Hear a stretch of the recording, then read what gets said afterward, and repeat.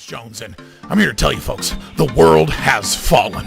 The fascist globalist overlords, they're implementing the Great Reset. You don't believe me? I've seen the tapes. Watch it, folks. Watch as these pot-bellied Zoomer goblins work with the Illuminati to pit us against each other. I promise I'd be a good boy. I'm a good boy. There's only one cure, folks, and that's liberty. And there's no better channel to find freedom than Fabian Liberty. Anarchy is order. Government is civil war. I just got 3 things to say. God bless our troops. God bless America. And gentlemen, start your engine!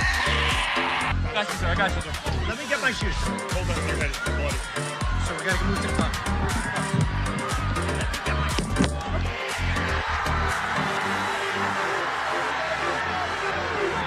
Not only do you have a micro penis, which is an important point, but on top of that, you refuse to share your Pokemon cards, and that's not nice. So first of all, a 2-inch penis is not a micro penis, okay?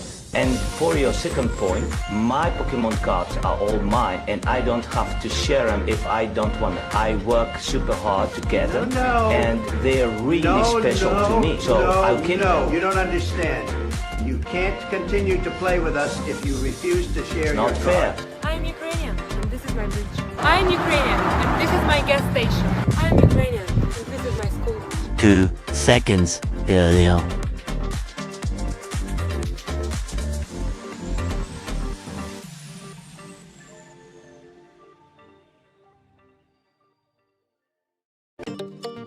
Would you let a Jew work out in your gym without paying if he claimed that the membership was promised to him by God 4,000 years ago? Bro, you are fucking... That's a good question. Yo, you're fucking funny. No, I mean, everyone pays. What if he tried bombing you for that? Bro, I mean, that would be like some crazy crime. Some act of, I don't even know, terror, I don't know. Are you taking a political stance right now? Just found in my house. That's called a bird grasshopper. I'm gonna eat him. He's not been transparent. I mean, there may be... They are making routine announcements about the things they are finding, and they are inviting questions about the things they are finding every single day. But by definition, he's not being transparent. They're not providing data for the things that they say they have found evidence of. They just aren't. The White House has provided... You can make announcements, and he also did admit that he actually... So you just don't believe it. I mean, they are providing information. You just choose not to believe that it's true. We're seeing about 13 months for these brain and spine MRIs. Cool. Canada, where healthcare is free, but only if you can afford to wait. Step 10, states must publish their own map and allow internal challenges to their own map. So the government has published a map. They have invited the states to challenge the map. Then states have submitted initial proposals, and they then have to publish their own map and allow challenges. Wait, who's challenging it within the state?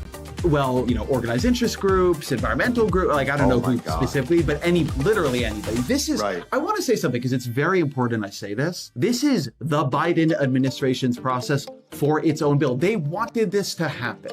This is how liberal government works now. This is something they instituted for this bill. For their bill. This is a bill passed by Democrats with a regulatory structure written by Democratic administration. Okay. Right. Step 11. Ideological subversion is the slow process which we call either ideological subversion or active measures, активные мероприятия in the language of the KGB, or psychological warfare. What it basically means is to change the perception of reality of every American to such an extent that despite of the abundance of information, no one is able to come to sensible conclusions in the interests of defending themselves, their families, their community, and their country. For our most tricky disagreements, seeking the truth and seeking to convince others of the truth might not be the right place to start. In fact, our reverence for the truth might be a distraction that's getting in the way of finding common ground and getting things done. free fries when you get vaccinated. I got vaccinated. You're saying I could get these delicious fries? Wait a minute. But there's also a burger element to this. Let me check with Bill Neathart. Is it too early in the day to eat a burger? No. This could be breakfast? Okay. I want you to look at this and think about, again, some people love hamburgers, some don't. Really want to respect all ways of life. But if this is appealing to you, just think of this when you think of vaccination. Vaccination. I'm getting a very good feeling about vaccination right this moment. Thank you. When I win, I will immediately bring prices down starting on day one. Men to woman, or woman to men. Man to woman. From penis to vagina. In the shower, on a walk, the Dylan hour. Feeling sweet, feeling sour. I feel nothing. The Dylan hour.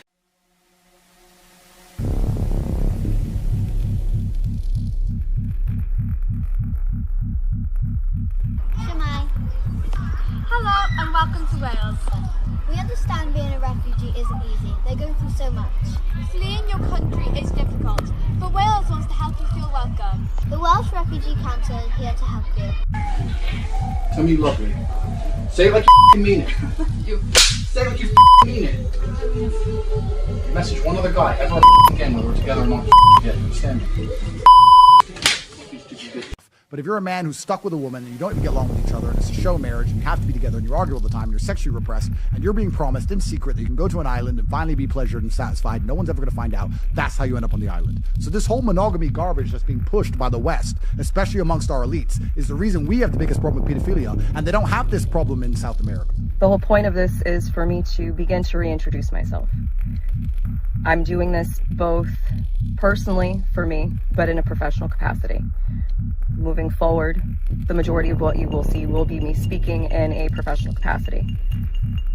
My goal is to continue to help Libertarians, and I'm always arguing with them, hey guys, if no one pays taxes, then who's going to stop the fires? Who's going to stop all the violent crime? Dummies. And then the LA fire happened, and the fire department didn't stop the fire because I guess they ran out of budget for water, and the police didn't stop the looting because I guess they didn't want to get near the fire, and so I guess I lost that argument. My bad.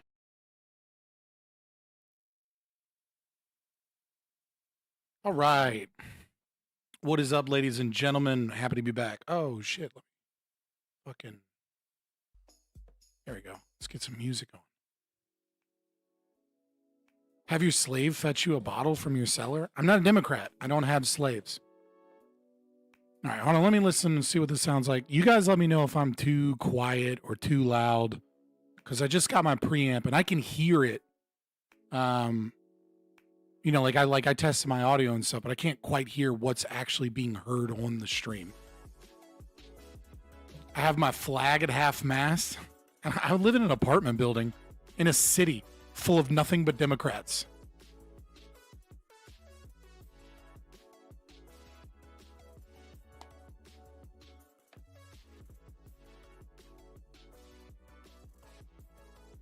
Clean off my glasses.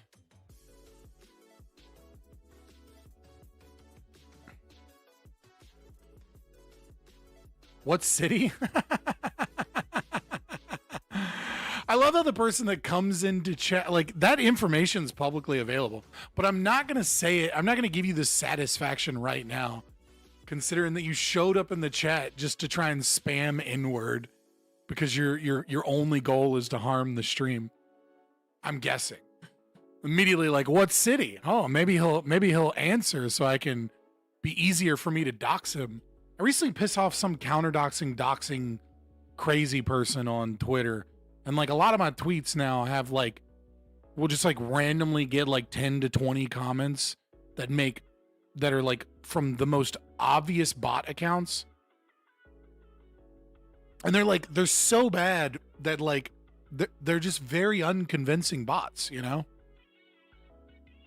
Like they're not like, it'll say shit like, That's why you suck Aiden, whatever that streamer is, Aiden's dick. And it'll be like me talking about Charlie Kirk or something. It'll be like, what? What does that streamer have to do with what? Like, it just brings up random shit. Is this a debate on illegal immigrant workers? I think it was just a crazy title that Admiral Gibbs picked. Or the bots have been bonkers. Dude, they say crazy shit. They're just like, you're a pedophile and you suck penis and that's why Dickers fucks you. And just be like, sir, this is a Wendy's. I think he was just picking like a bombastic title. But I went with it. And so my 10 arguments are: taxation is coerced labor. Welfare state is a dependency trap. Democrats love regulations on property. Historically, they have always been slavers from the beginning to the end. The New Deal, the Great Society, etc. Gun control is about disarming an enslaved population.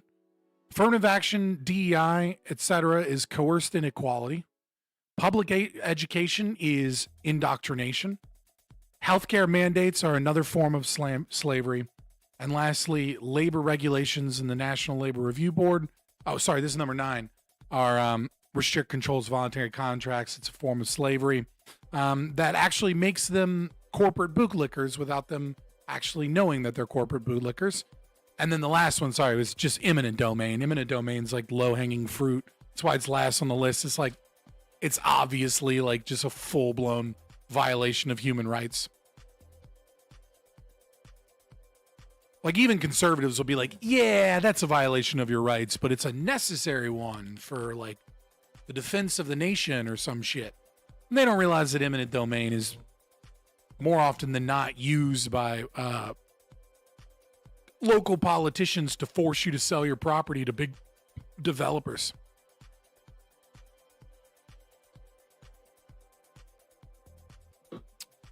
But how's the audio sound? Do you guys like the audio better? It sounds better on my end.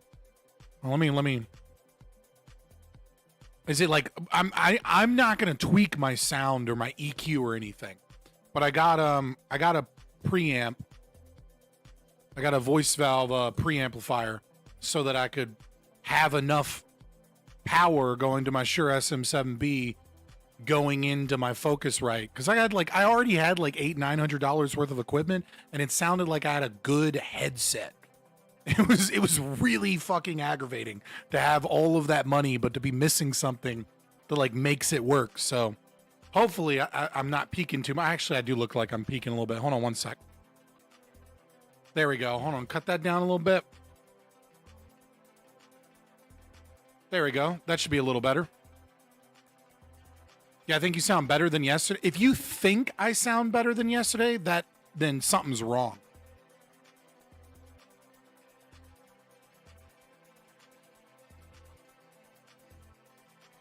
There we go. I cut it down ever so slightly. I also have to get into the habit of not like eating up on the fucking microphone. Like, I have to get into the habit of like staying back because I no longer need to do that. Harrington, 90% of the time, if I'm doing a stream, whatever the major thing is, be it a debate, be it an interview, whatever it is, usually I'm going live 2 hours before that thing, right? So if it's like a Saturday stream or something has to happen at a weird time because somebody's like British or something, then I might just like get right into it or whatever. But like 90% of the time, whenever I start a stream, you can kind of be sure that if like you only want to come for the debate or you only want to come to like the reaction to whatever this video is, then you just show up at the 2 hour mark. And that's usually when I'm doing stuff. The first 2 hours, we're going to talk, we're going to chit chat, we're going to bullshit. I'm going to do a fuck England thing. I'm going to like, like maybe have like a reaction, and it's kind of like a who knows what happens. I have stuff prepared, but it's just a streamer audience thing. The actual content of the debates or the interview that I'm doing or whatever is usually 2 hours in. Am I reacting to anything then? Yeah, I mean, again, it's kind of a stream of consciousness. I have a list of shit that I may or may not do. You know what I mean? Like, there's 2 videos I want to look at. There's a Fuck England segment. 3 videos I want to look at in a Fuck England segment. But we might get to none of it. That's the beauty of how this 2 hours works. Sometimes somebody pays me a super chat, and it's got like a link to a video, and I end up reacting to that because it's like they paid me money. Reminder, like, share, subscribe. You can donate. If you want to super chat, that'd be awesome. If you want to get a membership, that'd be awesome. If you want to buy YouTube Premium, cool, I guess. You know, I get a little bit of that money. Not really telling you to buy YouTube Premium, but if you do, I'll see some of that money, very little. How much money to react to videos, by the way? I make a claim that I will always respond to your super chats. I reserve the right to react or not react to anything you fucking send me. And the reason I say that is sometimes you guys send me obviously copyright shit, or sometimes somebody wants to send me like $2 and then they are like, watch this really bad documentary this guy with 36 subscribers made. You know what I mean? So if it's reasonable and it's short and it's a couple bucks, like I'll react to it. It's not really about, like, I'll react to whatever. People send me DMs over Discord. If you want to join the Discord and DM me and you're like, hey, you should really check this out, or put some in media recommendations, I'll look at that shit too. I just don't let people post links unless it's a super chat, because I don't want people coming in and like posting a bunch of porn links or like weird shit to attack the channel. And so like the only way you can actually post links in the channel is if you pay, and just no troll is going to come in and be like, spam a porn video by paying me $2 at a time. Like, I mean, it's possible, but it's just very unlikely and easy to take care of. What if I pay you to promote a video I made myself? I mean, I can promote a video. I don't know how well it's going to do. I've got 30 viewers in the beginning of stream. You know what I mean? Like, probably just do a reaction. And then if you have other content, you know, there's that. And then depending on how long the video is, a lot of times long videos, guys, if it's like more than 45 minutes, we might get like 10, 15, 20, 30 minutes into the video. And then I'm like, cool, watch the rest of the video here. I very rarely actually finish it because I springboard off of, you know, I just kind of springboard off what I react to. Like if you're watching me do a reaction, you're listening to my ideas about a topic. I hate people that do reactions and then there's just like 90% of it is just the video. Like Hassan, for example. He does a lot of that. Like, you know, chair streams and shit. It's like, you're not reacting to a video, dude. You're just lazy, so you threw up a video so that you don't have to make any content or talk.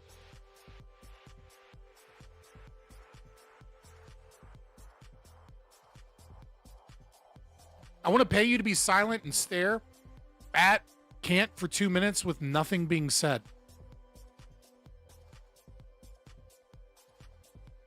I mean, you pay me enough money, I will be quiet.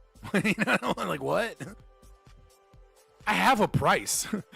It's not even compelled speech. That's just like, don't speak. Like,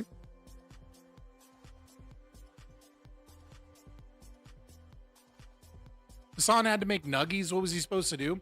Yeah, I mean, like, well, it's like, at a certain point, it's like, how the fuck does Hassan do like 6, 7, 8 hour streams like 3, 4, 5, 6 days in a row?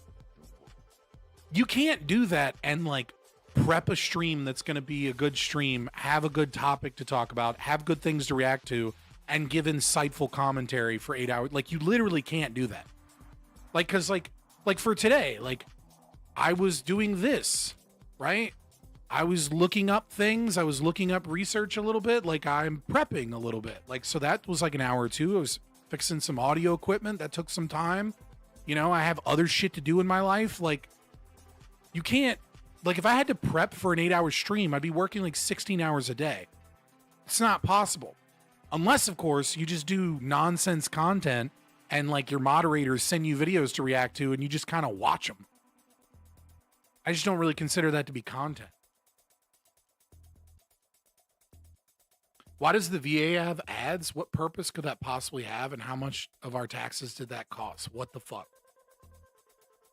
Oh. I don't know the answer to that one. I'm not going to lie. That's a really dumb idea. I mean, I assume it's like VA needs to hire women to work marketing department. Women needs jobs. I mean, yeah, look, I'm sure there's all kinds of reasons, most of which are not beneficial to us. I'm using Brave so I don't see ads. That is true. If you use Brave browser, you will get an ad blocker. But if you find your computer is getting wonky or YouTube is crashing, sometimes what YouTube does when you hit ads on Brave browser or any other ad blocker is they overload your CPU. 100 of whatever currency that is. Hey, when can we continue our conversation on race? Luca here from Discord. Oh shit. Yeah, I said you could hop in. Just hop in. This 2 hours is pretty freeform, man. We just kind of go with whatever we go with. Like, just hop in the Discord. I'll hop in.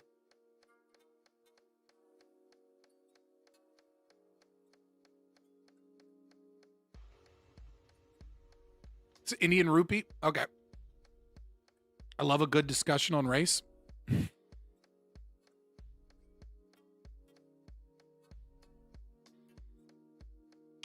What does the DM say?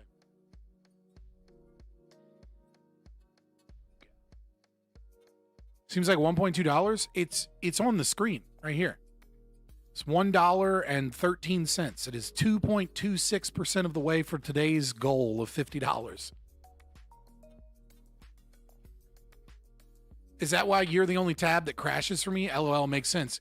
Yeah, if you have an ad blocker or if you have like YouTube, like if you have anything that is an ad blocker, sometimes it'll overload your CPU and they do it on purpose.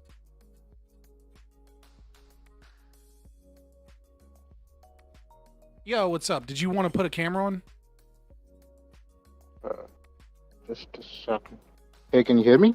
Yeah, I can hear you. Did you want to put a camera on? I'm not telling you you have to. I'm just asking if you want to. I can. I don't have a problem with that. That's not what you. All right. I mean, do you want the camera on? Like, I don't have a problem with it. What would you prefer? We'll do no camera. Doesn't matter. But if you wanted a camera, I could switch my stuff around so you can be on stream. Oh, don't worry about it. No. Right, It's not important. All right. Someone clearly found me after I did a interview with the Libertarian Party of India.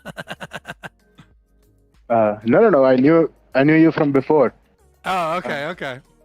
Yo, who donated? Sam E0405 donated $49.99. Goals met for the day. We're fucking.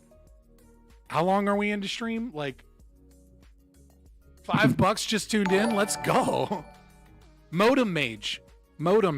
You made me. I said it now. I appreciate you guys. 24 minutes into stream. We're well past the goal. Let's go. Yeah, hopefully just again, I just got a new microphone set up with a new preamp and a new EQ and stuff. So if you guys are like, hey, you're peaking like crazy or something because I'm yelling or I'm too close to the mic, let me know. And I appreciate it. But yeah, let's go ahead. What were we talking about? I don't remember. I'd said something about race. You had some point like issue or something with what I was saying, and you were like, and I was like, dude, let's talk about it on stream. Yes. So basically, the way I view it is, the way I view it is that there are, of course, like biological differences between different, broad groups of humans. You could call that race. We'll call them clients. Yeah. All right. Just to use a technical term. Yes. And it can get blurry in the geographical, border areas.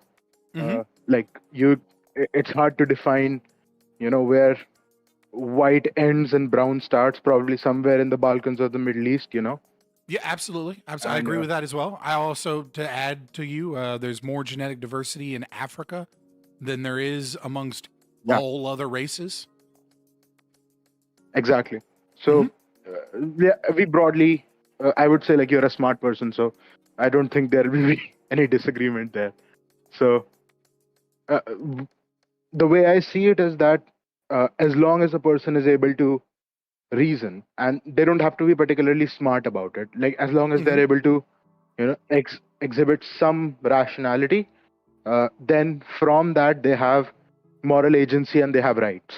And correct, there can be differences, but those differences are, they're not in the realm of morality and legality. They're maybe in the realm of biology or some other thing. And I agree with all that. Yeah. Yeah, and there might be IQ differences, but the reason I have some hesitancy towards IQ differences would be, let's just, there's a lot of questioning on, what even IQ represents, and legitimate questioning, but let's chalk it up to some measure of intelligence. Yeah, it's a strong corollary with G factor is what I would say. Like IQ, intelligence quotient, as created by Binet, originally hoping to find mentally retarded at the time children, so that they could get early interventions in the school system. Eventually became the greatest test we have in terms of adequately determining G factor, but it's not a 1-to-1 of G factor, right? I mean, IQ doesn't necessarily measure kinesthetic intelligence, right? Like you'll see fighters or athletes that have a certain form of intelligence that isn't a perfect 1-to-1 ratio with IQ, things like that. But yeah, it's the closest measure we have of G factor. Yeah. And so what, a lot of people you would see online who would say that, like this group of people has so and so low IQ. So it is like American the blacks, implication almost being, so the implication almost being that because they are less smart than the standard, that means that immoral behavior would follow, which is where I would draw the line, because you can be dumb and moral, right? So like I would simply say that it is not, the IQ is not the relevant factor to look at here. I come from a much more objectivist background, right? Yeah, so I'm coming from a much more objectivist background, and I would say that IQ, wealth, like IQ would be intelligence, wealth, and many other, factors which show a prosperous, healthy population. I think they follow from the basic philosophy that the population holds. So you could almost say that. I would say that they are corollaries. And the reason they are corollaries is that it is more difficult to have a proper philosophy, and ever increasingly more difficult to instantiate that proper philosophy in your behavior the lower your IQ is. I don't disagree that there are, I don't think low IQ and immorality are two things that are like inherently connected, right? But they are statistically connected, right? So I think that is an important fact that we have to discuss as a society, and we have to look at what measures or what things we can do to try and elevate or at the very least alleviate things that are lowering IQ to some degree, right? Like what interventions are being done that may be harming IQ, as well as what interventions may be done that are eugenically shaping IQ. And I think, welfare, for example, is something that incentivizes the breeding of impoverished low IQ people, right? Like, and disincentivizes the breeding of upper middle class people. And I think we get into, that's kind of the theme of the film Idiocracy. It's a bit of a meme. They attribute it to the wrong thing, which is public schools, Harrington. That's almost certainly not having an effect on IQ. It may be having some very, very, very small. It's almost certainly having an effect, however, on an improper philosophy. And that is where I absolutely agree that a proper philosophy can be given to anyone. But when you start talking about people that have a sub 70 IQ, which is 1 out of 6 black people in America, you're getting into the realm of where a proper philosophy is statistically very, very unlikely, no matter how hard you try to ingrain that. You're getting to the point where empathy becomes a difficult cognitive function, and where low time preference thinking becomes almost impossible. Like it requires a great strain to think about things 3-4 steps ahead and think, what will the future outcomes be, and what will the future outcomes be for other people?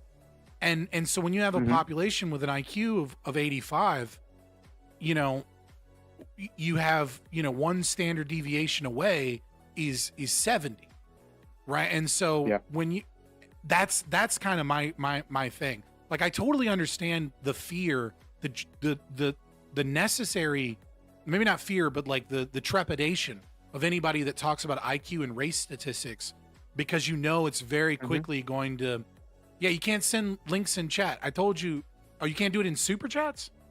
Oh, well, DM me over Discord. I thought you could do it in super chats. I swear I've seen people do it before, but maybe they were moderators. Sorry, getting back to it. It was just a problem in StreamEd. Take care. I totally understand being trepidatious anytime you see somebody talking about race and IQ, because it's like one of those things that is an important fact, but it's also a big red flag of like, why is this important to you? Like, what is your motivation for talking about this?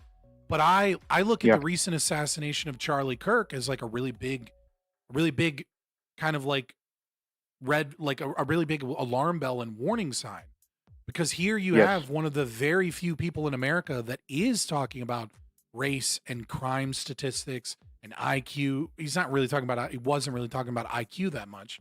But like, and we assassinated that person. And we're increasingly getting to the point where people that talk about race and IQ are Nazis, and everybody else denies it and refuses to talk about it, which means we can't solve it, because the only people willing to acknowledge the elephant in the room are Nazis.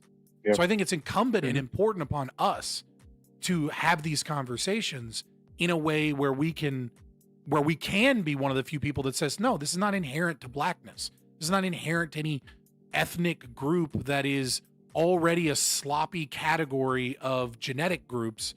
Like, but at the same time, you know, the demographic data is true, and we should investigate those factors and see what's causing that and do our best to alleviate that.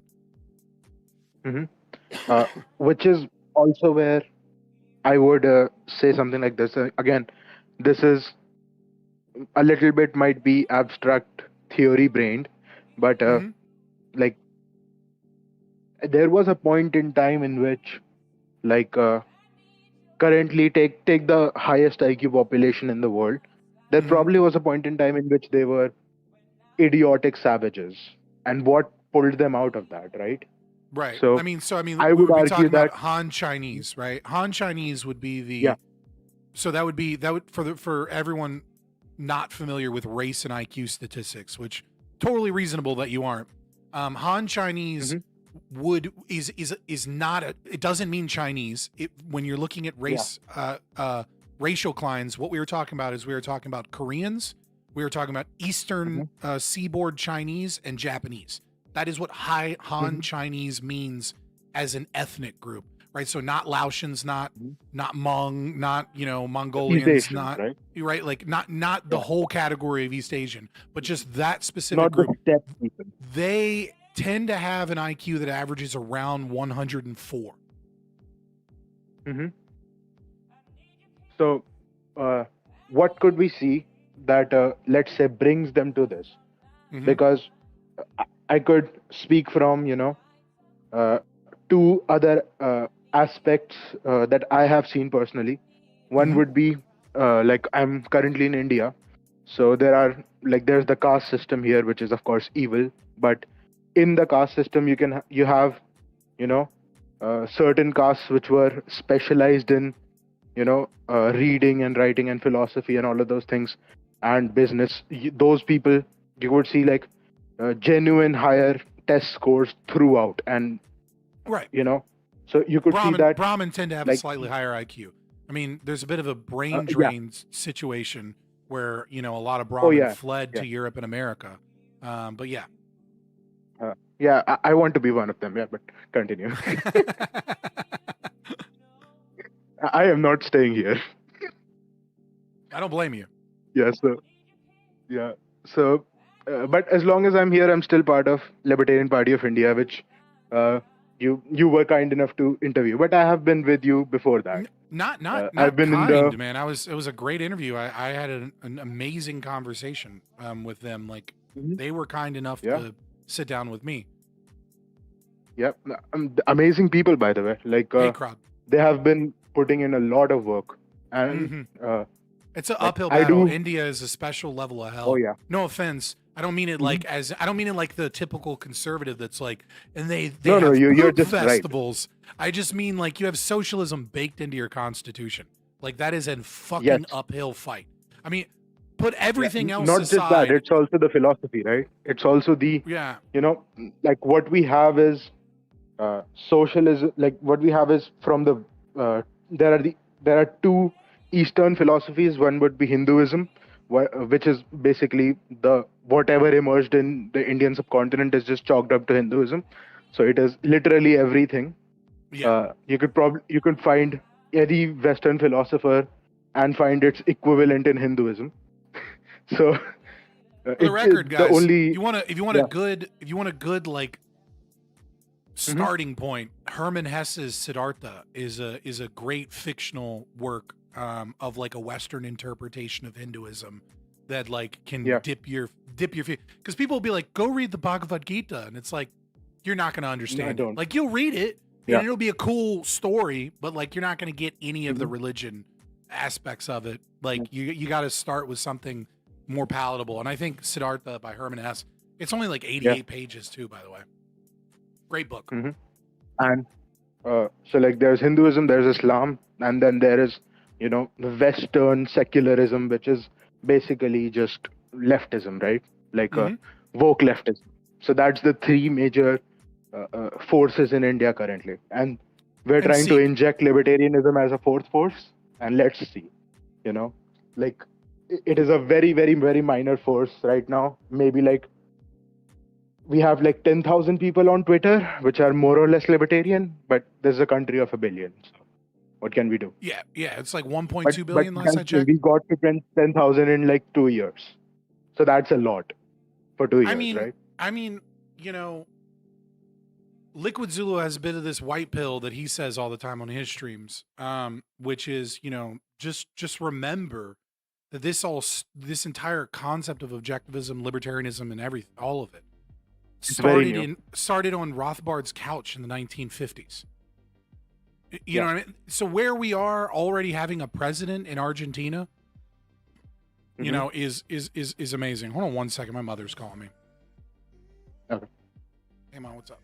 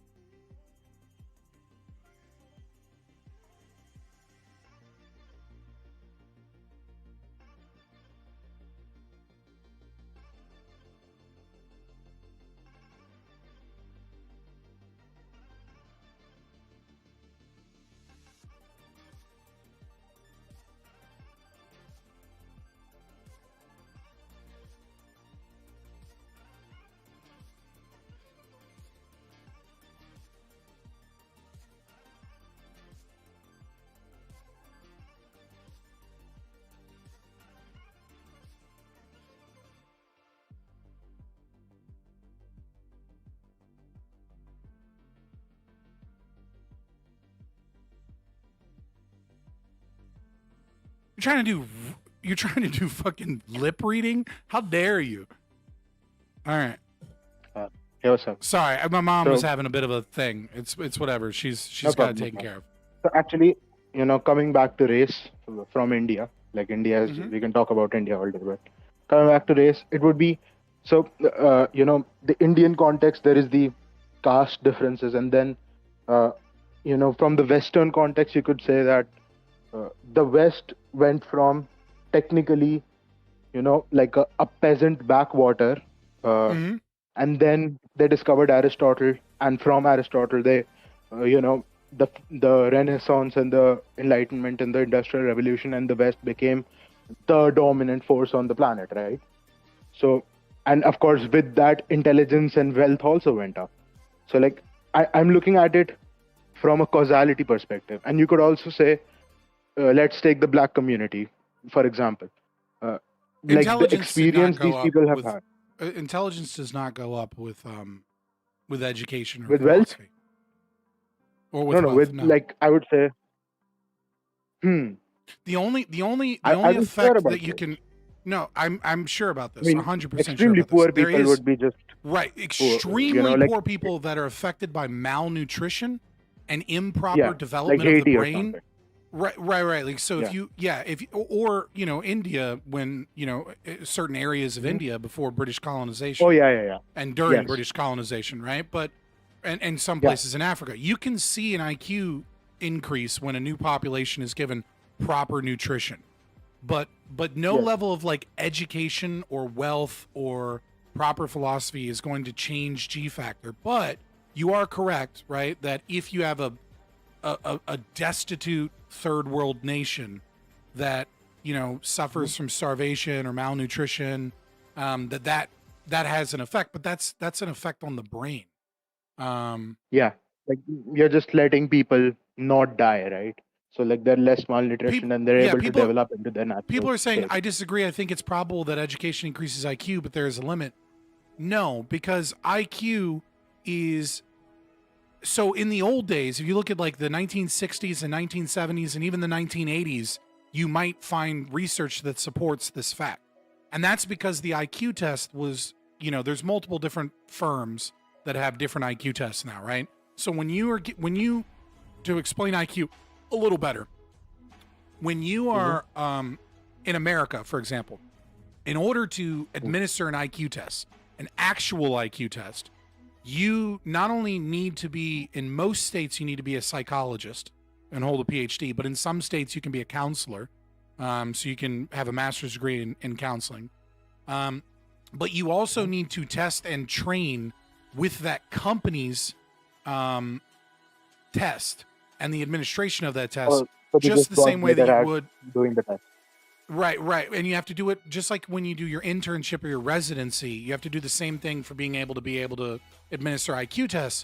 And the IQ test is designed and is much, much better now than it was, like I said, in the 70s or 80s, to more adequately measure IQ. Because what IQ is the ability to learn, or the innate intelligence of the individual.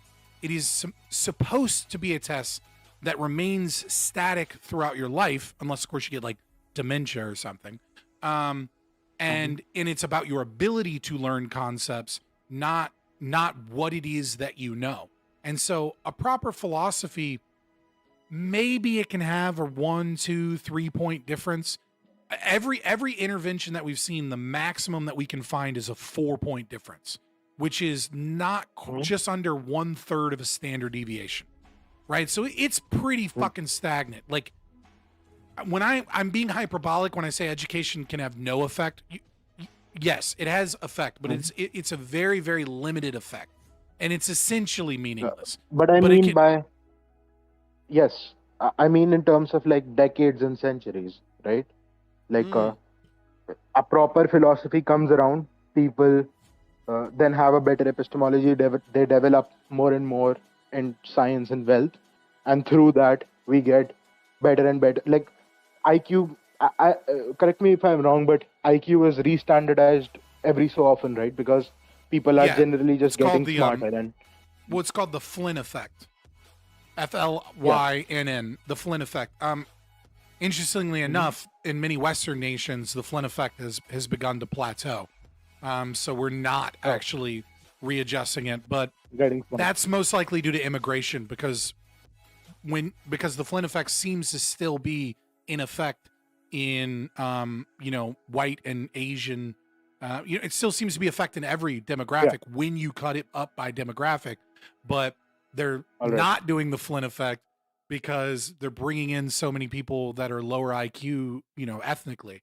So the average is cancelled out, right? Right, the averages are canceling out. Yeah. So but that's what I'm thinking. that like I mean, look, over time. anything's possible, because in order to do a perfect nature versus nurture kind of study on IQ, you would have to do extremely unethical studies.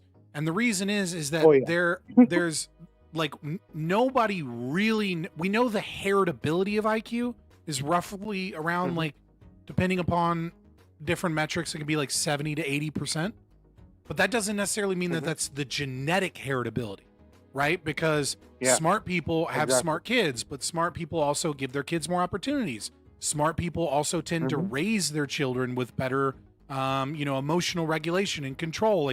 Like there's also right. Well, there's also epigenetic concerns, right? So trauma, improper diet, things like that can have negative effects on development, and you're going to get less of that in a white suburb in middle class area than you're going to get in like an inner city or a trailer park, right, with a bunch of meth heads. And so it's like we don't really know perfectly, and that's kind of one of the reasons why I'm so adamant on discussing race and IQ, even though it's a dangerous topic, because it's like, I mean, I want to know that. I want it, but I want to know why.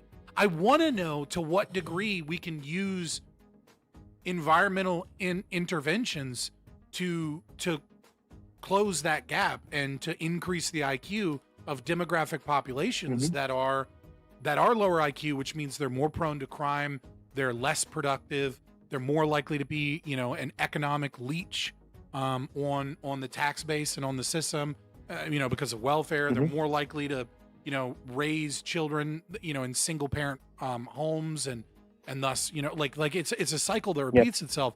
I want to know what we can do to fix these things. That part of it, yes, but you do see that part of it is entirely philosophy. Like it is a philosophy which makes a person a leech or a producer. Like what kind of like the three basic questions of philosophy, which is like what kind of world is this? How do I know this, and what do I do? Like if your answers are the world is inherently cruel and against me, I can't know anything because nobody ever taught you, or you just think that you don't know anything. And like what should I do? I'll do whatever I want, basically hedonism. Then that creates that kind of a person, and then you add welfare on top of it. Then the society is affirming this, that yes, you are correct in all of this. Here, take free money. So I don't disagree with you. Philosophical. I don't disagree with you that it has an effect. The problem is that whenever we do psychological interventions that are shown to be positive, they have a greater positive effect on higher IQ people, and they have a lower and sometimes null effect on lower IQ people. And I agree with you if we can give a proper philosophy to low IQ people, those low IQ people are far more likely to be productive and have less criminal deviancy. And I want to do that. I want to see that. I would say the next generation would have a higher IQ because those lower IQ people would be just better parents with the new philosophy. It's possible, right? But like there's not any strong evidence to suggest that. Improve. Most of the evidence points to a predominantly genetic or, situation. I give it some wiggle room because it's heritability that we know, not necessarily genetic. And maybe there is certainly an argument that it might have an effect, and that you might even have a higher IQ generation the next time. But what won't have been changed is the genetic factor, and the genetic factor is likely very strong. And so to the extent that there is a genetic factor, right? Because but environmental factors deny that there are genetic factors here. There might just be, right? But like there's also environmental factors that to the extent it's not genetic, philosophy will be the driving factor of improvement. Crod, I've said hi to you twice. You keep coming in and going, "Yo, what's up? What's up?" I'm chit-chatting, but I've said hi a couple times. Maybe you missed it because it was quick. Well, it's like, so for example, my biggest problem is like, because we don't talk about this shit, then nobody talks about lead water pipes in inner cities. Right? And like, what do we know? What do we know about lead water pipes? We know that there's no safe level of lead. There's only less poison and more poison. We know that lead causes developmental issues in the development of brains, especially in pregnant women, and that lowers IQ. And we know that there is a strong correlation, and it might just be the IQ, but I think it's more than that, in how the brain is affected by lead towards criminality or deviancy, right? And it's like, so because we don't talk about this, we don't talk about just how important it would be to get rid of, lead in our drinking water, in our paint, and our things like. I mean, we talk about it a little bit, but nobody talks about just how important it is. And where do we see the highest rates of lead in the soil, in the foundations of homes, and in the water? We see it in inner city communities. Old neighborhoods, right? Yeah, we see it in inner city communities, in high crime areas. Yeah. This showed up on my FYP For You page, I'm assuming is what that is.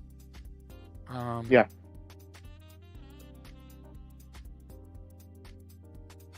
So I'm just checking to see what it is because somebody paid me $10. Okay, like I don't disagree with you that there is a possibility that that you might get positive effects from the philosophy, number one, and then you might even see a slight. I would, that caveat, likely it's a very slight, if at all, increase in IQ. And like, and that would be a good thing.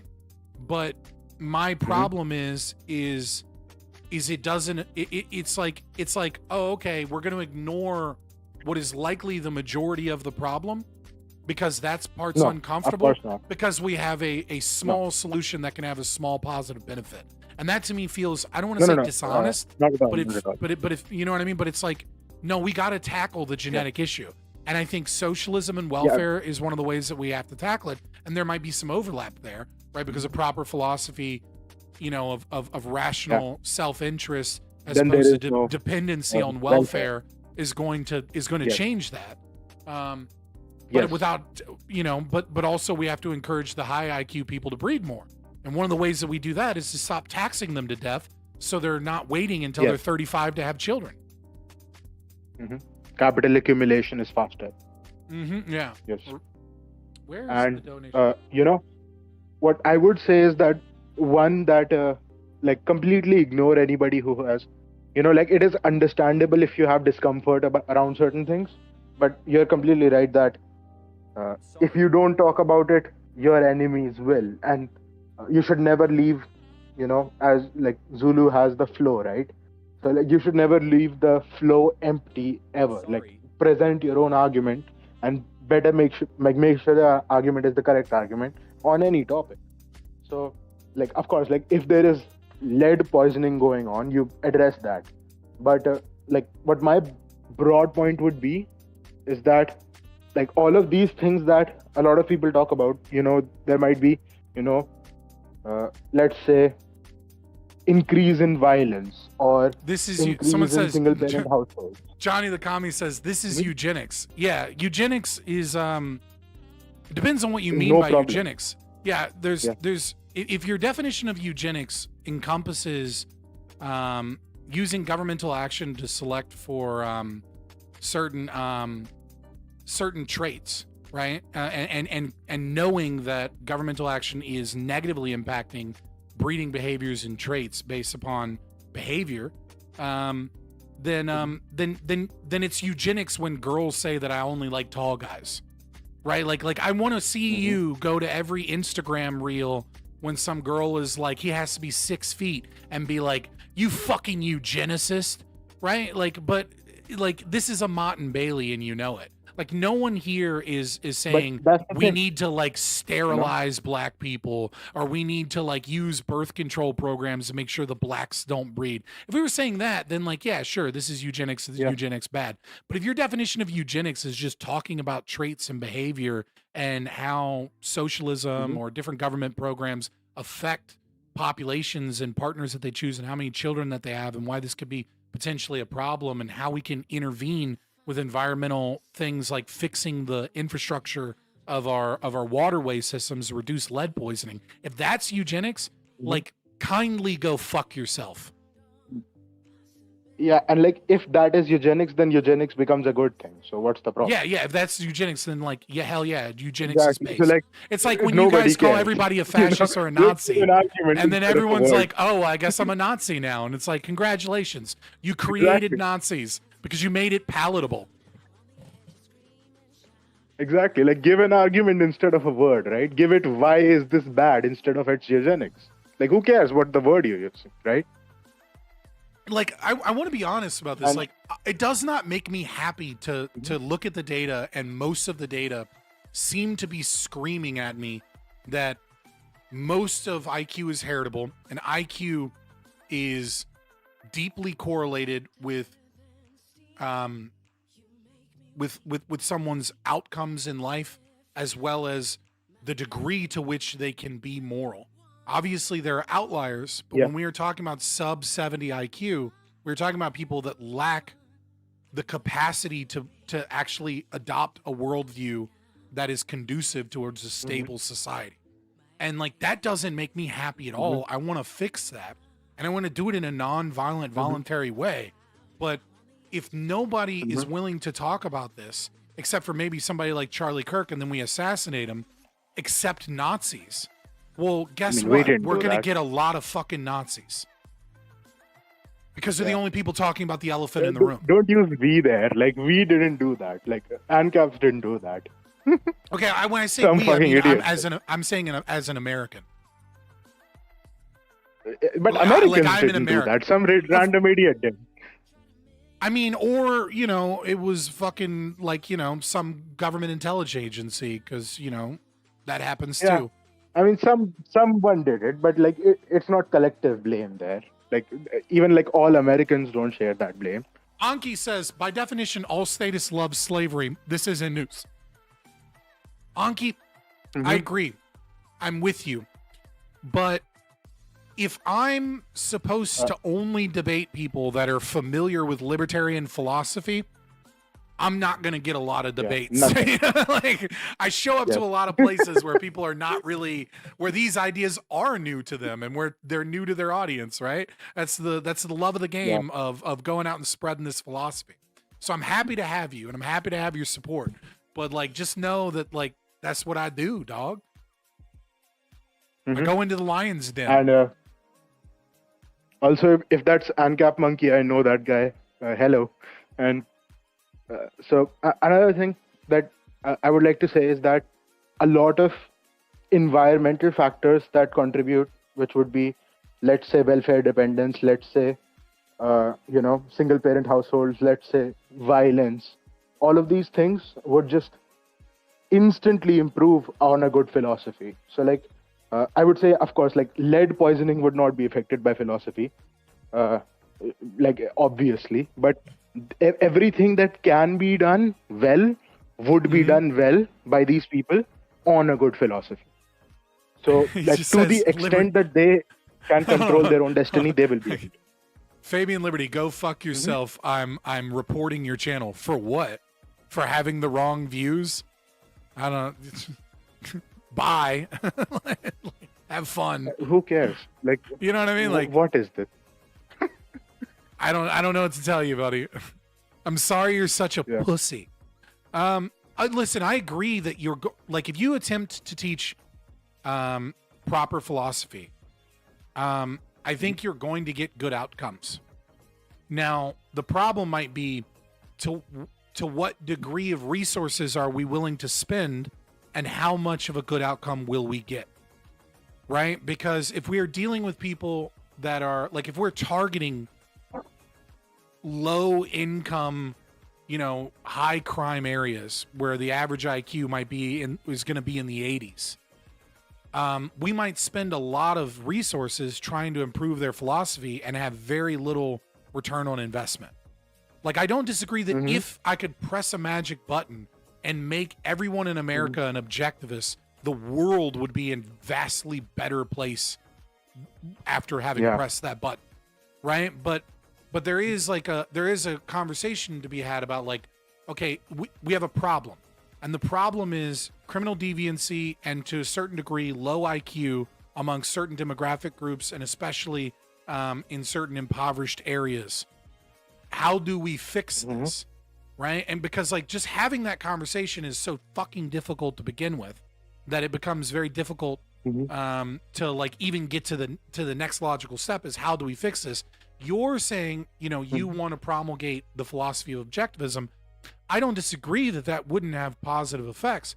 I just disagree that like in terms of money or resources spent, that you might have higher returns on investment fixing the lead pipes or, you know, like, or certain other things like that. I wouldn't disagree.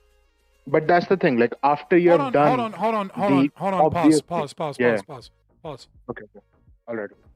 Johnny the Commie writes, at Shadow Warning, I'm blocking you. And then someone deleted it. Mods, I know that people can be triggering. We only time people out if they break TOS or if they spam. That's it. I sometimes time out somebody that's annoying as fuck, and usually I only do so because it's reached the level where it's basically spam. I don't want this channel to just have somebody come in and talk some shit, and then because we don't like them, we fucking no. We fight here. And if people want to come into the chat and fight, I hit him hard mostly for the threat to report. You make a good argument. You make a good argument that someone comes in and says they're going to report, and you know what I mean, like they're just trying to clip farm for some bullshit. You do make a good argument. I didn't. I'll let it go. I'll stop. You got that one, but just bear in mind, all right? We're not trying. Or if they're British, yeah, fuck England. Sorry. Go ahead. I just wanted to take care of that, but. No, you're not wrong. So, you made a good argument very quickly, and I'm like, all right, that's fair. So what I was thinking was that, of course, like once you fix things which are literally poison, like let's say lead poisoning, you like there is a ceiling above which like you would almost get no improvement till you fix the philosophy. And I could point out that one of the reasons things got this bad would be philosophy. Like, why is there welfare? Because of altruistic philosophy leading to socialistic policies, right? Why is there, criminality? Leonard Peikoff did a lecture on this, the philosophy of the criminal mind. I'll send you that. But basically, the broad point is that it is very philosophical. Like criminals, I think from the 50s onwards, there has been a massive increase in crime in the US, and that has coincided with the teaching of, more and more Kantian philosophy in the US. And because once you instill in people that the world is against you and you are powerless, and all you can do is just be hedonists and, take things by force and stuff like that, then they're going to do that, And you could see I don't disagree. a lot of, I don't disagree with you, right? But just one last point. Go ahead. In like black intelligentsia, you would see, like if we're talking about the black community, in like black intelligentsia and black culture, how many voices are there which are for even like a moderate Protestant work ethic kind of thing? Like, hey, pull yourself up by the bootstraps, or don't, like, basically just not be horrible people. Like how many voices are there? Like all of the academia would just be constantly affirming the victimization, which would be like, you were enslaved once, like your great parents were enslaved once, and so you're just fucked for life. That's the academic mantra that is just told to them. And then their culture would be all of them, gangsters and stuff. And so what aspiration does, let's say, a young person in such a neighborhood have? That's what they're sold. My favorite argument against that is Massachusetts. Mm-hmm. You know why? Because both slavery and interracial marriage, both miscegenation laws, if you will, were abolished roughly 80 years before they were throughout the rest of the country. And so it's like, okay, so how long is this going to take to fix? How many generations? But that's not the argument I'm making, though. The no, argument but I'm making that's is I use that, and then they go, like if we were free, blah blah blah, for another 40, 50 years or something, right? And then it's like, okay, well, how come there's no substantive difference between black people in Massachusetts than they are in the rest of the U.S.? They had 80-year head start. Exactly. What are you talking about, right? They never had Jim Crow, right? They never had like the Jim Crow South laws or any of that. I mean, that stuff is so much in the Redlining past. affected a lot of white people too, by the way. But yeah. So I mean, here's the thing. I don't disagree with you that if you were to fix the philosophy, that you would fix almost all of the things that I think are likely to be causing these the genetic components, right? Because of the socialism and the welfare and the criminality that leads towards poor decision making in breeding, right? Because I mean, when you have a community where fatherlessness is so high and there's all these all this trauma and all of these problems, well then you get women that go out and have sex with hyper masculine retards, if you will, like, and then get pregnant and then they get left and then they repeat that cycle. And it's like, that is also a cycle that is being repeated genetically. So I don't disagree that would fix those things. On top of that, imagine being told that is a good thing, that you being this person who is in poverty and like not doing anything to get out of poverty, just existing on welfare, and you being a single parent instead of not a single parent. Like, imagine that being empowering, the veneration that being of a the good single thing. mother. Yes, But and the only reason that you're fucked in life is because you were black and because everybody around you was secretly conspiring to keep you down.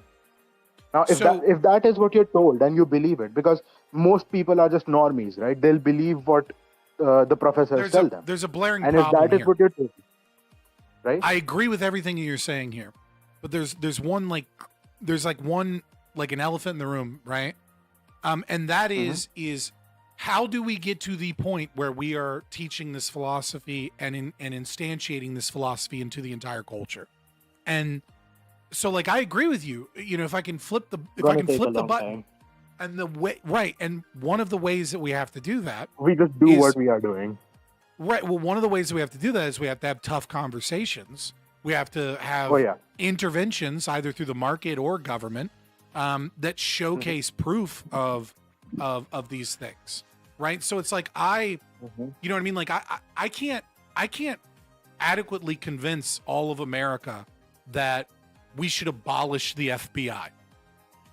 Like that's an impossible task. But I might be able to convince a small town that they should use a private security firm instead of a locally elected sheriff. And then if I can convince them of that, I can use that data, I can use that empirics, and I can go to other towns and say, it worked for this town. It saved them money. Rights violations went down. Crime went down. People were happy with this system. You should try it too. Yes. And then if I do that to 50 cities in America, and one of those states has like 10 of those cities in it, all of a sudden we might get to a position where like somebody that runs on doing that same thing at the statewide level might be able to win an election because the proof's in the pudding and everybody likes it. Right. And so it's like, I don't disagree with you that a proper philosophy is a thing. I still have an issue with, I don't know. I feel like we could beat our heads against the wall for 100 years and you're not going to get demographic groups that have an average IQ of 85 to have a majority of them adopt that philosophy. I just don't think you can make if a group of people. I know it's an arbitrary. They don't have a choice. I understand that's an arbitrary. I understand that race is an arbitrary metric, but if we use it and we use that to such a degree that we say that this is a group that has an average IQ of 85, we will try 100 years, and the only people we will ever make objectivists are the 1/6 of that population that have an average IQ of 100, and the 140 of that population, 1 out of 40 in that population that has an IQ of 115. Right, like, and what we will find is that the people with an But IQ of we don't need 85. much more than that, actually.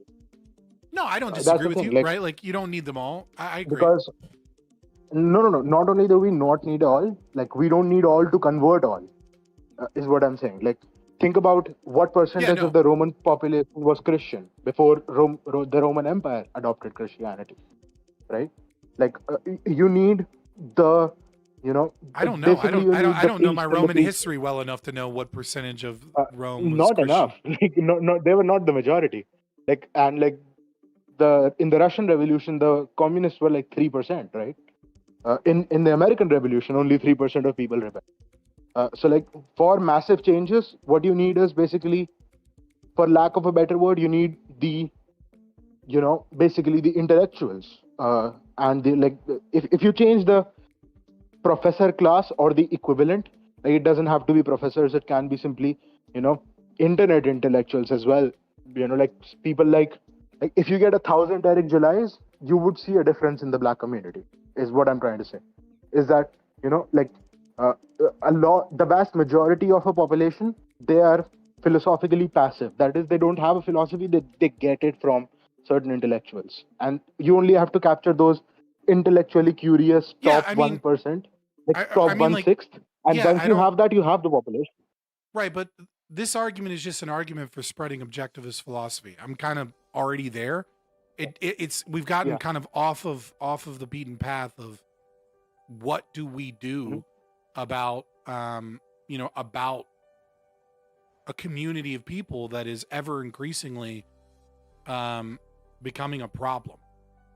And what do we do about also keeping in check the white people that are becoming increasingly frustrated with this population and willing to adapt more and more authoritarian and socialist measures in the hopes of controlling it. And I like the objectivist Randian perspective. Like, I certainly have a soft spot for this. All we need is a philosopher king, or all we need is, a few people to break away, and then the looters all starve. But like, it's one of those. It's of all of the things that Rand ever put forward, I find it to be the most unbelievable. Like, I don't think you can do this with a Galt's Gulch, right? I think you need a lot more than 3 dudes under a professor to come together and decide that they're gonna, maybe 3% of the U.S. Like, if you get it's 3% like 3%, of the U.S., 3% in a would be decade good enough. or 2 decades, you're going to get the country. Yeah, I mean, 3%. I'm kind of saying. Yeah, I would agree with that. If you could make 3% of the entire population objectivist, you would you'd radically change. Like, if 3% of the people are like you and Zulu, then the country is saved in 20 years. I don't want to say anything after that, because that's the highest compliment a man can receive, and I don't want to go back to arguing about race and IQ. You know what I mean?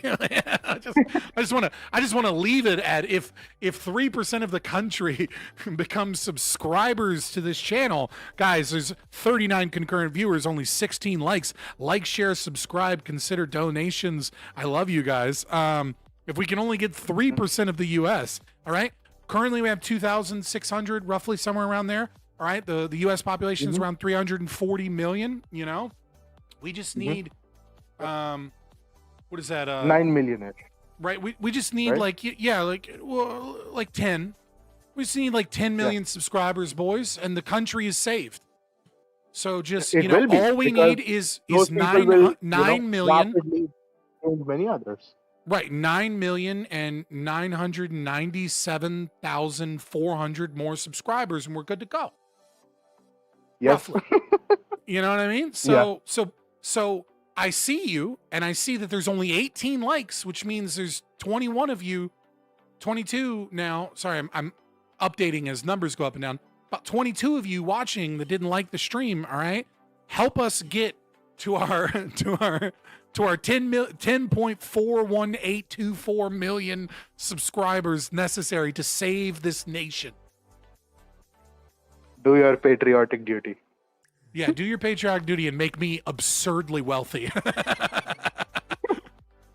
Unliking now? How dare you? How dare you? Oh, Buck, hold on. So my message to the haters out there is no one cares, no one's listening. All right, well, let's get it. As all the haters in the comments. So if Jimmy were an anarchist instead of the Antichrist, we'd already be saved. Unlike.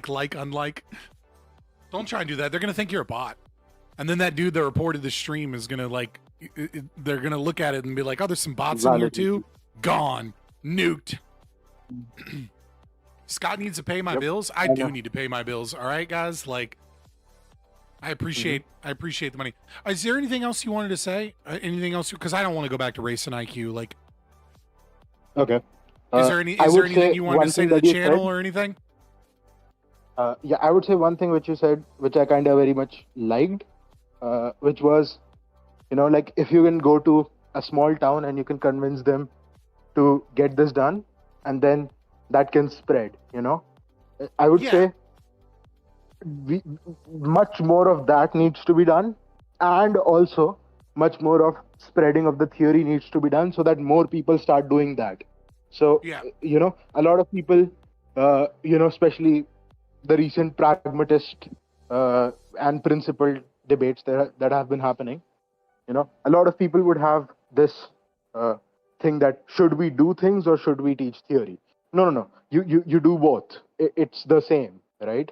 You have to use the theory to do the things, and when you do the things, you inadvertently teach the theory as well. So you teach the theory and you do the things, and that when you teach the theory, there are more people who will now speed up the doing of the thing, because there are more people doing the thing.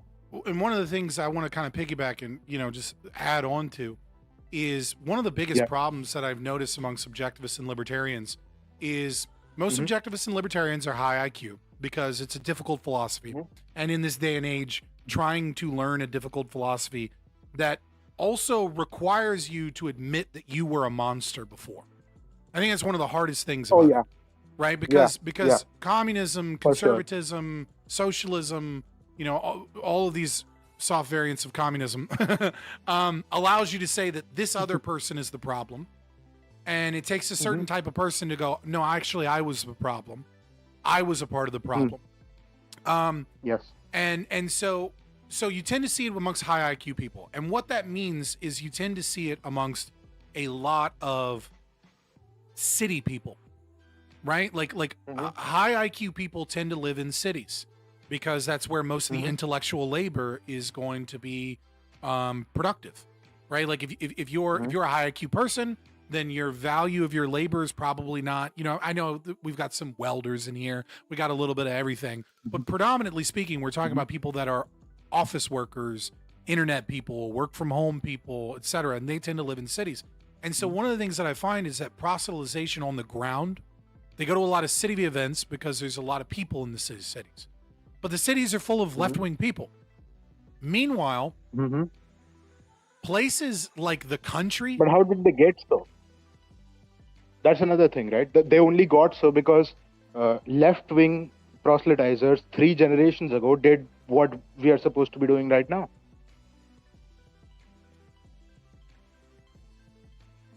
I think there's more to it than that. I think there's something to working with your hands and working off of the land and the social and reputation management of a necessary level of order and politeness and trust and things that occur in the country that go away in the city with industrialization is probably had a larger effect than the proselytization of the left in the cities. I don't think if we're talking about specifically why are the cities more left than the country? If you want to talk about why leftism is out there, yes. But why is it isolated more in the cities? I think that's those reasons. And then the fact that there's inner city poverty and, this is a philosophy of blame, of external locus of control, etc. But I get what you're saying to a certain degree. But what I'm trying to say is if you go out to Appalachia, right? Or you go out to podunk places, ranchers and things like that, you will find that these people are already very libertarian. They're not libertarian in theory or in philosophy, but they're far more receptive to the idea of libertarian because they have an innate distrust and hatred of government because they are often fucked over by the state, ignored by the state. You have all the and their values are different than what is often pushed by the state. And one of the greatest failures that I see of libertarians is that we don't go out to the country to some, local game or certain thing like, events in towns to spread the philosophy. Because I think, although, yes, there's a lot less people there, I think those people are far more receptive to our ideas than most libertarians realize. Because most libertarians are city people that have never stepped out of the damn city except to go to a cottage for a vacation or some shit. That would also cause the problem of how do you, like, if someone has always lived in the city, you probably need a point of contact in the country to even, know how to talk to those people properly. Otherwise, it just seems like, that meme, hello, fellow children, how are you doing? Like, you seem like a weirdo, right? Yeah. Like if you're going in a different kind of culture, I don't want to be. I know we started off with race and IQ. I don't want to be racist, but do not approach children with an Indian accent and say, "Hello, children. How are you doing?" This is. Don't do that here in America, you have brother. seen Like the meme, right? Like, hello, fellow children. Like the guy with the skateboard. Like the I know what you middle-aged meant. man. I know what you meant, but I just thought it was funny. Yeah, it makes sense. Yeah. All right, and it's nice talking to you. And yes, and keep doing what you're doing. And I think broadly we are in agreement. Yep. I hope so. All right, boys. All I'm right, gonna go hop. you can- I'm gonna go hop into Jesus. Just thinking about that gives me. I'm gonna go hop in average debate enjoyers Discord. He wanted to talk about some weird shit, so we're gonna go have fun. Remember to like the stream. Yeah. Okay. All right, brother. Peace. See you.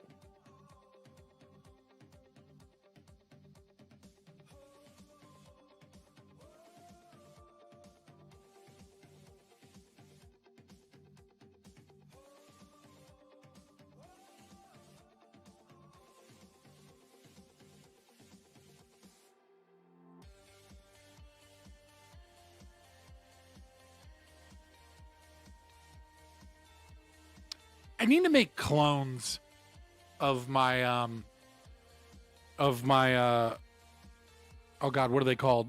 They're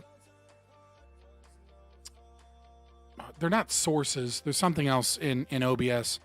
I need to make clones of them so that I can just like scenes. That's what it is. I need to make clones of the scenes so that I can switch without having to do like weird shit and like change the monitor every time. Hey! Oh! What's up? I'm just kind of going through some of these that I don't know. This guy that rammed the White House, this Indian migrant with a green card, rammed the White House and pulled out a Nazi flag. Was it a Nazi flag, or did the media just misunderstand his religious flag as a swastika? Because you said an Indian man, you know what I mean? Like it could have been like that like Sanskirty shit or whatever. I don't know, that Hindu symbol. Like it might literally just been a Hindu terrorist. You know, you never know. Can you guys All hear right, me? so By the way, we can hear you. So for my chat, because I just said, hey, I'm gonna hop in here. What are you looking at, Average Debate? You explain to me where you got this and what's going on. Okay, so I was on Twitter and, just arguing. I don't want to talk about the whole Charlie Kirk thing. I'll let the people that do the news do that. I find it, like, distasteful. But I was looking in... I talk about it a little bit, but I feel you. Yeah, it's like, I hate the breaking news thing. It's like, this, hear me out on this. I know I'm interrupting, and I asked you to explain something, but I'm just going to do it because I'm an asshole. All right? That's how conversations work. Also, how does my audio sound on Discord? Does it sound good? Because I just got a preamp, and but I don't know what it sounds like to other people. But it should be a lot better than it has been in the past. You sound quiet. I might be far away from my mic. I could turn up No, a I little meant bit if I need to. confluence. Oh, yeah, you're very quiet. And you weren't before, so you did something that made you very quiet. okay. What about now? Is that better? Yeah, there we go. Yeah. Okay, great. Thanks for telling me that. But yeah, like, this was like something I noticed. I've noticed it plenty of times before, but it just like popped back up again when the Washington Post, Washington Times, whatever, released the birthday card from Epstein, right? And then I saw every single right winger and left winger all of a sudden was an expert in Scientology and could like appropriately tell you whether or not it was his signature.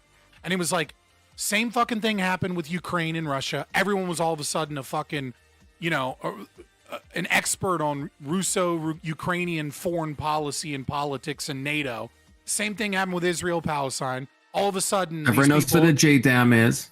Yeah, right. It's just like, and then I see the same thing happening with breaking news. It's like everybody, like there's this feigned confidence and like this desire to be the first to get the scoop. It's like this very grifty, bad. It's like, it disgusts me. It's like, I don't fucking know what happened with the Charlie Kirk. Like, I'll talk about it because it's important. It's relevant. But like the people that are like, we know it was a trans shooter. We found this thing. It's like, bro, go eat a dick. Surprisingly, Hassan Piker had one of the better responses that I saw. Like, oh my god, that stomach turning and awful. Don't watch that video. That's so sad to see. Things like that. I know, but like shockingly that he was the one that came out and with Destiny out there laughing about it. No. I'll tell you what happened with Dean. I'll tell you what happened with fucking Hassan. Also, you have something covering your camera a little bit. That's so my wife can get to the bathroom without anyone seeing. Oh, well, okay.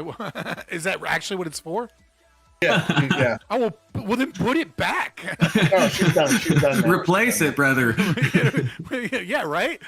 She's done now. No, I'll tell you exactly what happened. They saw that and they knew that could be them. This wasn't some, like, I don't buy that all of a sudden Hassan and Dean, the people that have been calling, Charlie Kirk a fascist and a Nazi and, and celebrating terrorism throughout the world, all of a sudden had this visceral human reaction and they're good people for a moment. It's like, no, they saw that and they realized, like, Dean Withers saw he's on the Unfuck America tour, right? Hassan knows that he's going to protest events and he's live streaming his location to places all the fucking time. And then he realized, like, oh, a tepid fucking normal conservative that I've been lying about and gassing up like he's like the next telling of the Antichrist got assassinated. And like, if he can get assassinated, everybody's fair game. It's not like Jared Taylor got assassinated, right? Like it's Charlie fucking Kirk. He's a boomer con. Was a boomer con. You know what I mean? Like, he's not a fucking, like, that's it. Almost all of his stances are pretty milquetoast. You see them all on Fox News. You wouldn't see them much on the internet. Other than the black crime problem is like literally the only thing that he has that is like slightly more right wing than like your typical 45-year-old dude who watches Fox News. Yeah, I just try to avoid it, but how I stumbled upon this is SDL, social sock done left. He's socialism done left. Yeah, he did the 3 wonks with Econo Boy, the failed show that like had like 2 viewers left. He posted this saying all these people were right wing. I'm 3 people into it, and I've already found one lie in that, and I'm on to one that I'm fairly certain is it also not true as well. The Nancy Pelosi one. The Nancy, yeah, that guy was that. Like, this is a thing, right? It's like, oh, go ahead. It seemed like you wanted to say something, Confluence.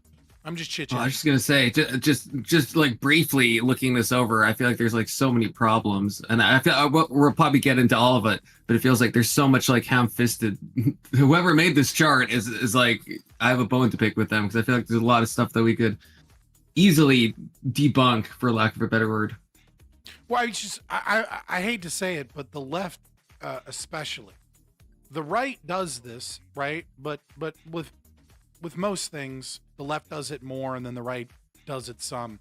The left especially loves to lie through data. They fucking love to lie through data. Like, you look at like school shootings, right? And they'll be like, there were 500 school shootings last year, and then they'll use that to talk about like the problem of white kids, and it's like, you realize that like 480 of those were like black kids in the inner cities that like shot up one person because of like a Facebook post, right? That like, yeah, it'd be 20 like of anything those that's like were, school like, white adjacent, school like even shooters. outside. Yeah, it's like if it happened on school property or within 1 mile of school property in Chicago in a densely packed area, that's a school shooting, and it's like, yeah, right. But then they'll do a Mott and Bailey with it, right? And it's like the same thing happens. I will say the right does this with shooters, right? Like this last trans shooter, right? They were trans, they were detrans. I don't give a fuck. Everything that they showcase looks like they were a part of one of these radical radicals. I don't know why I use the word radical. I think he uses a filler word. They were part of one of these like satanic accelerationist groups. They put intentionally contradictory political philosophy on their guns to try and cause the collapse to come quicker so that they can like rise from the ashes and the white Aryan race can move forward as a spacefaring civilization, you know, at the behest of their Satan worship and their desire for hedonistic pleasure that can only be good when it is contained within the superiority of the white race. You can call that a right-wing shooter, or you can call that the leftist cult trans shooter. I call that not mapping on that fucking domain. I call that a fucking psycho and like some crazy ideology that doesn't fit any of this shit. So you're talking about the last trans shooter, yeah? Well, I think they were detrans at the end or whatever, but yeah, sure. Right. But like, okay, so I guess I'm curious, like maybe I'm not up to date, but like I saw all the engravings on the rifle and all that stuff. Like to me, yeah, it's radical. They're obviously a lunatic, but it all kind of fit within. I mean, it had like fuck Israel on it. It had like the trans stuff. It had like maybe it seemed a little too over the top. Like it almost seemed like a caricature of like a leftoid. But like, was any of it like actually contradictory from like someone who's like a radical progressive who's like also lost their mind? I would say that I don't like to go too deep into online cults. Okay. That being said, Go follow. This is the only thing she's good at. No offense, but she's great on this. Go follow BX_on_X. She used to be a Twitch streamer, BX Bullet. She does phenomenal work in showcasing like some of these online groups, like what is it, like 764 is one of them.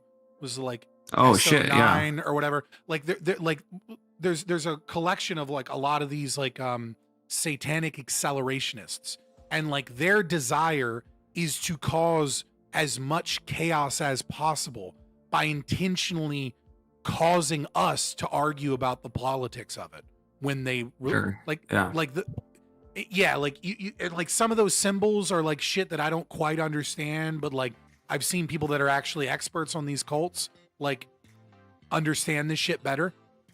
So like I just don't want to get into the domain of like guesswork when there's somebody that does a way better job of documenting this shit that I can just point you to. Right, fair. But I agree with you. Like it seems to be that, like, to what I can tell, it seems to be that those symbols are there so that you will think that. So that like the right will be like, it's this. It's like it's not even like they believe those things. It's like it's designed. It's like very similar to the person. I think they were in another accelerationist cult. Was the guy that went into the mosque and said subscribe to PewDiePie. I was just gonna bring that up. The Christchurch guy. Yeah. Yeah, the Christchurch. It's the same thing. Yeah. Same thing, right? It was a satanic accelerationist thing, but everybody wants, and then they release a manifesto, and it's like, oh look, they're a third positionist. Oh look, it's a leftist. Oh look, it's a rightoid. Everything in here contradicts. It doesn't make sense. That's the whole point. The whole point is to cause political division, so that like their satanic so that the chaos and the death will occur. Okay, but I guess question, because so I know you said you like didn't want to speculate on this, but like, and I can see where you're coming from, because yeah, if someone looks at Christchurch and they see like subscribe to PewDiePie and they hear all that stuff, well, it's like obviously those people, like that guy, if you read the manifesto, he intentionally just named off random people that obviously he wasn't like, you know, invoking. He was just, like you said, kind of a doomer accelerationist mindset. But then when I hear with this Charlie Kirk thing, Charlie Kirk is talking about mass shooters that are trans. he gets shot, and then the person from the leak that we have, which seems reliable because Crowder's leaks, as much as Crowder I think is a little bit crazy sometimes, his leaks have all been like actually vetted. Like they all end up being true. I mean, he was the one who broke the Nashville trans one. He broke. I'm not So gonna pretend, to me, I'm not going to pretend to know what this shooter, who they are, what their motivation is right now. It's a lot of speculation. but yeah, it is speculation. But I guess but it seems likely though, right? I mean, that Charlie Kirk is known for what he's talking about. You want my honest opinion, right? And this Sure, is, yeah. please, chat, don't take this to the bank. This isn't me preaching anything. This is just, I'm asked, so I'll give it. To me, it glows. To me, this seems like maybe it was a hit by a government or an intelligence agency. And there's going to be a lot of red herrings and things like that to throw people off of the trail. Because it's not crazy. The shot that was made isn't a crazy shot. Some people are saying it's a crazy shot. Doesn't seem like a crazy shot to me. It's a good shot, but the exfiltration and the ability to get out, I don't know. Like, we can chalk that up to incompetence. I'm making a guess, right? I don't know. But to me, I get a feeling that this glows. This feels like when you say glows, I don't want to like make you Fed post. So again, if I'm out of line, just tell me. But I've seen a lot of people say like Mossad stuff. To me, I don't even get the rationale. Charlie Kirk was like incredibly pro-Israel, so I don't know if that's the direction you're going in. I'm not saying it's Mossad, right? I'm not a big I'm a big anti-Israel guy because I'm an anarchist. Fuck the state of Israel, but like, I'm not a pro-Palestine person. Like, fuck Islam, right? Like, I'm very in the middle on that whole thing. Like, I'm not one of these people who's like the Jews. My entire ideology is made by Jews. It's not out of the realm of possibility that Israel did it, and because he was a staunch supporter of Israel who was starting to have a lot of questions in the last couple weeks. He went on Ben Shapiro 48 hours before the shooting and said, oh, well, we can question COVID. We question the lockdowns. We question the media on all this. Why are we not doing more questioning on the media's reporting on Israel? And why are we not asking more questions about that? He had started resurfacing and kind of talking again about the fact that he was wondering if Israel had a stand down order on October 7th because he found it very strange that it took him 6 hours to respond.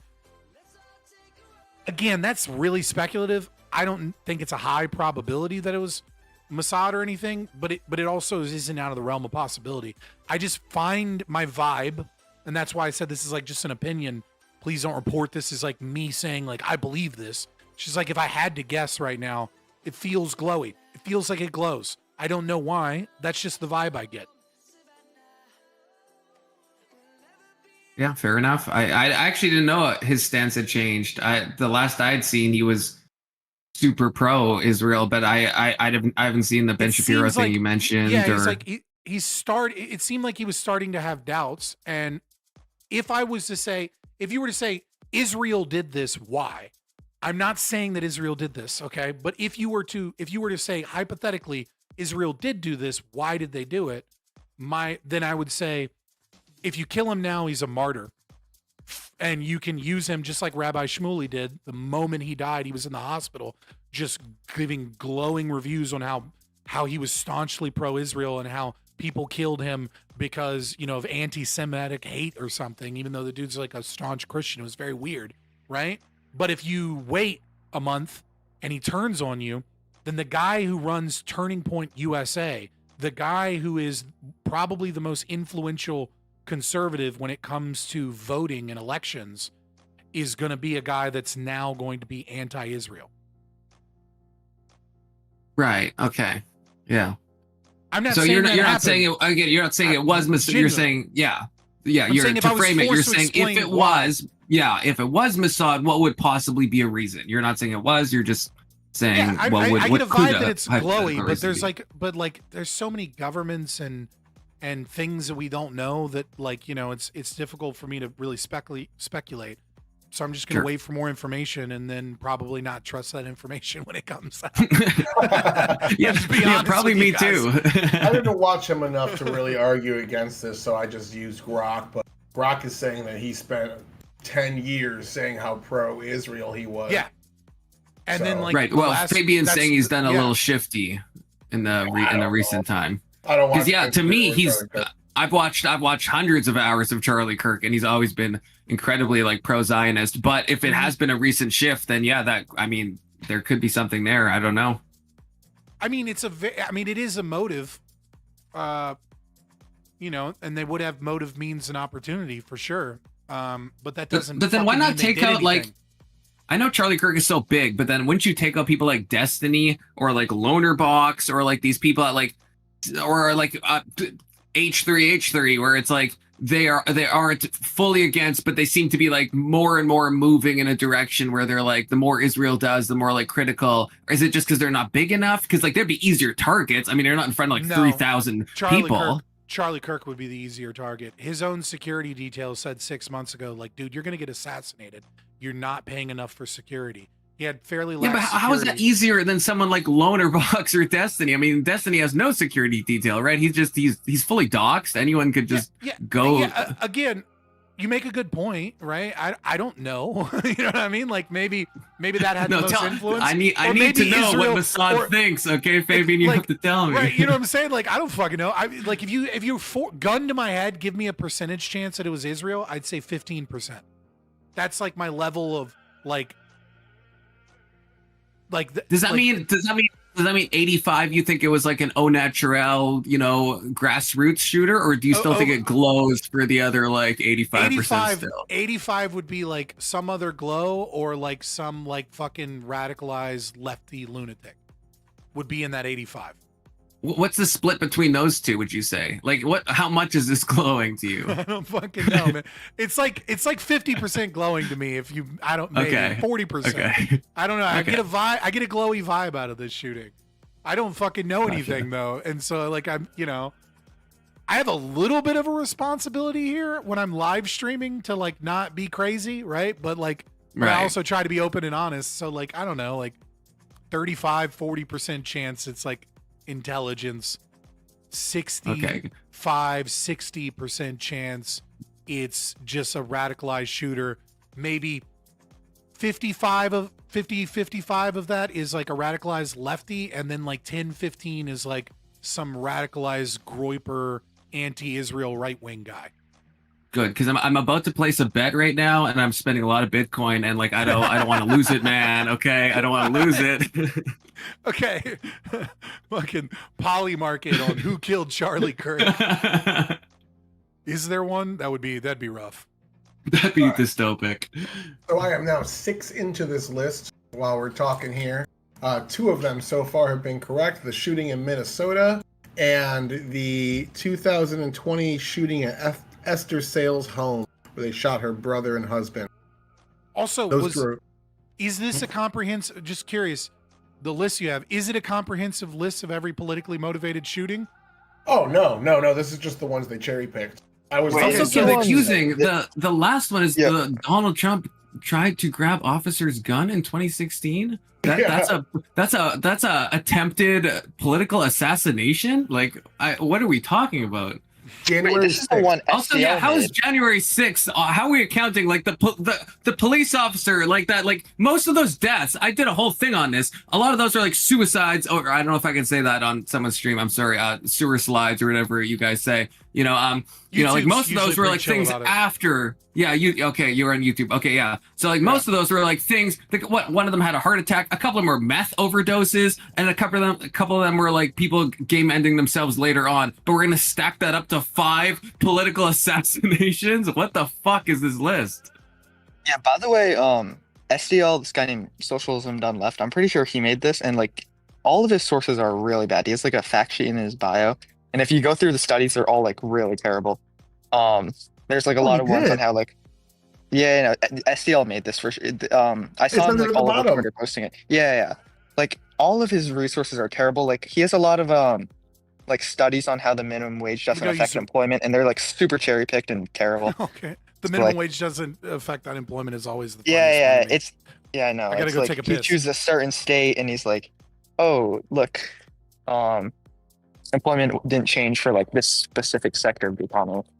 But Also, like, I just noticed he's calling fucking Thomas Crooks a Republican. Like, I get you can like debate on like because he was registered one way, but he had donated the other way. But to like just put it in the chart as a Republican is so fucking cucked to me. Holy shit. Yeah. That's retarded. If you search up socialism done left on YouTube, you can see his channel. It's like very, very much like politically motivated. So I wouldn't expect. I mean, definitely don't just take this at face value here. Okay, that's I'm good to going. know. I'm going through them right now, but yeah, I got the only one. Tyler, you said you looked. What's the? I'm unfamiliar with the Esther Salas or Salas, the one in 2020. You said you looked at that. I don't even know what that one is. Yeah, that guy was clearly he campaigned for Trump in 2016. He was suffering from some terminally ill disease that he said was painfully killing him. He wrote like a massive manifesto that like a lot of it was gibberish. It was like 1,700 pages autobiography he wrote, where he called his mom a Nazi witch and things like that. Okay. So he was not all there. His ex-wife had all sorts of awful things to say about him and shit. A lunatic hiding in plain sight and such, but he was clearly right-wing. So that one is correct. That is a right-wing assassin. And who died? Like, what was the political, like, who was actually the target of that one? Because I just don't remember this one at all. The judge was hiding in her basement when he shot her son. Okay. So her son died and her husband got hit. Okay. Maybe died too, I don't know. I'm not I mean, even there's a gonna lot more. There's a lot more, political violence. I just than, love that. this. I just love that. I don't know who you are, hamsters. I love you were like, Oh, what's if you look up Socialism Done Left's YouTube channel, you'll find there's a lot of political bias there. It's Yeah. like, no shit. Like, no I mean, I offense. saw the socialism done left on the bottom right, and I was like, I don't trust this too much, but Who all good. would have thought a channel named Socialism Done Left might be political content that may or may not be biased towards the left? Not at all. Not at all. He's one of you people, you anti-government libertarian. Yeah, he's clearly an ANCAP. I debated him, I don't know, years ago, on like some economic shit, and it was just like, oh, it was very clear very quickly. It was like, oh, this guy has never encountered. Oh, I meant Socialism Done Left. I was just like, oh, this guy's clearly never encountered Austrian economic theory. Like, it's really interesting when people are like, yeah, I'll debate econ with you, and then it's like, oh, you've never read in Austrian. Like, I mean, that's fine. You know what I mean? We can, but like, that's crazy to me. Like, it'd be like if I debated somebody on econ and I'd never encountered any Marxism ever. You know what I mean? Like, that'd be, maybe you should prep that. You know what I mean? Maybe you should read a little of that before you go into it. I'm going to go grab another drink. Wait, is Estiel a post-Keynesian? Do you know? Oh, he left. I don't know offhand. I've never really Yeah, no, watched me neither. him. I just argue with him online. Between Yeah, the two of you, the just for my edification, the Clementa Pickney, is that the Charleston shooting? Because I don't recognize the name, but the date lines up, and I feel like I don't remember another mass shooting at a church where 9 people died. Is that is that the same as the Charleston one? Yes. The Antifa one, or are you talking about something else? No, it's like a white supremacist. He shot up like a mostly black church or something. Yeah, okay. Oh, that is The list is done weird because the list is done by the victims, not by the shooter. So it makes it like you're like, which is like, I kind of get that. Like, let's spread the victims. It makes it names, respectful, not the but a lot harder but- to parse. Yeah, but it's like you're like, who the fuck is this person? I don't know. It's this shooter. You know? Yeah. Yeah. Okay, so that guy, at least we know that guy was definitely like a white supremacist, right? The Charleston one, from what I remember. Was there any that was a politician that he killed? Who is that? He shot up a black church. Yeah, I'm not sure He wasn't what targeting a politician, but it was a politically motivated because white supremacy is politics. Oh, that's what I was wondering, because I don't remember any political angle with that one. I just remember it was like a hate crime. But I feel like if you can't include every hate crime into a political chart. You know, You can Hamster. I'm agreeing with you. This is kind of This I don't know if I trust this guy. Whoever made this. I don't know. I don't know if I trust the guy named Socialism Done Left, whose profile picture is a hammer and sickle. Or sorry, just a hammer. Something's just giving me bad vibes. I don't know what it is. Something feels off about this. He was not in he was a politician in his past life, but he was no longer in politics. He just happened to be somebody at the church that used to be a state senator. That's it. That's what he's saying is a political assassination. Yeah, that's the biggest one on this fucking list, just to point that out. I mean, we all know that, but that's carrying a lot of weight on this list, is something that I think would not be considered a politically motivated shooting. The other one too is he did the Governor Whitmer thing where the FBI basically had to orchestrate that entire fucking thing. Yeah, they're like 60% involved in doing they were the only ones that had a license that could drive a car. So they were like, oh, these people are definitely a threat, but they can't drive. So we got to make sure that we drive them all together. Like we drive so that they can meet together. And then they were like, you sure you don't want to bomb a bridge? And they were like, should we bomb a bridge? And they're like, yeah, you should bomb a bridge. It's like, and also those guys, one of them had a fucking Antifa flag on his wall or something. They were just lunatics that were mad about COVID. They weren't automatically Republicans just because they attacked a Democrat. Gabby You'd Giffords think someone guy, that's friends with tankies would know that. Gabby Giffords shooter, the 6 deaths on there. That guy had schizophrenia, was incompetent to stand trial because his brain didn't work so well. Yeah, what is that one? I don't remember this at all. Gabby Giffords. You remember that one? The 2011 Tucson shooting? Yeah, there's a lot of these things I'm not super familiar with. I mean, it does seem like SDL literally just cherry-picked, but no surprise there. Yeah, I mean, we had an hour to do this. We got to switch over. Gibbs wants us over there in 2 minutes, so I figured this would be a fun thing to dunk on for a little bit. Yeah, I just hopped in to talk some shit and laugh before I go in. The Brett Kavanaugh one is right. The Steve Scalise one is right. I mean, are you guys seeing what AOC is talking about with gun bans or whatever? Even though it was confirmed, it was confirmed to be a bolt action, right? They found that in the woods. I think so, yeah. Yeah. Very interesting. Seems like a really good reason to. You know what? Hold on, pause. And rifles. I didn't think about it. Confluence. My percentage of glowiness just went down because if it was a glowy from our government, they 100% would have used something that was a semi-automatic. Right, it would be AR adjacent, right? It wouldn't be a Mauser. You wouldn't do that. It wouldn't be an AR because I gotta change my polymarket bet now, man. Fuck. I'm sorry. All right, so maybe the glowy percentage has gone down to 30% glowy. I don't know, man. This is a fun chart. Nevertheless, I think it has a million areas that could be picked the fuck apart, but it's fun though. It's fun that someone made this and thought it's a legitimate representation of the last 20 years. It's cute in a way. I mean, SDL's been putting it all over Twitter. He's just been replying to everything with that. Look at my chart. I made a chart. Bro, Wick is really bringing on fucking Destiny to talk about political violence tomorrow. Really, dude? Oh my god. I hate the Destiny cycle. Will you do anything for a fucking $1? That's kind of what that happens. It's just after Destiny's Flood comments, and then he was on Pierce Morgan. I feel like that's the worst grift of all. If I ever get to that point, I hope someone does fucking just game end me. If I'm if my whole thing is I'm gonna say some radically offensive stuff about dead people, so that people will bring me on their panels.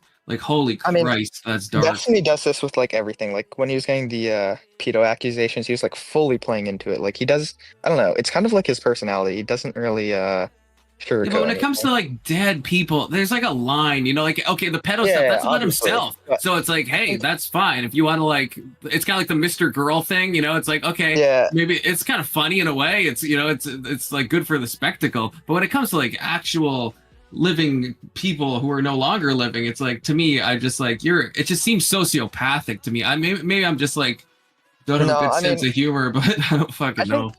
I think that's like kind of Destiny's audience, like sort of this like edgy liberal base. Yeah, I mean, I used to that's watch the guy until stuff just got too out of hand with the fireman that was shot, and then just like it just seems like every event is just like the worst takes imaginable that I just like I can't do it. I used to see him as like a reasonable guy on the left, and now I'm like, nope, not anymore. Prime Destiny, yeah, Prime Destiny was crazy. When I started doing this 3 years ago, I wanted to talk to Destiny. The first person I got on this fucking debate with was Pisco. And about 6 months later, I was like, I don't want to talk to any of those people. They're all awful. Yeah, you're like, everybody in DGG is crazy. I wonder why the guy whose entire business model is drama farming and then bringing on girls he wants to fuck to either give a career or then ruin and call them BPD a bunch. I wonder why his orbiters might not be fun to talk to. Accountable Boy for the part is the only one out of those people that like seems like a decent dude. No, Accountable Boy is He's cool. a socialist. Nah, fuck him. I mean, politics aside, like the kind of he's the only one I would like. I've had plenty of chill conversations with him. I mean, he says wild, crazy shit, but yeah, Loner is probably an ex-DGGer now, but Lonerbox seems pretty chill. Yeah, I always got a bad vibe from Loner. I was talking to Econo Boy. You guys don't like Loner? Talking about, like, Lonerbox? I'm an anarchist, right-wing anarchist, so of course I don't. But you don't like anybody, is what I'm hearing. I mean, yeah, like every time I've ever debated Loner in the past, like he does this thing where he'll find some quote or something, or some idea from like an obscure book that barely has anything to do with the topic, and then he'll bring it up. And like, and I was like, oh, that's interesting. This guy seems really well read. And then I was like, oh, well, let me dig in, just ask questions about it. And then it's like, oh, you haven't read this book. You just know that other people also haven't read this book. So you bring up some irrelevant shit to sound smart because you're trying to like sell an image of like your intellectual superiority here, as opposed to have an honest conversation or debate about issues. And I was like, yeah, that's weasel shit. Go fuck yourself. You're a slimy fuck. Yeah, that's a hell of a gambit to play. I mean, if you get called out on that, I mean, it doesn't look good. He does it. Watch his debates. He does it every time. We got to pop over. Let Hamster say what he was going to say, and we'll get out of here. No, I'm leaving. Honestly, I kind of forgot. I think I was just going to mention how like Dean Withers is literally apologizing for crying about Charlie Kirk. Like, it's actually insane. How deranged his fan base is. Oh my god, kill me.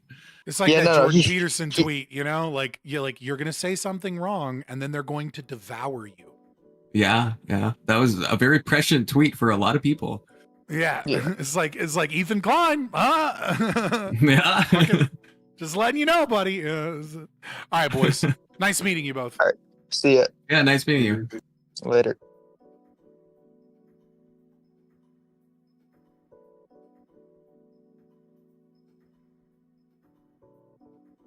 Where the fuck are these?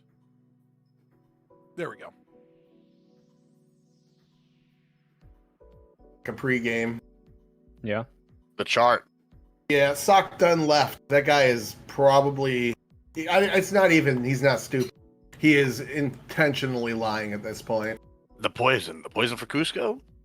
All right. The liar. The lying chart. The chart made specifically to lie about Republicans. Yeah. That's pretty good. That's pretty good. Soy Bill, I fucking hate you, but that's a great impression. Thanks. I've been practicing it. It's pretty good. I met David Spade once, like when I was in Vegas, and we were with this was when I was young, like I was 12 or 14 or something, and that movie had just come out, and I remember like my cousin shaking his hand. He was a little older. He's like, "Oh yeah, I love you. We love your movies." He's like, "Oh yeah, what's your favorite?" And he's like, "It's Joe Dirt, right?" And we were both like, "Nah, it's The Emperor's New Groove, bro." And he was like, "Oh, I Thank hate that God. shit. Oh no. Yeah, he was like, that's my least favorite one.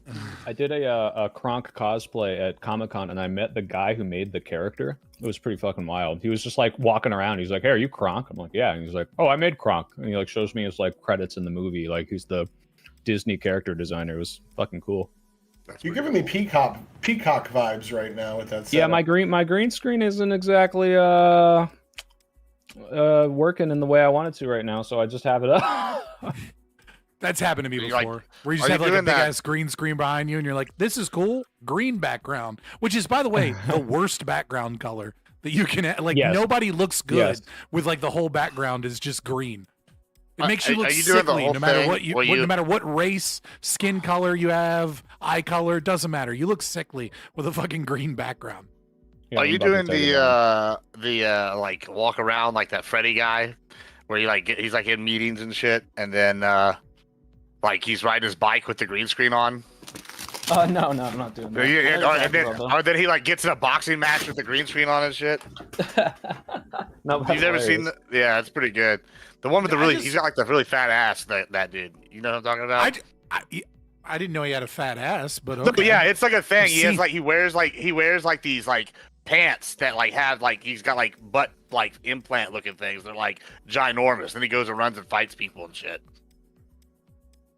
I don't know, it's the thing. It's just I don't know, it's a whole gimmick. No homo for the record there. No homo. Just to clear that one up. Just I wouldn't judge you if you were. Yeah, either way. What's wrong with being gay, I- bro? Nothing, but you know, we gotta save them for the gays. Kids Yeah, no, said, I I'm just too put my hot and green sexy. screen- I gotta save the gays. I just You know, put my that's green what screen they up want. against the Fight these wall. people off me, It's bro. it's so much easier. It's like yeah, like, I need to get a better like- setup. Well, I mean, it's not even like you don't have a bad setup. It's fine. Like your room is fine for streaming, but like I'm telling you, like for convenience sake, just throwing up a green screen on the wall and not having to like have this manufactured background or anything or like deal with shit is just so much nicer. I had both. I had like the wall, like in my old place before. Well, I guess my place before my last place. I had like the wall was the green screen, right? And then my buddy for like I don't know Christmas or something got me like the movable green screen. There was like a big one on like stilts, and I don't know. I wasn't as big of a fan as the movable one. I was like, you yeah, said, the wall one was just I had better. a movable Like, one and it was fine, but it was just like every time that you go to stream, it's like, okay, now I got to set this thing up, take it out of the, you know, like you bring somebody over or whatever, and it's like sitting in the corner, like, what the fuck what do you got? Like all this shit laying around. So of course you have to like pack it up and put it up, and then yeah, it's just way easier just to have a fucking put it up against the wall and be done with it. The only thing that sucks about a green screen, I will say this, is that you have to have good lighting. And so I have a lot of lights on me, and like you end up getting a headache after like a 6 or 7 hour stream because I have so many lights on me because you need to make sure that like all your shadows are cut and stuff. Well, So I yeah. just glow naturally. Oh, okay, yeah. What's up, Yeah, Grid? you couldn't tell. What's We'll up, get- guys? we'll- I'm sorry. we'll- I'm still getting set up. I apologize. All right, We'll yeah, get does the my people about audio sound 3 better? minutes to start. Does my audio sound better than it has in That's the fine past? to me. Like, is my shit working? Like, is it good on Discord? I mean, it sounds really good. It's I may need to turn it up. I may need to turn it up a little bit on my end, but I don't know where my speakers are. Yeah, I mean, it sounds fine to All me. right. Yeah, well, But no, because I'm I probably the last had person like to ask. I can't hear anything anyway. I had so. I had a great mic, and I had like a, you know, like, I mean, not a great mic, but I have like a Shure SMB, and then like a Focusrite, Yeah, and like it's a good mic. XLR cables. I had all that good shit, but like the oh my god, I can't think of the term for it, but the box that the XLR plugs into that then goes into the computer didn't give enough power to the mic, so I needed to get a preamp.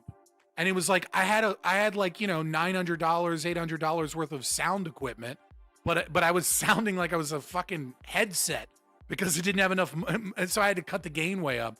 So I'm still fucking with the EQs a little bit and trying to get the de-esser, you know, working appropriately so I don't have too many harsh T's and S's, but hopefully it sounds all right. Because it was pissing me off, like having bad audio while having spent near $1,000 on audio is infuriating.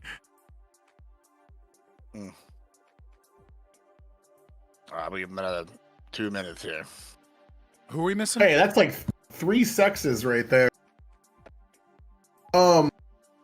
No, that sock done left dude. Sorry to go back to that. You guys kind of took it away before I got to say what I was going to say. He went on Sitch and Adam the first time I'd seen him, and he was like when Sargon went on Joe Rogan like 10 years ago, and he couldn't stop talking about Anita Sarkeesian. That's the same way he was on that show with like Republicans. Everything he said was like, Republicans do this, so I have to do this. And they're like, can you just answer questions without invoking the other people that aren't here?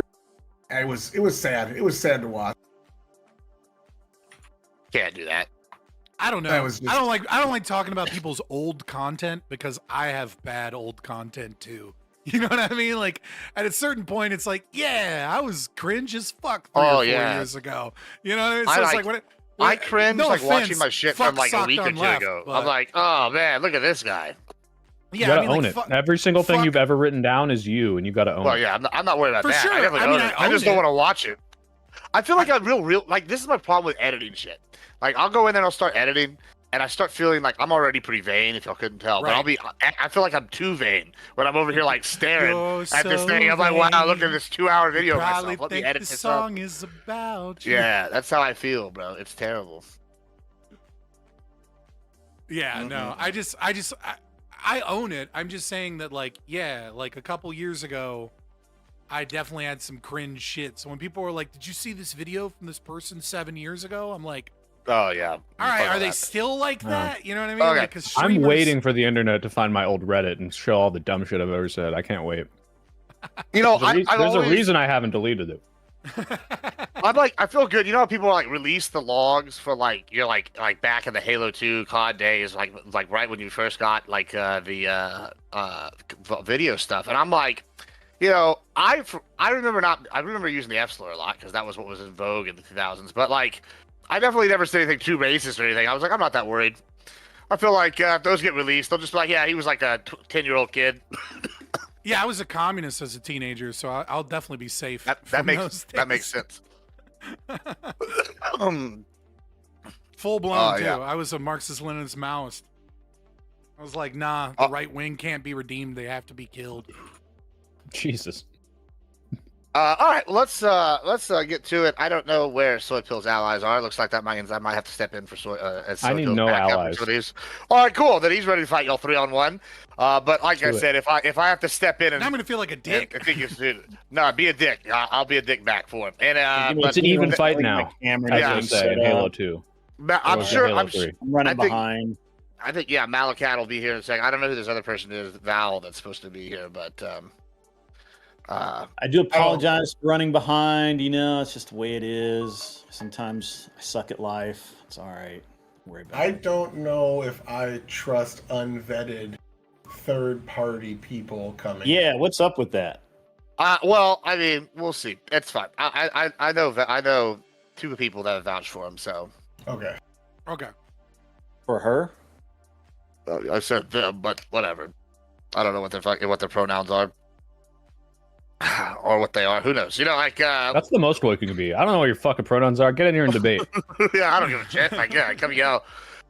No, I was gonna have somebody on this next week, but like because of the political climate, they're like, no, I don't put my face on there because I don't want to get stabbed at the club this week. I was like, I feel like that's a good. I feel like it's a valid feeling.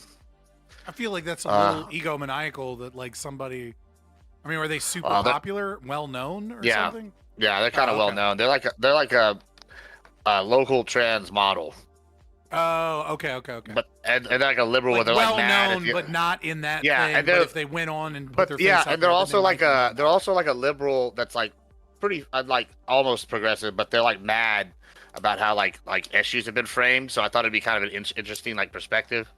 Like, because they're like, oh, well, you know, we would have just left this alone. That would have been great, you know. But instead, now people think we're over here doing X, Y, Z, and like, it's like not what I thought. It would have been a good panel, but you know, I feel like I wonder how many people. I wonder how many people are sitting here and they're just like, you know, like young millennial right wingers that are just like, dude, I just wanted to play video games, you know, like. Yeah, I really feel bad for this person because like they got like over like $1 million worth of surgeries, right? And like they look like a supermodel. And they basically were like, you know, when I started getting into it, I wanted to do, you know, I just wanted to like be what I felt like I was inside, and then just like be left alone. And it's like all this attention's been drawn, and it's been like I get a lot of backlash, and like you know, I don't want to get beat up, but now they're like, oh, because Charlie Kirk thing, and he talked about trans people, some Republicans probably gonna stab me while I'm out after if I go on your show. I was like, I hope not. I don't think my reach is that big, but you know, I feel like it is volatile times right now. I do love that. That's a crazy compliment. Gives the idea is like, well, hold on. I mean, if I was bigger, yeah, but I'm a small channel, so we're not going to incite. Listen, people are like, you know, I mean, it's a real valid thing, man. You know, you gotta watch out. Like, no, it's just funny that the reassurance is not, no, you're safe.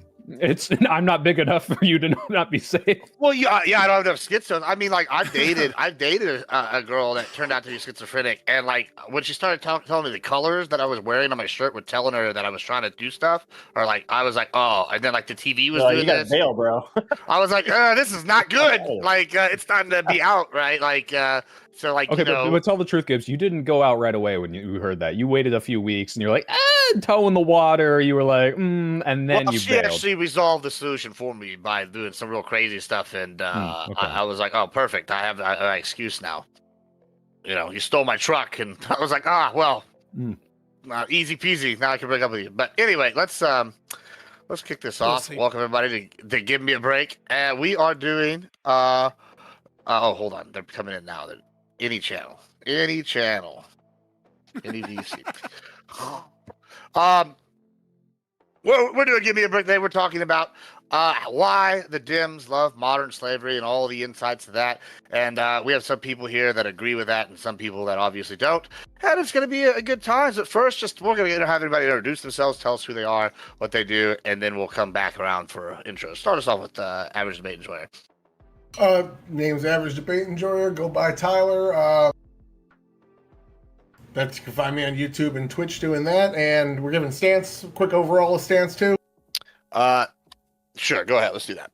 All right, fine. So I think maybe the panel goes a little bit too far in legal slavery. I think it's better to say legal indentured servitude. That's probably a closer fit. The reasons why we're going to go over, but extra seats when delegating House seats through the Congress, extra money going to your state, and if we look at the promises of the Democrats when they run for office, those people that are yesterday's second-class indentured servants are going to be tomorrow's voters if they give amnesty to all of them as stated. So we're going to go over all that tonight, probably. All right, fantastic. Thank you very much. We got Fabian Liberty. Yeah, I'm Fabian Liberty. Just Google me, and I'm on YouTube and Twitter, Fabian Liberty. Yeah, I am an anarcho-objectivist. I mostly do like interviews, debates, and reactions from that perspective, and talk a lot about political philosophy and stuff. So my definition of slavery that I wrote out, this is me.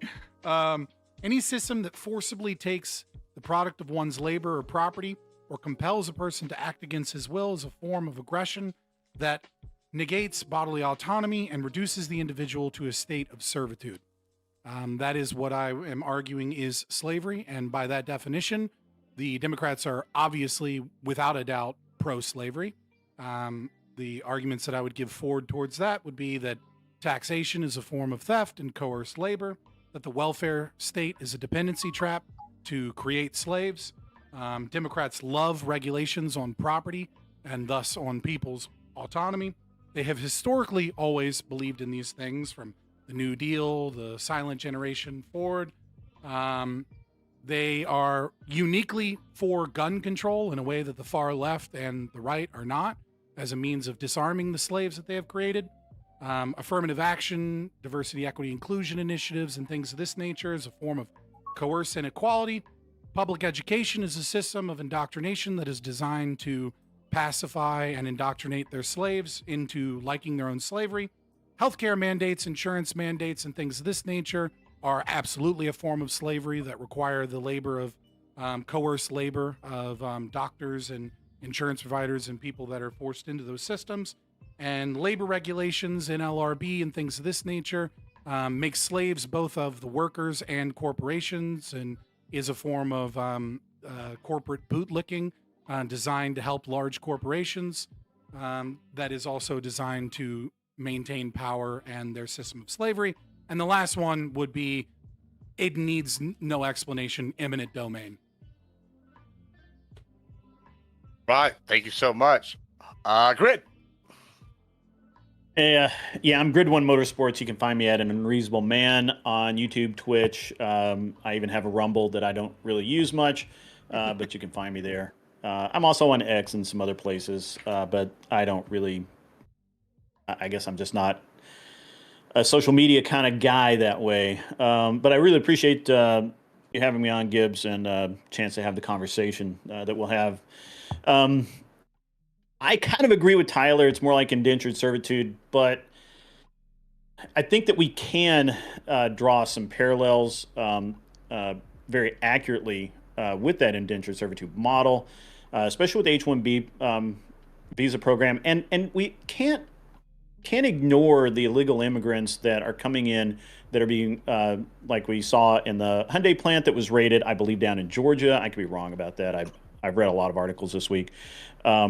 But they raided the Hyundai plant full of illegal immigrants who were basically, they're not forced to work there per se, but certainly they can't really go anywhere else to get a job. So it becomes a very interesting dynamic. The H-1B program, it's a scheme in my mind that ties a foreign worker like a serf as a sponsor and like a feudal lord sort of manner.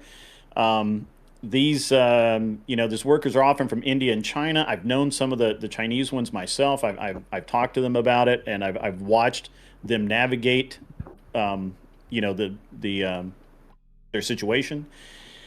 They do actually, there's a lot of problems with the system. I don't understand why the Democrats seem to love this particular system, but we'll get into it and figure it out tonight. And I can't wait to hear more. All right, thank you so much, Soypill.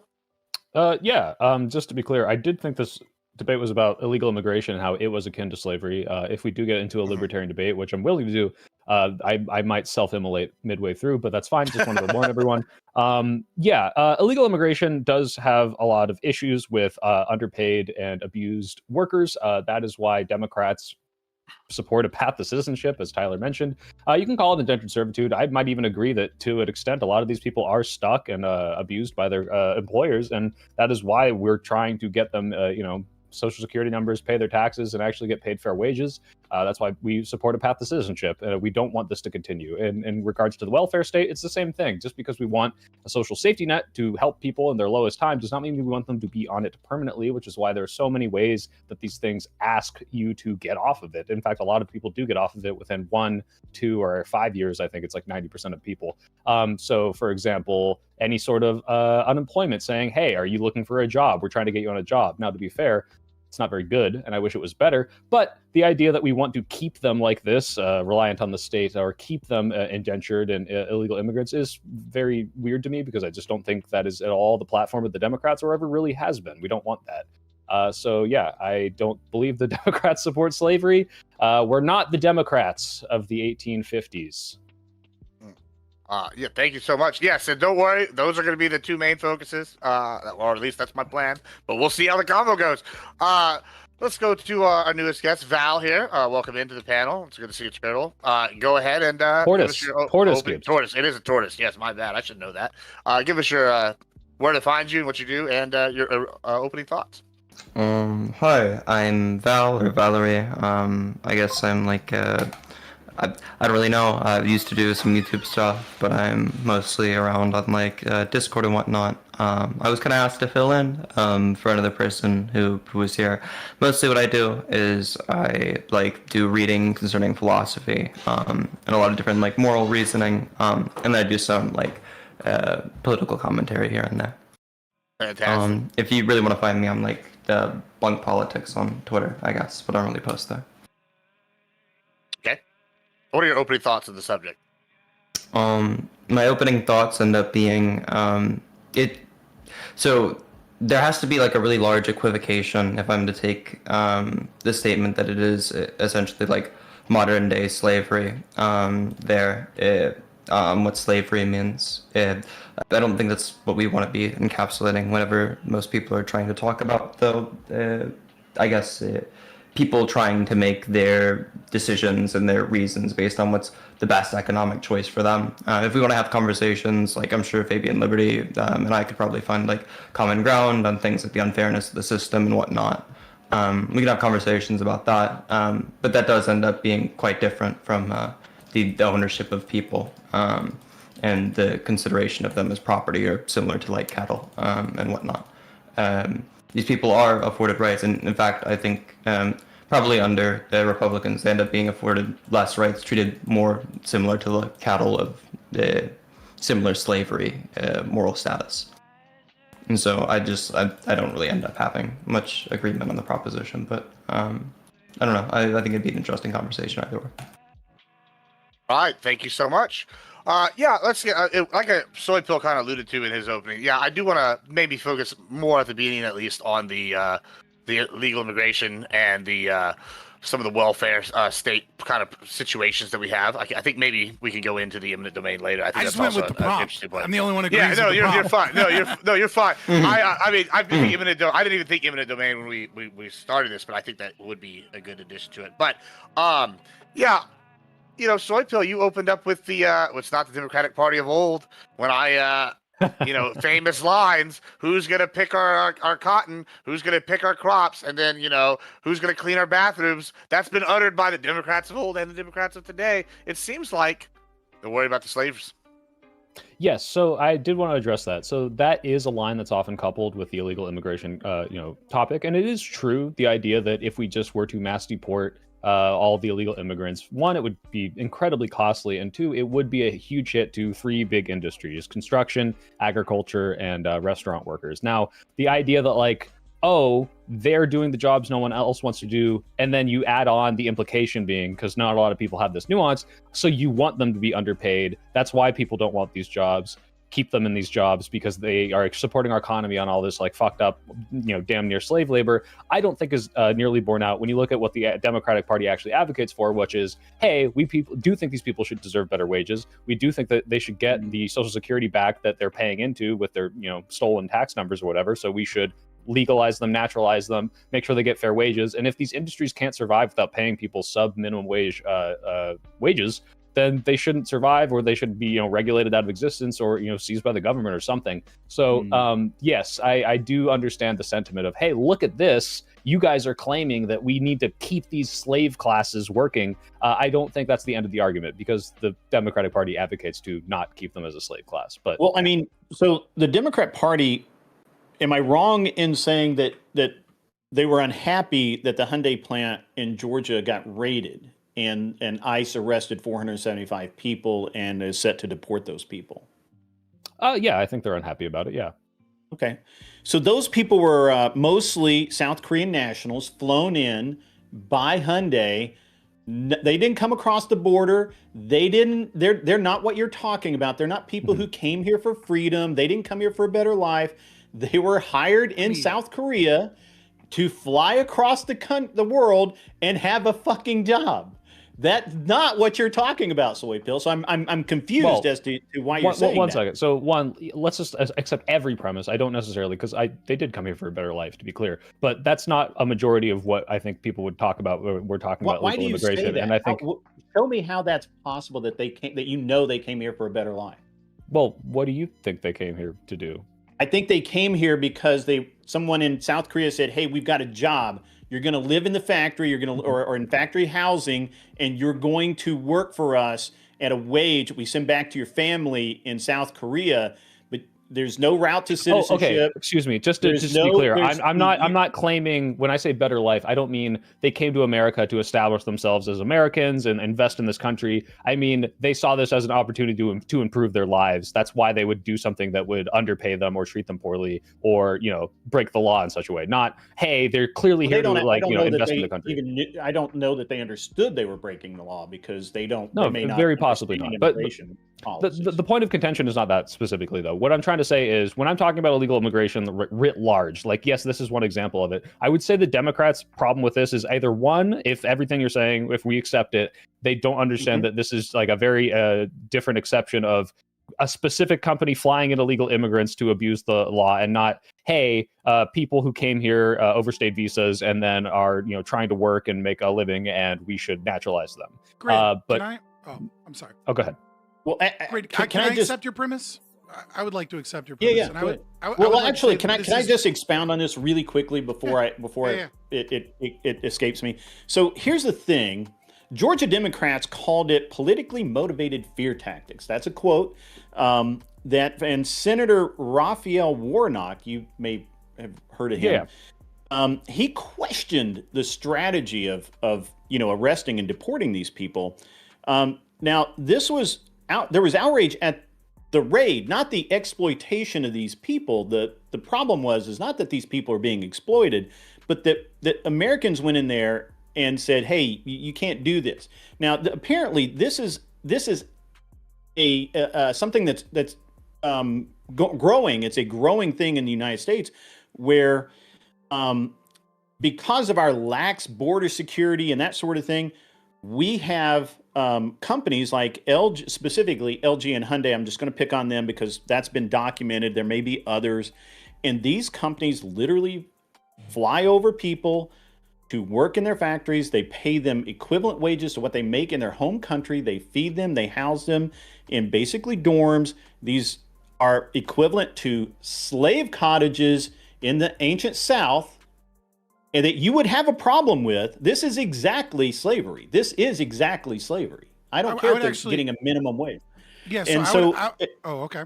Go ahead. I'm sorry. No. I mean, trust me. I'm going to talk Being too paying much. minimum wage and voluntarily working it, and you find it to be They're equivalent not to paying slavery them morally? minimum wage. Well, so They're not- this is they're not paying so. them. so Well, what you I was said you gonna don't say care if is- it's minimum wage. Val, hold on a second, Val. Yeah. So. Oh, yeah, this go is ahead. gonna- Sorry. Yeah, this is going to be one of the areas where I would say that this is proof that also the Republicans love slavery, because what you are describing I was gonna is ask at the beginning, Scott. is the W. enslavement. You're W. describing the enslavement of the factory owners and the businessmen for Hyundai. These people voluntarily, presuming everything that you said is true, they voluntarily left where they were to come work a job and have a voluntary contract.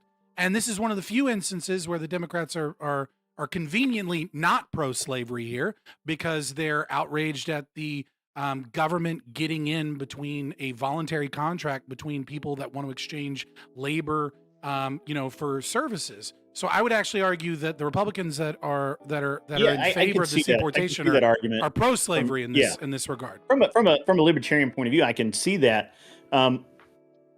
I guess where I'm Especially looking they're at this invited, is right. This isn't like I want to make that very clear from like. well, I mean, I'm I'm making an assumption they're invited. They're invited by the. I I don't think know. Hyundai kidnapped them, right? Like if they. Yeah. Wait, I do want to if they're because South Korea does Can I have put sex a fact here? trafficking Can I put a issues fact? and things, but Scott, Fabian, 1 second. So the according to the lawyers, which again I don't know what the facts of this case are. I didn't specifically research this, but according to the lawyers, a majority of these people are on the B1 visas, which is legal actually. So there might be some illegal immigrants mixed in with this, or maybe they all are and they're lying that's about usually that. how that But- is. Right, like this is like not, to my knowledge, some like mass exploitation thing that I know of. And if it is, this is not representative of, I think, the overall position of the Democratic Party. The reason you might see the reaction, especially from like, let's say you just showed me this headline and we're like, wow, that's awful the way they're doing that, is because the way it fits into the narrative of how ICE has been conducting raids in the past 3 months. But if you showed the facts of, hey, these people are specifically not even akin to the illegal immigrants that you're used to, this is a specific exploitation program, I bet most people would actually have a problem with that. So I mean, I think it's to me it seems like exploitation of these people. Except for Fabio. I mean, maybe It's not exploitation if it's a voluntary agreement. Now, if they use the fact that they're here illegally as a means of coercing them into labor, then that's when that goes from a voluntary exchange into utilizing our draconian immigration laws that Democrats and Republicans often both support as a means of being able to actually exploit labor. But if it's a purely voluntary contract, then the government getting in the way of that is the enslavement there. So I actually almost agree with you. My only thing is that, and of course I distilled this down from like 3 or 4 I'm winning different minds. articles. I'm not winning hearts tonight. I get it. Yeah. Now, I'm getting there, but it is a very specific, and I wrote systemic. I don't know why I did that, but exploitation where corporations like Hyundai and LG hire undocumented or visa violating workers to undercut American labor costs, often in hazardous conditions with no recourse. And again, the outrage was that it was rated, not that people were being exploited. And sure, I could see it that if it was a voluntary, I don't know that it's voluntary. I don't know that it's not a bait and switch game. But Grid, the overall point I'm trying to make is that Democrats, maybe in this specific instance of this specific story, were more outraged over the raid. But in general, the Democratic position is not, we should let illegal immigrants work and not give a shit about that. The position is, let's give these people tax numbers, let's naturalize them, because they are being abused, because by being illegal immigrants, they're more scared to, report labor abuses. They're able to be paid sub-minimum wage. Like, I don't know a single Democrat or people that claim to be Democrats who are pro-abuse of illegal immigrant workers, other than the narrative, which Gibbs pointed out, of, oh, hey, like, you want to get rid of all the crop workers, right? And it's like, no. They want to make those crop workers be paid fair wages. Real quick, the thing is what it does, right? Like, the thing is what it does. And so I agree with you that if you were to ask about the specifics of the case, you're 100% right here. But the problem that I see in this regard is that I think you have a Democratic establishment, or we'll just say, the left in general, isolating maybe like the revolutionary left, right? Is very much in favor of loosening the regulations on immigration as it pertains to coming into this country. And what that often leads to is corporations and people abusing these people. And it's like, okay, but we're also for then giving these people a pathway to citizenship. And so it's like, I kind of agree with you if the full plan is enacted, but when you are for loosening of regulations in one domain so that you can grant citizenship, then you are just trying to find a way to get people over here. You don't mind that they're temporarily exploited, though you will if asked about it specifically, and so that you can import a voter base and import new slaves into the system of slavery that Democrats are in such favor of. The only thing I would concede here is that without implementing the naturalization and having, let's say, Biden's border policy from 2020 to 2024, without the naturalization, that was not able to pass. I believe they tried to pass some bipartisan bill in like 23. Bipartisan is doing a lot of heavy lifting on that one, but I get what you mean. Well, I'm not talking about the they tried to pass the a bill, bipartisan. right? I'm not talking about the border bill. I'm talking about it's called like the DIGNA or whatever. It was a different one. Yeah. Which was like literally a path to citizenship, right? Like, I can understand, I concede that, like, yeah, if you let one of these things happen and this thing materially doesn't manifest, then you are in a way increasing the indentured illegal immigrant population. I guess the only thing I'd have to say against that is, like, but that's not what these people want. That's not what the Democrats stand for. And so I'm a little... It's iffy to say, like, okay, well, what matters more is like the outcomes of your actions. But like, if we're constantly trying to push legislation to make these people not be in what we, colloquially hear about slavery, I would just say the road to hell is paved with good intentions, and I think that kind of surmises a lot of Democrat policy. I just don't want the dichotomy to be real quick. I just don't want the dichotomy to be. Go ahead. So I want to get Tyler in here because he's over here rubbing his hands. Yeah. He's ready to box. I don't want the dichotomy to be, well, if you're more lax or letting more people come into this country, if you don't immediately have the utility of being able to pass a naturalization bill for these people you claim to want to naturalize, therefore you are harmful and pro-slavery. So the only other option for you to do is to be, Republican on the border. I think that's kind of a weird. Just to be very clear, and I know you want to switch to Tyler. That's not my argument. One, I accept that framing for myself in terms of the appropriate way to dissolve the state and it being an ordered process. But two, I'm not saying that's why you're pro-slavery. That's one of the few reasons why you wouldn't be pro-slavery would be the allowing of voluntary contracts. It's all the other state socialist policies that you support that are why you're pro-slavery. Just to close this out, because I want to get out of Tyler's way here, but the Hyundai raid is really new. We should just keep interrupting and being like, and then Tyler can speak. Look, right? Just one more thing, and then I don't want to. The Hyundai raid is really new. We go through the entire panel closing statements, and it's like, Tyler, you want to end us off?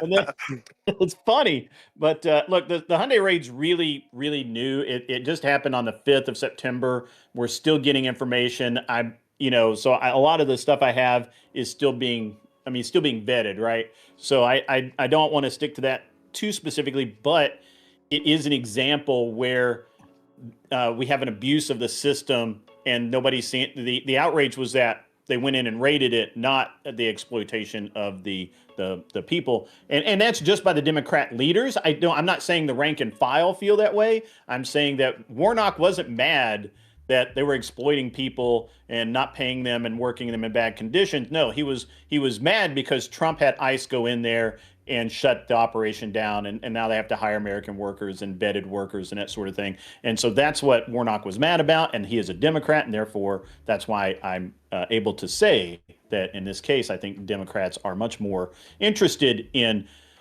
the raids part of it than the exploitation part of it. And now, I'm sorry, Tyler, I just wanted to kind of close that out. No. So your little anecdotal sub-tangent there is how you start a great article. You give a nice anecdote to kind of lead in and get everybody's emotions riled up, and then I'm going to come in with the two-punch and lay out the empirical. You went after an anecdote to show that even when the criteria that Sawyer was talking about wasn't there, we still see opposition. Now I'm going to go into the criteria he's talking about. We're going to talk about the 16 potentially elite million legal immigrants here that cost our government an estimated up to $150 billion a year by being here. Now, the reason why we only take in 1.25 or so roughly legal immigrants a year is because we don't want to overload the economy.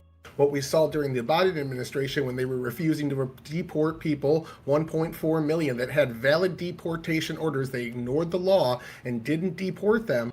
Not only is ignoring the law bad, but not deporting them and keeping them here, a lot of them being violent offenders, would suggest that they want these people here. Their agenda is to keep them here regardless of what the law is. Sanctuary cities back that up. Now, going into those people, we also see people that were coming in for asylum. Wait, real quick, Tyler, can I make sure you clarify? Because you did just speak in two things that I think are being conflated. I think a sanctuary city, which is a ultimate and overall defense of all illegal immigrants, is not the same as you were talking about certain people with deportation orders, probably violent criminals that they weren't deporting, conflating this with the sanctuary cities. I'm just making sure those aren't the same thing. They aren't the same, but they have the same in spirit. Both of them are rejecting the federal mandate to deport people that the courts ordered need to be deported. And only about 1/3 of those people with deportation orders had any sort of violent conviction. And burglary is listed in there and other things, so it's not all like you punch somebody or whatever. So the violence thing is definitely just a sub point, but 1.44 million valid deportation orders, most of which were ignored, including Albreo Garcia, who is a human trafficker and beat his wife. So that shows me that they want them here. If they're not deporting the people, the courts are telling them this person's valid and needs to go. Well, And for then those sanctuary two-thirds, cities often for tell me those that as well. two-thirds of people that have no violent criminal history, these are the actual individuals that, if you were to deport them, is the actual slavery position. The reason the Democrats are pro-slavery is not that they don't follow the federal mandate to get rid of people who have broken no crime other than crossing a border. The reason that they're pro-slavery is that they support things like the 1964 Civil Rights Act, which is a pro-slavery bill that makes it illegal for people to discriminate against other people based upon their race or their country of origin or their religion, that violates the right of freedom of association, and all of the downstream effects of that, as well as all of the forms of welfare and taxation that they steal from American workers here that have a marginal propensity to consume that's much lower than impoverished immigrants that are coming in that then become welfare leeches. So it is the taxation and the inability of people living here to go, actually, I don't want you in my neighborhood, therefore I'm not going to give you a job and I'm not going to rent you a house because I have a right to associate with the people that I want to associate with. So no, deporting people that have committed no property crimes does not make the Democrats pro-slavery. In that instance, it actually makes the Republicans pro-slavery. It is the horrendous effects of the absolutely evil forms of legislation like welfare and food stamps and the Civil Rights Act that makes the Democrats pro-slavery. You're using a slightly different definition of slavery than the rest of the panel, I think, in your libertarian stances here. Well, I'm just stepping back and I'm like, this is somewhat working to my advantage right now. This is wild. Fabian Like- liberty, whatever Fabian liberty is saying, it's Does almost anyone- like a form of slavery. Hold on, You're let taking Val away go. some agency of theirs, of like the ability to move freely for what seems like not a very good reason. I think that we I'll should, give like, my definition again have if someone has a yeah, we competing should one. have some almost prima facie like justification towards people being in the place that they want to be without an overriding reason. And so, like, I don't know, saying that Democrats or like even the Republicans are not pro-slavery, deporting these people seems to like act as though their life ends once we deport them. Really, their problems just end up not being ours anymore. In reality, they end up having to go back to working in what is probably worse laboring conditions with probably worse rule of law. What is your argument? Because it feels like at the tail end of your argument there, you kind of waffled on the position. I understand you don't necessarily accept the premise of the slavery thing, but I'm trying to better understand your I think argument. what I don't Val want is to just start saying is yelling at you, Val. Can I get Val to explain it? Yeah, so it's the deprivation of the agency from the individual is kind of what I'm getting at here. And so I think that you'd agree with me. I think we're both going to be pretty much next to anarchists, where we're going to say something like, let's say it's the case that somebody wants to like cross over some given area in order to like get food or something of the nature. I think we both agree, given that there's no other justification, it would be wrong to stop that person from doing that. You'd be stopping them from exercising their agency. I mean, if it's my private property, then I should be able to say, no, you can't cross my private property. Yeah, sure. There might be some like overriding reason. Let's say you're like storing that for like later usage or something like that. Is like not is public property, which is a contradiction as far as I'm concerned. Okay, yeah, sure. But like this is what I'm saying essentially is that on my view, I'm not sure I would make such like delineations. It seems to me like what we're making out borders and whatnot is we're making out areas where there's a certain place of force and authority that's used there. And so be that like it like a really large corporation, be that the government, or if you want to call it like some almost like cartel-like entity or something like that, we have this like large state that enforces said rule of law. And I'm not sure that like them saying that they have control over said territory gives them the right to use physical force to remove others from I usually say crossing over that area. Yeah. Might doesn't make right, but might makes reality, right? If I have the guns and I tell Yeah, you exactly. to behave, you're going to behave even if it's wrong. Yeah, of course, right? But we can also say that there's something that's immoral about doing that to somebody. There's something that's wrong about doing that. And the thing that I'm getting at is like whenever we're talking about there being some slavery that happens because of the horrid labor conditions these people have to go through, we're almost completely ignoring what has to happen if we end up deporting them. So the moral wrong is still there, and then we also have the removed agency of the individual, treating them like almost, yeah. So what you're saying is there's this argument that it's like, oh, these poor factory conditions, and it's like, well, what do you think is going to happen when you forcibly make them go back to Venezuela? Like, do you think yeah, they're if going you to have like take them, throw them in a van, conditions? forcibly go them back to exactly. Right. This seems a little bit more like slavery to me than them coming to the United States of America and working for what is an unfair wage. Yep, I kind of agree. Yeah. All right. What about the righties over here think here? Do you all agree with that assessment from our libertarian leaning friends?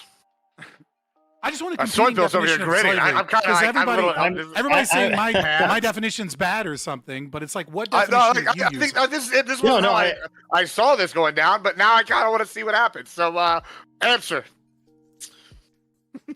I mean, I'd love to get into why the Civil Rights Act is akin to slavery. We're coming back. Don't worry, we're coming back to that. Let's put a pin in that for now. I mean, we're coming back for sure. I actually did want to say I was going to summarize that in the same way, Val, which is like, yeah, essentially, if you are going to deport someone and claim that their working conditions are akin to slavery, whatever you're deporting them, if it's from America, is almost definitely going to be worse working conditions, which would also be akin to slavery. But yeah. I don't know that I want to is see how that y'all why we're answer. deport- If Hold not, on, I'm gonna have to argue for the mod that's position. not the reason that people get deported, right? The reason that people get deported is they came here illegally. They cross a line they're not supposed to cross. As you know, we can say that it's public property, but we have a series of laws that we've agreed to that say you can't do that. We agreed to slavery in the 1700s. So was true, it, and we changed that. Like, so you know, yeah, exactly. So if you want to change, if you want to change it to open borders, then by all means vote for that. Morality or ethics.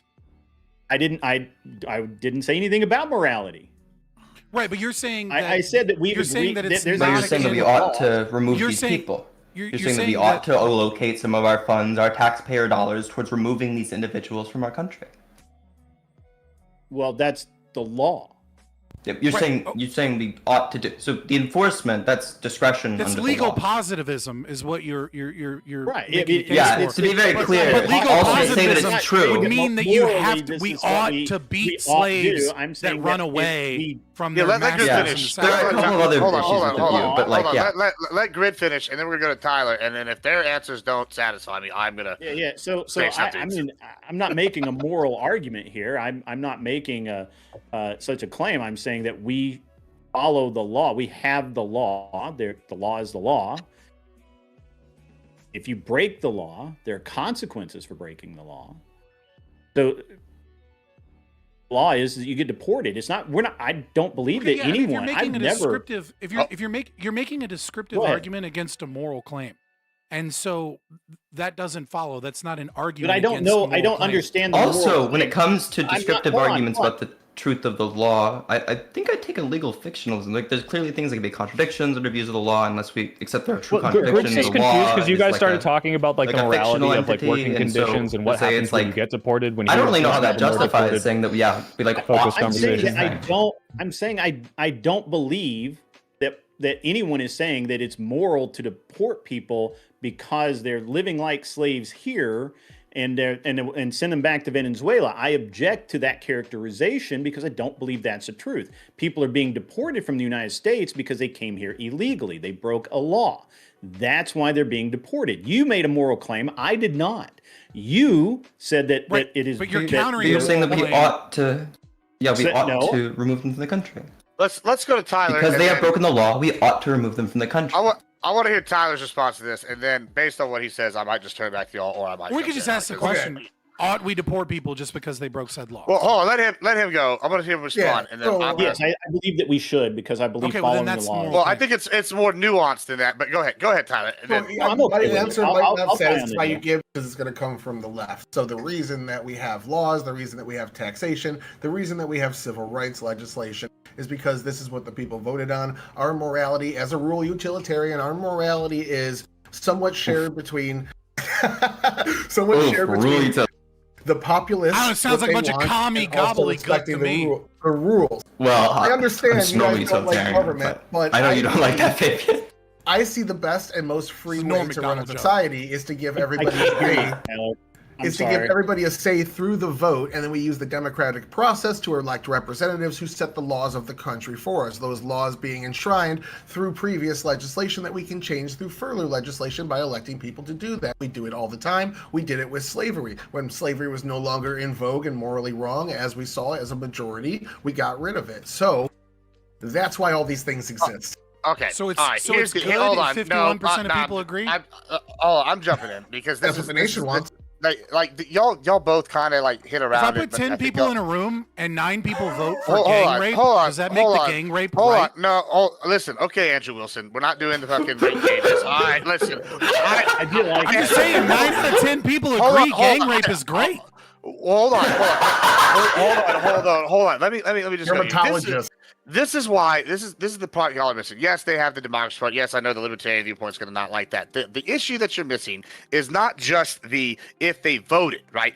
It's actually the agency that you just referred to. This is the problem, right? So say first off, you have the people who are trafficked here, sex slavery. Obviously, they don't have agency. They have to give up their agency literally to their literal body if they're giving up sex slaves to the coyotes and all these other people. Two, you have all these indentured workers, like especially in places like California where they do give them things like driver's license. What is happening there is actually they're taking away their agency in a backwards sort of way. So they're giving them their license. They're giving them this quasi-gray area of citizenship where, if the Republicans ever gain power, since you broke XYZ law, which I know y'all don't agree to, but we live in the nation of laws, and since that was a democratically elected process, and that's the process we follow, they have to follow this law. So they give them this quasi-gray area where you go, you have your driver's license. You can live in our sanctuary city, but if you ever move from this area or to an area that's Republican held, or if you ever move to an area and break a law in a Republican area, or if the Republicans gain power, they're going to come in and they're going to deport you, and it won't matter that you can pay a little portion of taxes here, or you can pay you have your ID because you're not actually a citizen, and we're going to pretend that we're giving you all these benefits, and we're going to do it at the taxpayer's expense. There's the second part of the slavery. So it's like they've made them beholden to them, and they've taken away their agency.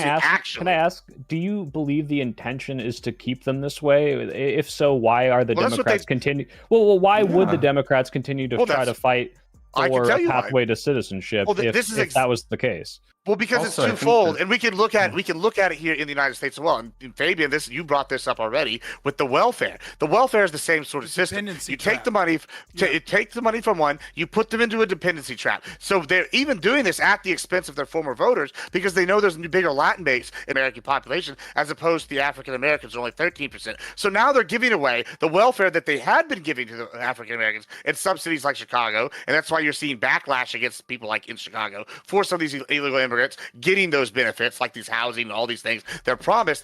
It's because guess what? You're taking your dependency trap away from one group and enslaving another group with it. That's kind of the thing that's going down. Yeah, but what do you believe the motivation behind this is exactly, other than because look, let me explain it. Okay, I'm a dumb. Let me explain it as if I was like a dumb progressive liberal in the Bay Area, as if I was one of those. Okay, so you're not in the Bay Area. Is what you're saying? I am in the Bay. I am in the Bay Area. That was a joke. Okay. If you were to come across a average Bay Area person here and say, why are you advocating for driver's license? Why are you advocating for allowing these people to work, allowing them to get on benefits, lifting them up, sanctuary cities, any of these things? Not a single one of these people is going to say, because I want to put them in the dependency trap of the welfare state. The reason they want to is be like, hey, I have compassion for these people and their families. They might have anchor babies here. I want them to be able to operate within the system. They're paying into these systems. They should. You just described how Democrats are useful idiots for a system of slavery. Yeah, that's exactly what so it is the idea that there's this clandestine? Is this like a clandestine Democrat agenda to? They're trying to respond more so to the prescribed motivation. But even I think the people who choose to move here are choosing to make that risk on their own. No, if we're acknowledging their agency, they choose to make that risk. I don't think that we're putting them in a trap. Some of them are sex trafficked. I was going to address that at some point. I don't think that anybody here is in favor of sex trafficking or not rescuing people who are sex trafficked, and so I'm not sure that that's going to be a major point of contention. But for the cases that we are talking about, they do choose to make the choice. They choose to get a driver's license. They don't have less agency now that they can legally operate a motor vehicle. They just can now do that thing. You do because you now have less agency now. Yeah, let me give you an example how you would have less agency because you've done this now, right? Versus not having the ability to operate a motor vehicle. So if you have no documentation and you have or fake documentation, say you get pulled over and it's good enough in Texas. Okay, guess what? The officer might let you go. They're going to catch you, or they were catching and releasing you. Under Biden, it's very unlikely. But now, if you're in California, if you have a legit ID and they run it in the system, now in Texas, we actually look to see if you're a legal citizen or not when they run your ID. And if you have a California ID and it comes back not as a citizen, now you're straight to ICE. So you've now guaranteed Texas is pretty fucked up for doing that. Well, I mean, it's pretty fucked up for doing that. I'm not gonna lie, but they probably don't have a fake ID. And they're probably not trying to break the rules. Who's giving you less agency? The one that's entrapped you, or the one that's just following the rules? Wait, Val, please. So Gibbs, the example you just the example you just give was, they're keeping them in these sanctuary cities and saying, here's this license, but if you ever go out, you're gonna get arrested by these Republican people. But now you're saying that is what happens, so it is less agency. I'm a little confused confused That's as to my what the point. mechanism. Well, Okay. yeah, you're saying like they're giving these licenses out not because they want these people to have more training for the driving they do and drive without a license. They're not giving them out because they want them to be closer to a citizen so that they can get into these benefits, have more For them to be able identification. to, like, go to work or something. They're doing it to trap them in Democrat cities so they're scared to leave. Like, Well, why? no, yeah, because why? Can I I'll give you actually another go on reason. The this, Admiral census. Gibbs? So Admiral Gibbs, I think Go ahead.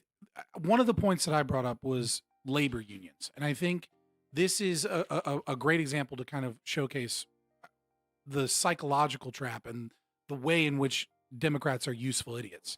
So Democrats will often believe the most insane thing, which is that they think that they are fighting corporations, despite the fact that they are the party of large corporations and banks, and they are the ones that are against the worker and small businesses and freedom and liberty.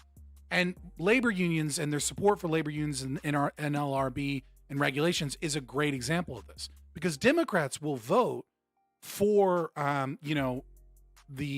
for laws that require you be in a labor union, or for strengthening on the NLRB and things of that nature, thinking that what they are doing is they are supporting workers' rights. But everyone that is a large corporation knows that the NLRB and labor unions benefit large corporations and make it so that their job is actually easier. So, for example, in 2022, when there was all of those walkouts and things that GM was going through, GM knows that as a large corporation, what they were able to do is work with the NLRB to get contracts with the the American Auto Union. Is AUW, I can't remember. UAW. Oh, United Auto UAW. Workers. Yeah, United Auto Workers. Right. And so what they can do that small businesses can is take a team of lawyers and take their importance to the economy because of the amount of GDP and things that they're producing, and they can negotiate with the NLRB, and this allows them to get stable contracts where they don't have to worry about the stability of their workers and things like that. And so the labor unions, while those things presumably strengthen workers' rights, what it actually does is it strengthens large corporations. And I think when you understand how the system actually works with liberals, and I mean that like a communist, right? Like, I don't mean that like a conservative. I mean that like fucking neo, like liberal, like the globe. Yeah, right. Like, I mean that in like the most insulting, okay, who is this person that is coming in and their audio's all fucked up? The first. Don't worry. We'll get it. Hold on. Go ahead. Finish after today. Okay. We'll let her finish. Yeah, and so today. I think the situation can very similarly play out when it comes to the pseudo rights of driver's license, sanctuary cities, and things of that nature, where the left is like, yes, we're voting for Democrats because these people deserve a pathway to citizenship. These people deserve they deserve to be Americans just like us, and corporations and Democrat politicians and billionaire donors and things like that love playing this game of, we'll give you welfare, we'll give you your driver's license, we'll give you and we'll sprinkle this we'll drag this carrot in front of you, but we won't actually get anything done on DACA. We won't actually get anything. There, all of a sudden, a few senators and 20 congressmen are gonna back out at the last minute, and even though they're the politicians that we lobby and we've already bought and paid for, and what ends up happening is you're in this constant liminal space where you have a dependency on the very people that you're supposed to be voting for. You have a dependency on this external locus of control. Instead of moving in your own rational self-interest based off of your values, you become dependent upon the sanctuary city that you're in, or the Democratic politicians that keep sprinkling welfare at you and keep sprinkling opportunities at you and giving you just enough to have your support, to have your voice. And then some of you will get citizenship. Some of you will get, your asylum status, and 4 years later you'll get citizenship and things of that nature. But there is a difference between what the average Democrat thinks they're voting for and what liberals in the halls of power are actually instituting for immigrants. They don't see these as, these wonderful people that we need to help. Okay, these politicians don't give a fuck about immigrants coming into this country. They care about their corporate donors, and they care about the fact that big business likes using cheap labor that is in a vulnerable position. Yeah, so I guess this goes back to my original thing where this kind of creates this dichotomy. Let's say all this is true. Let's say every politician doesn't actually want to grant amnesty. They fake these bills. They know they won't pass. They back out at the last minute. If this is the case, then the Democrats are useful idiots insofar as they have two options before them. One person is on their face presenting a pathway to citizenship and saying, if you support these communities, you should vote for me, which makes perfect sense. And the other says, I'm going to terrorize and deport these people to the extent of everything I can do with the wrath of God. And so I guess like even if all of this Machiavellian like corporate donor stuff was true, the fact that you're calling them useful idiots when there's only two options, and one of the options is on their face saying all the things that they want to hear and on their face also presenting bills that get you to there, but are only really getting blocked by Republicans and not the Democrats pulling out every single time. I'm not sure I understand what the impetus behind this is. One sentence. You're a useful idiot because you think that there's only two choices. Okay, let's go. Can I get in for a second? Because I'm going to be the like weird person on the left who's going to say the liberals thing. And if it is the case that we're talking about like Democrats being in favor of slavery in the sense that like you have this dependency upon them, which is also the powers which tell you what you're supposed to do and what the rules of which you're supposed to obey by are. If we're talking about something like that, then like yeah, Democrats want you enslaved in the same way that like people who run corporations want you enslaved, in the same way that I think also Republicans want you enslaved. I don't think that's going to be like a large symmetry breaker between any of them. And so like yeah, as Fabian Liberty's saying, there isn't two options here. But whenever we have the option between like one of these groups of people being like, I think they should have like welfare states and they should have to like compete in this never-ending game of capitalism against each other, where also we're going to be trying to instruct people from the day that they grow up about how they should compete within it. In that sense, like there's the slavery on both ends.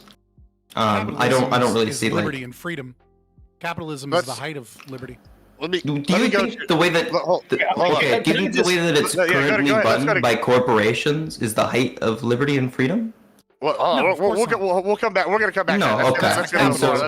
Let's go to Grid here. I'm going to be referring to capitalism, probably with a larger definition than you're going to be wanting to refer to capitalism. Yeah, if you want to use the Marxist definition, that's fine. I'll say laissez-faire capitalism. Let's move away from that for a second. Let's go to what Grid and Tyler, because I see them both trying to get Grid. Go ahead. Yeah. So, sure, that was interesting. Soy Pill. I owned a house in the Bay Area for a while. I technically didn't live there, but I owned a house there. I visited there quite a bit, I understand that the guillotines, boys. It's a billionaire. I know, right?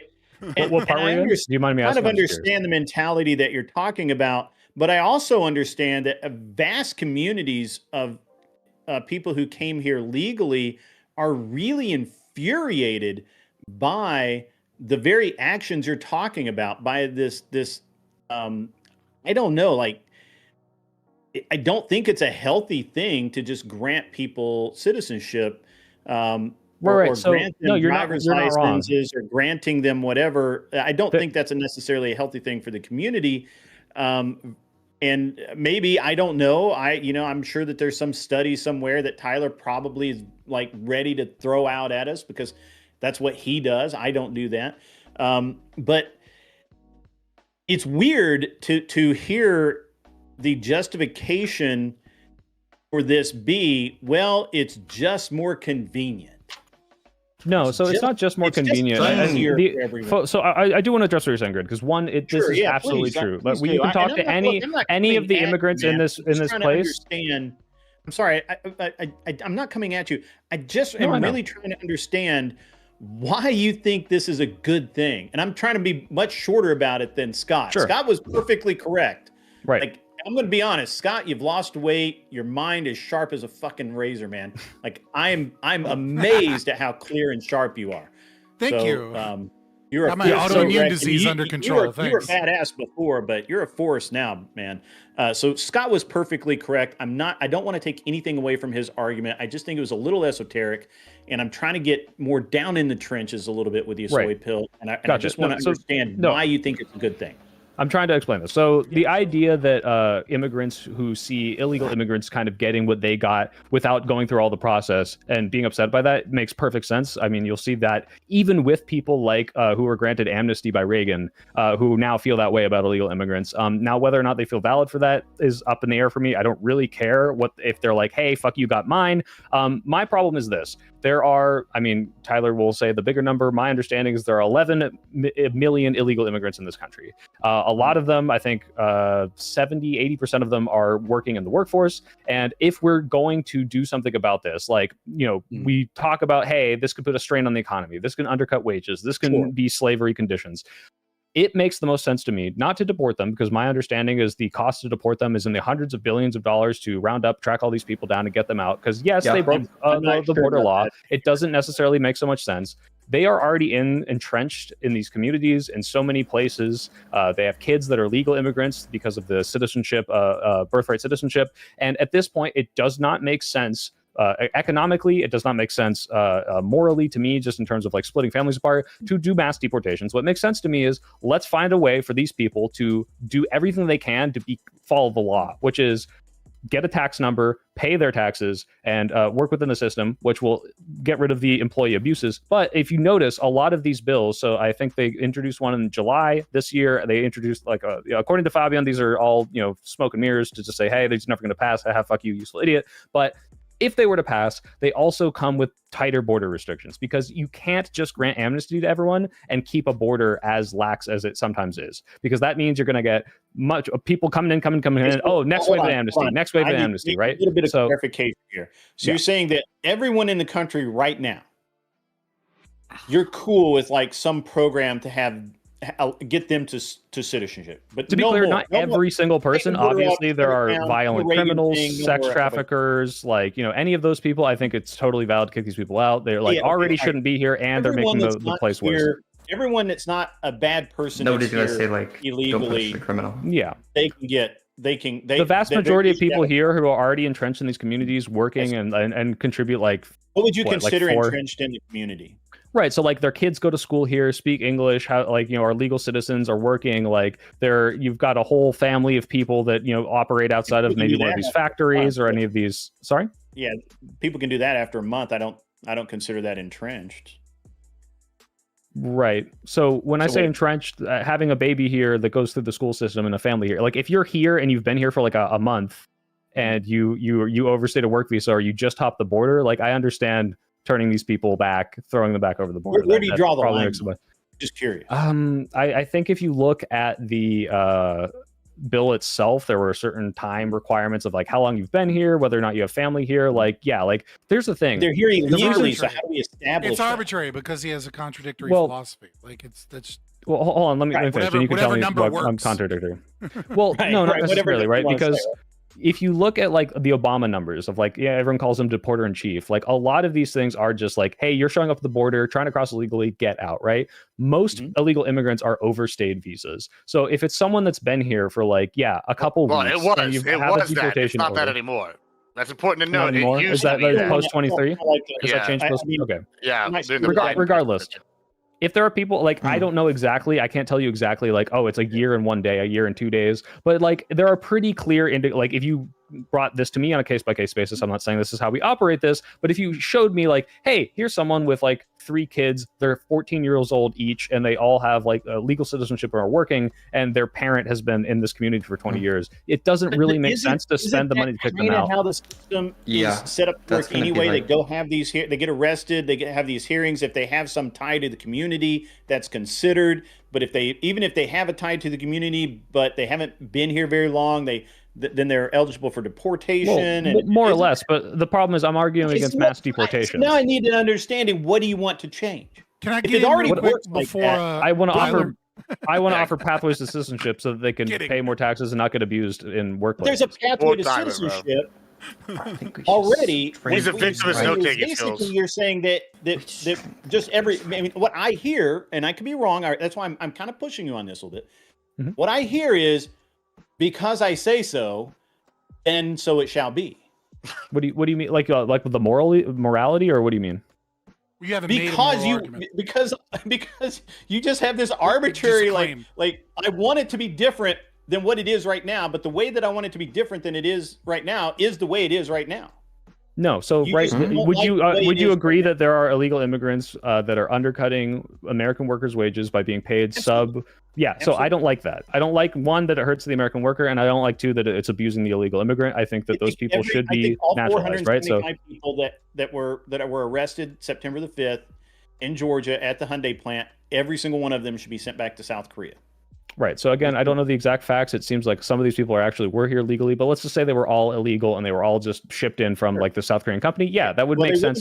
These are not entrenched in community people. These are, like you said, they're not here to make a life in America. These are people who were abused in Korea, lied to perhaps, and then abused here as well. Right. So that does not make sense to me. What I'm talking about is the vast majority of the illegal immigrants who are working here, like, in the system, who are potentially getting paid under the table, not paying taxes, maybe using a TIN or an SSN that they stole from someone so that those persons can get their Social Security benefits. We have immigration court. We have a pathway. It's not very robust, and it's there's a reason why there's still 11 million illegals. A lot of these people want to be naturalized, but they do not have time, effort, or you may not actual. Like the system, but the system exists. So I'm trying to understand what you want changed about the system, because you say we need to. For example, Reagan was able to do this mass amnesty thing.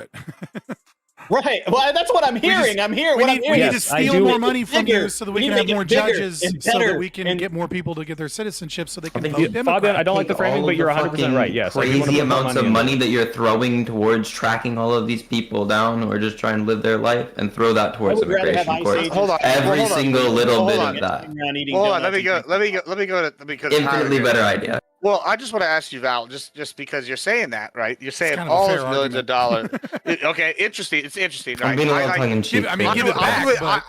Well, sure, but I mean, the argument would be, the argument that the Trump admin would be is if we're saving money elsewhere, like I don't know, and with Doge, where you mean the government efficiency, the money that didn't seem incredibly successful. Sure, I mean, I don't know. We'll see, but we'll see how it's going. But the argument that he's made. I mean, we might have some disputes on that. Neither of those seem to be getting around very well together. So yeah, but just hear me out. The argument a little bit, it's kind of breaking up or something. I don't know. Yeah, your mic's clicking a lot, Val. But here's the argument that I would, that the Trumpies would make, and then I'm gonna give it to Tyler, and then y'all can object to both or whatever we just say here. Is basically with Doge and cutting all these programs, they're going to save money. Also with programs like the new gold card, the Trump card, where they pay $5 million and they've already had 50,000 people. The money from that and this other money that's already been stolen, Fabian, it's already stolen, right? Yeah, and the terms of you can give back stolen money, motherfucker. Sure, you can. You don't have to spend it. But no government. But listen, no government ever should give back stolen money. Listen, I would like a check in my bank account too, but that's never going to happen. You know it. I know it. But what the Trump admin is saying is we're going to take this money and we're going to use it along with other money that we're going to, build to get rid of these people, and life's going to be better, right? Because XYZ. So it's not like, oh, they're just spending all this money. Like, it's like if we took away all the welfare and they got rid of them, then you wouldn't have this excess. Now, would you? But let's go to Tyler, because that's the number one expense. All right. So I got a lot. I've been kind of refining my notes and sharpening them as I waited this last 40 minutes. The reason I like laws is the same reason I like the yell more. Yell louder. Am I yelling? No, I'm saying yell more. Oh, no, yell. No. You guys are having a good conversation. I'm enjoying it. Shut up. I have something to say. No. You guys I enjoyed it. I enjoyed it. I didn't want to interrupt. But I had some time. So the reason I like laws and rules is the same reason I like the dictionary, because they provide some sort of set in stone rules and structure. Now, if you look at the dictionary definition of slavery, it is not when the government slightly oversteps on your rights, like the civil rights legislation or taxation. It's when they put you into compelled labor, forcing you against your will. What the democracy does... Got it. Yeah, well, hold on. What democracy does is gives us a process where everyone gets to voice their own personal... A bunch of individuals get together and get to voice their own personal opinion, and we take the majority. when you participate in this game, Gang you rape, also have to accept that sometimes you're going to lose that. Gang rape's illegal because we decided that's a bad thing as a society through our laws and legislation. Something I don't that know, without man. 9 out of government- 10 people agree gang rape's great. Yeah, something that without a government. So at the end of the day, though, even if you're a minarchist, I think it's called a minimal anarchist of some sort, you can maybe agree that if there is a single function of government, it's to protect our borders. Maybe. Like Yeah, say a night watchman state or a minarchist would believe that protecting borders, national defense treaties, and maintaining the monopoly on the judicial process and the law. Yeah, so if we made an That's asylum what they would treaty, agree. That's not me. Yeah. So I don't care what they I'm think. just saying They're wrong. hypothetically. Yeah, I'm just saying hypothetically, if you're giving the government anything, the first thing that anyone would give it is border protection. Even as an anarchist, it would be okay. Secure the borders. Let us do what we want over here. Yeah. I'm happy and on borders for that very reason, because I feel like there are other things we have to tackle first. Yeah. Yeah, but that being said, if we have an asylum treaty with another nation, that asylum treaty has very strict criteria, and not only are we ignoring that criteria and letting people in that don't qualify, but when we realize they don't qualify, we're failing to deport them, is that not government failing its basic structure of protecting its Well, when you say protecting its people, you're implying that like there's some massive detriment to having illegal immigrants here, which I would reject holistically. I think the biggest thing you could point to is that, well, the problem is that you're baking in this idea that like this is like the invasion argument. It's like this is an invasion. No, force. you're talking about violence. I'm saying protecting the rights, will, and voice of the people. The people agreed to the criteria of the treaty. So if you go beyond the treaty, you're going beyond what the voice of the people made your mandate. So you're protecting your Contracts are not ignoring the will of the valid. people. Contracts are not valid if the contract requires the violation of human rights. It's an invalid contract. There's my argument. Well, that's what I'm saying. Is that what asylum is if somebody's human rights are being infringed, we open our borders and let them in.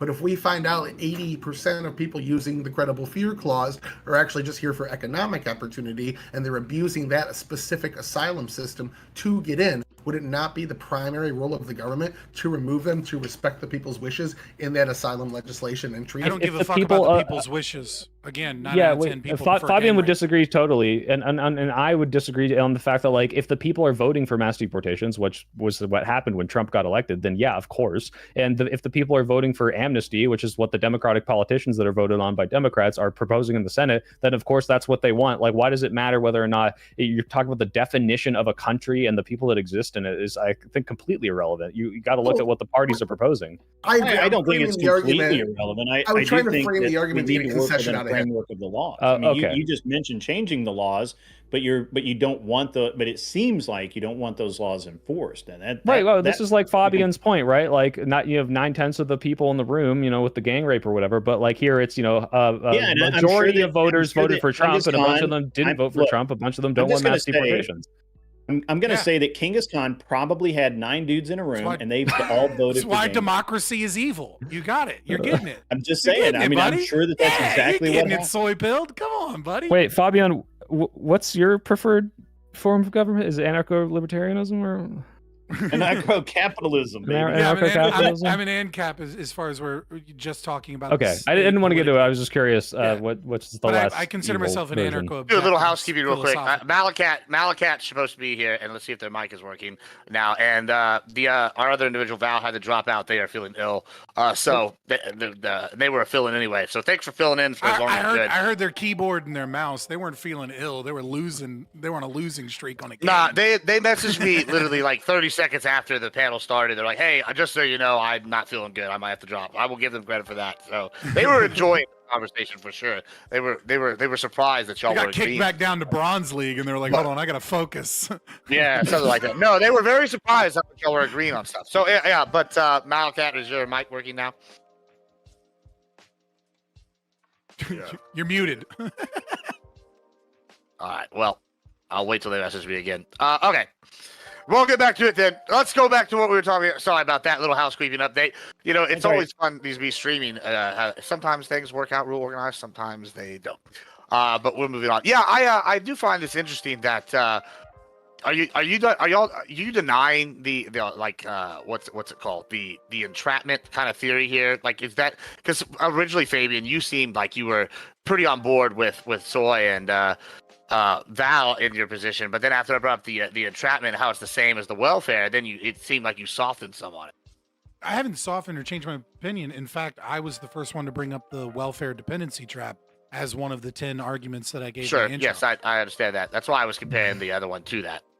Yeah, no. Well, I mean, it is a dependency trap in a certain way. But there's a difference between discussing the state's rights violation of humans' autonomy versus the systems and institutions that are designed to use the law to abuse and psychologically move people in towards a dependency trap. Like these are two different things. At the individual level, right? Deporting someone who has not violated anyone's bodily autonomy, right? So if you are an illegal immigrant that has not done any property damage and has not attacked anyone in any way, shape, or form, the state is the aggressor if they deport this person. I don't give a fuck about some stupid fucking law that says that if you cross an imaginary line, that makes you bad.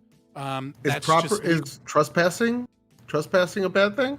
You can't trespass on public property because public property is already a violation of human rights by the state. But all that border property, you can't win here, right? If you go across, if you trespass against someone who has property on the southern border, right, private property, and that's a property crime, right? Like that's an imaginary line to me. No, it's not. It's a line that has a first user principle with one owner. There's a logic. It has been intersubjectively communicated that this is their you don't property. think a town can own property? No. Property can only have one owner, period. Anytime you say property has more than one owner, then it becomes contradictory because what property is the exclusive right to utilize that material as you see fit. So public property is a contradiction because it claims to be ethical, but it is conflict inducing because it's a scarce resource. And the moment people wish to use scarce resources towards opposing means, public property has no means of settling the conflict that it created. Whereas private property is conflict reducing. It's an ethical system. In your system, if somebody a private company or entity went and bought all of the land, like a miles of the entire southern border across the country, and put an armed private military there, and any illegal immigrants stepped foot on it, they shot them, that'd be cool? Well, that wouldn't be following the gentleness principle, right? So you don't get to just shoot people just because they happen to stumble upon your property. But they have the right. Is the end of it.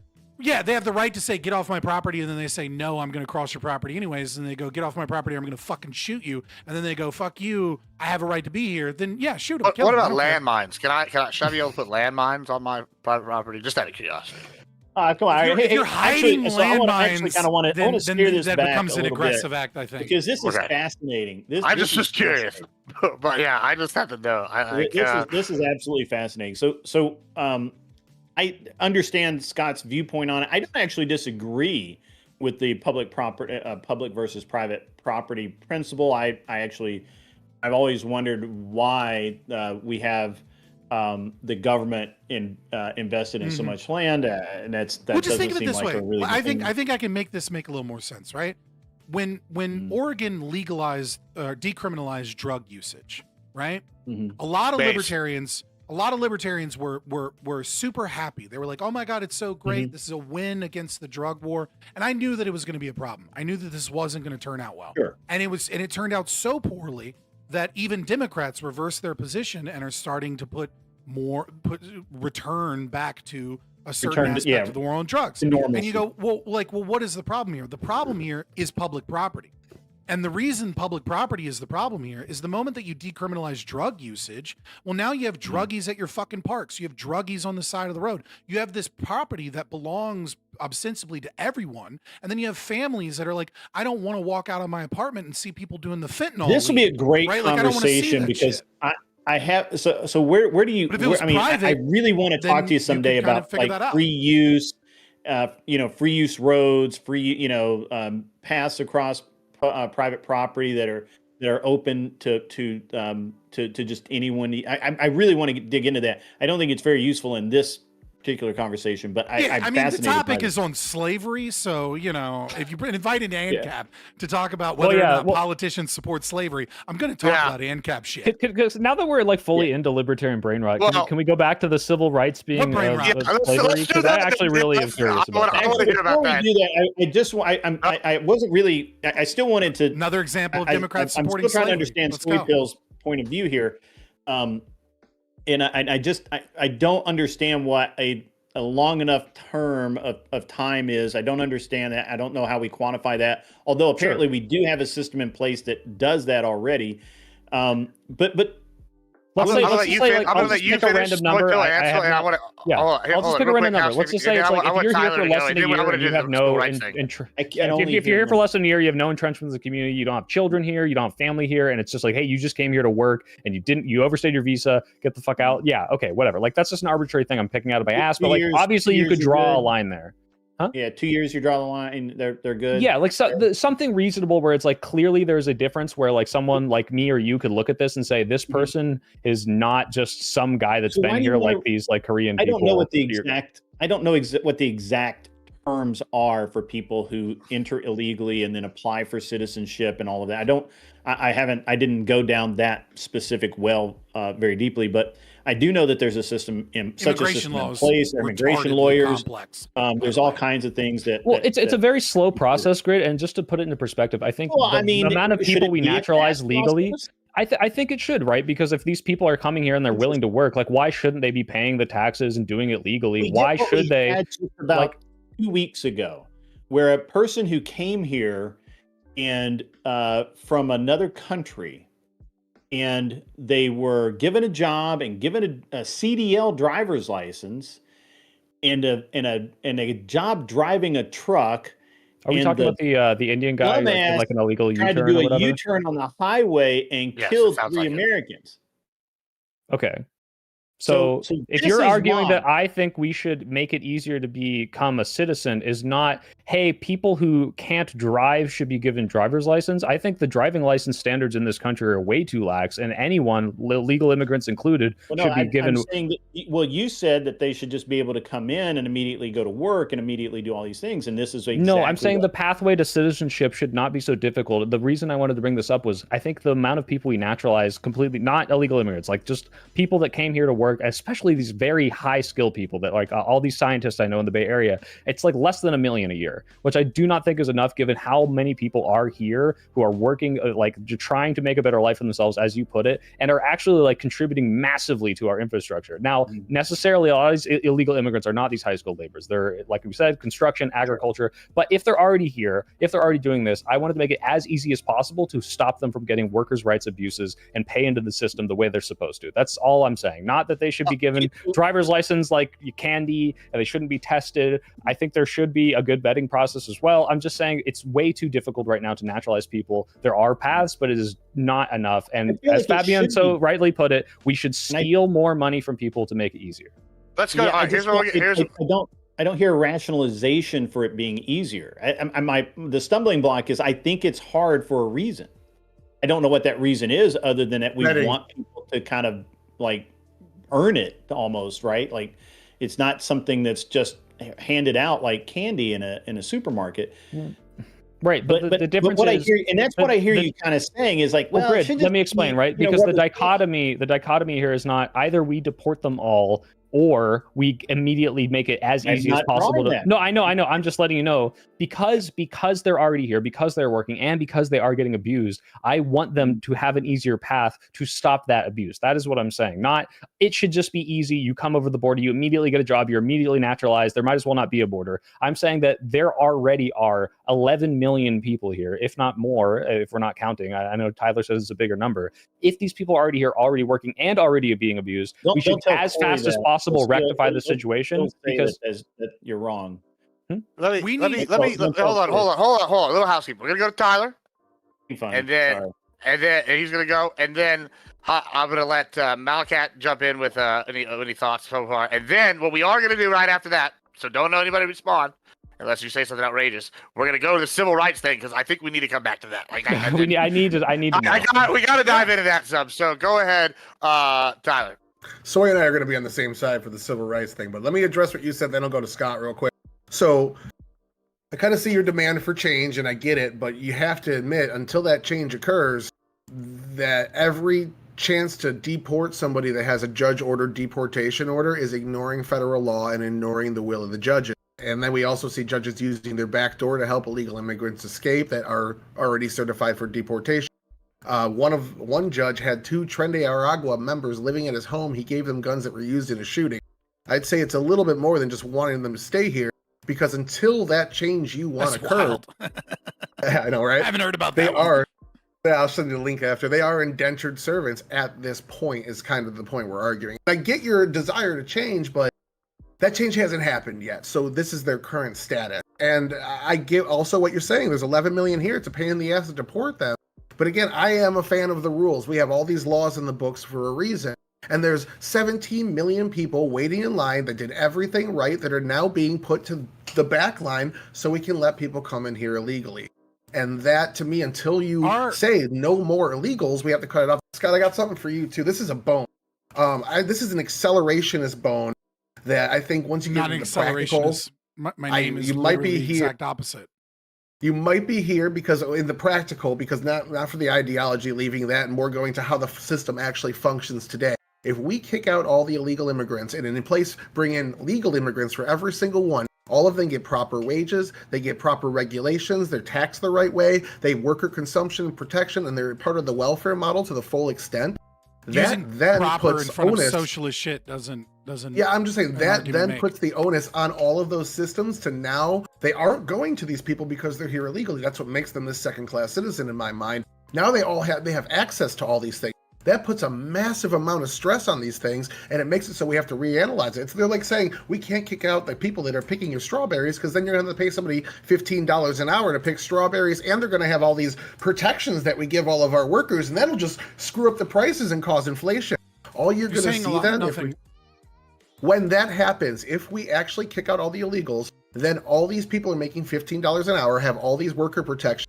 It makes the costs go up. Thus, the public now goes after all these regulations that are in place because they're no longer functioning because we no longer have that second-class worker. Yeah, I don't want to violate the rights of millions of people based off of my ability to be a seer and predict the future. I'm just saying it would cause an accelerationist pushback against a lot of things you don't like.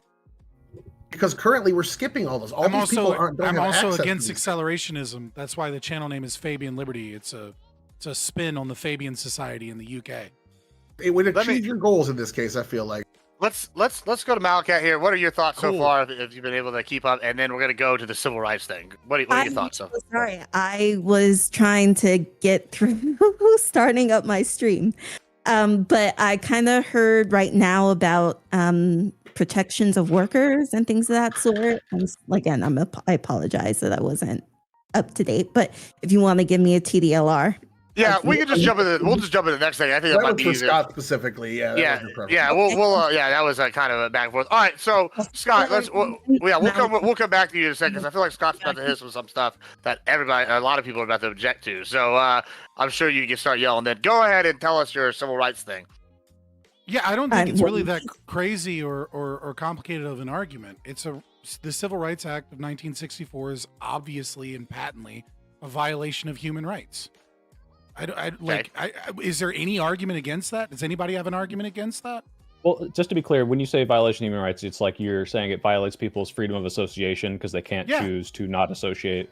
So I think obviously the argument against it, especially if you look at it in historical context, is if you as a single person wanted to, I think, by the way, this is going to sound crazy. I mean, this is your argument. My audience is going to be like, are you seriously saying this? If you as a singular person said, I do not want to associate or do business with this person because of their race, that in isolation is probably fine. And violating that is like this, like, you know, okay, like I'll thought policing you, I'm not allowing to be racist. Like that's wild, right? Like, yeah, you're a bigot, but why is the state allowed to tell you not to be a bigot? That's crazy. The reason it exists in the way it does, though, is not because, individual people are now like limited from this freedom. It's because entire swaths of the population were able to exclude an entire race of people from their business from this. So in not doing that, you're violating those people's freedom to exist in the society, and you need that protection for those people because of the historical context. not because they specifically Okay. want to violate So your there's- ability there's to two- associate with a there's- racist person.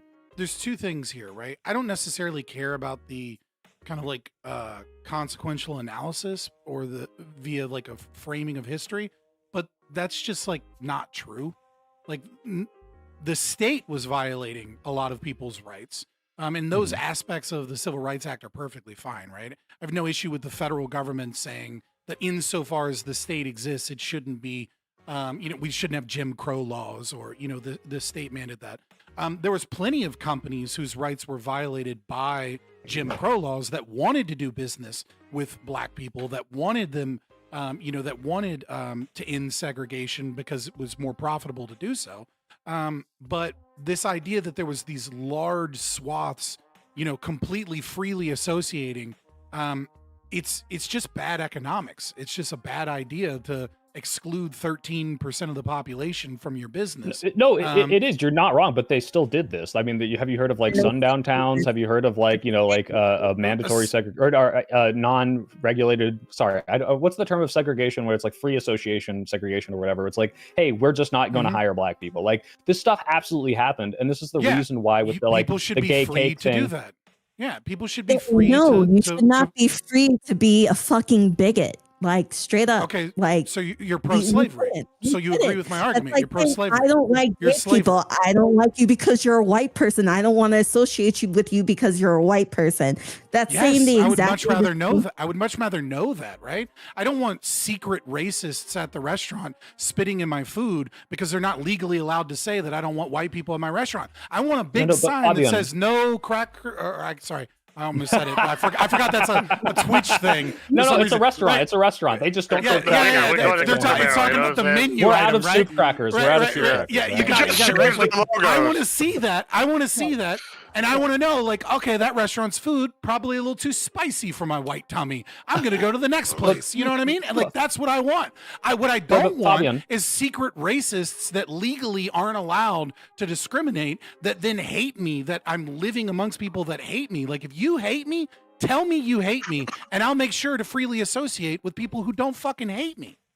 Fabian, the question though is, don't you understand that yes, it is technically a viation of your rights of association to say you can't discriminate against a black person in this business? I understand that. It actually is. Okay, yes, okay, factually is, whatever. The point is, if enough people do this and enough of a community or an extensive part of that city, you are now doing that to black people, right? You are violating their ability to associate and exist in your society. And so, yeah, obviously, if we want to live in this perfect world where it's like, to violate the rights of other people. We don't want black people in our town, right? Yeah. Then that black person can go live somewhere where they're welcome. They can't is the point, right? Like if they already live in this town, now you're saying, okay, now we're forcing you to spend money to move. We're forcing you to excise from your school. How many viewers you got right now? How many viewers you got right now? 212.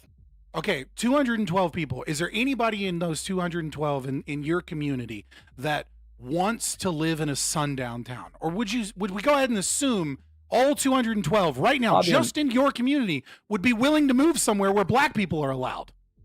Fabian, I don't know if you just don't know like the history of this, but like when people did this like associative racism, it wasn't like, well, we already have this pure white state and we're just going to like there's black people already in these places, or black people just trying to move and make a better life, and that's just like one of their only options because you can't just teleport wherever. You don't have unlimited bankroll to do whatever you want, and now suddenly a chunk of the country says you can't be here. That is in some sense, I would hope that you would say, a violation of their autonomy because they are incapable of going other places. Of course not. If it's their private property and they say you can't come here, then that's obviously not a violation of anyone's rights to exclude someone from their own private property. Right. So like if everyone in the country, or let's just make it a little more obvious, right? Let's say you live in a rural area and you do not have the funds to move into the big city. You literally cannot afford it. So you live on the outskirts of a town, and that town, that entire town decides no black people at my business. And you're the black people that live on the outskirts, right?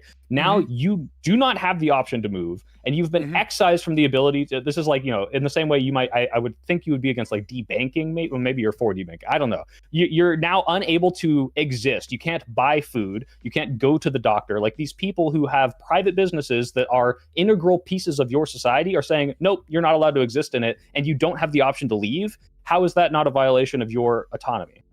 So first of all, it's not a violation of your autonomy to be forced to have other people enslaved to you, right? Like, it's not a violation of your autonomy that the government doesn't step in and tell other people that they have to behave a certain way or else, right? That would be a violation of, like, that's Even if insane. it kills you?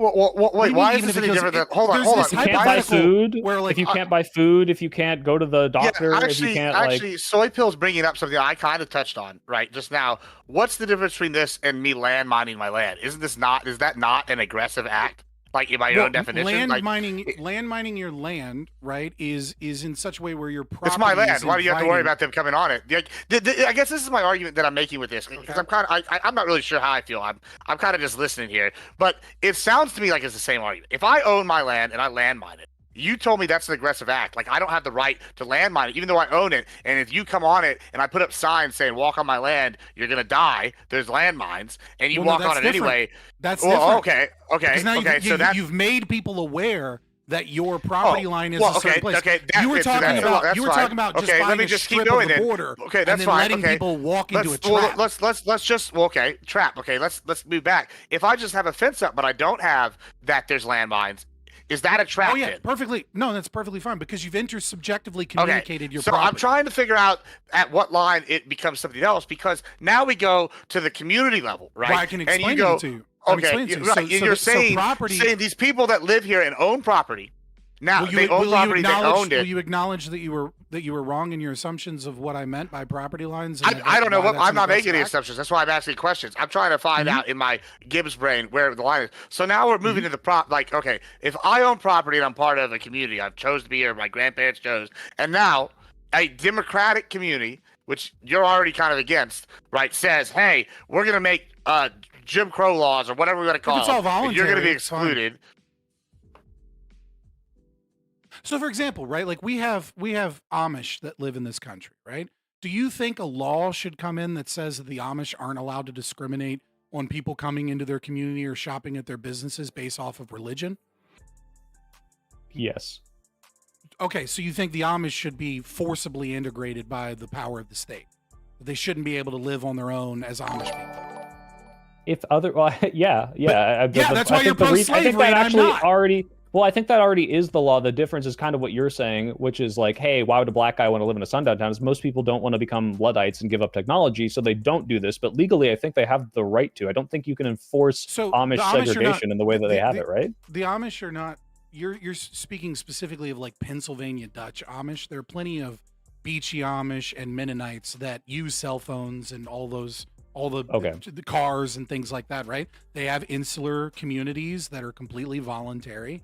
Right. And so it is your position that if the Amish want to have a voluntary society of Amish people together, that the government should force the Amish to allow people to come into their town or into their private property? So two things. One, is that not already the case legally? But two, yes, if it's not legally the case, yes. If that is not the case, it should be. That they shouldn't be able to say, because then. So we should expand because otherwise the rights violations of the Freedom Association. I believe it's already the case because the Amish are such a problem.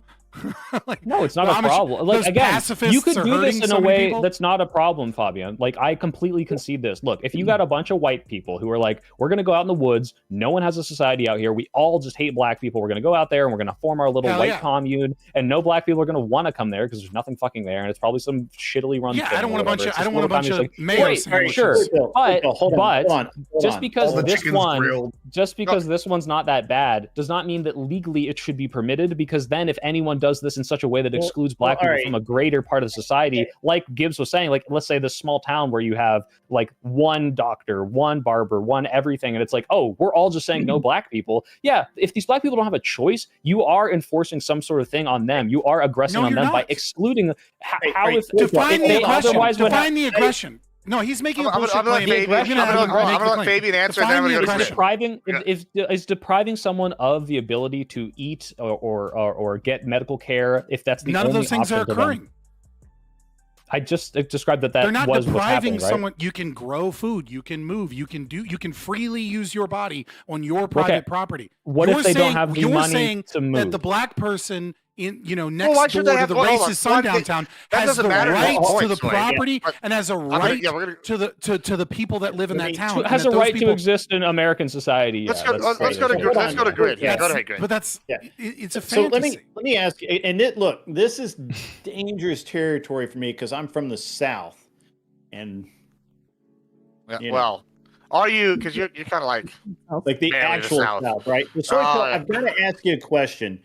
So back when all of this was going down, and they were literally busing black people into white communities, to white schools, and these were completely white neighborhoods, do you think that was okay?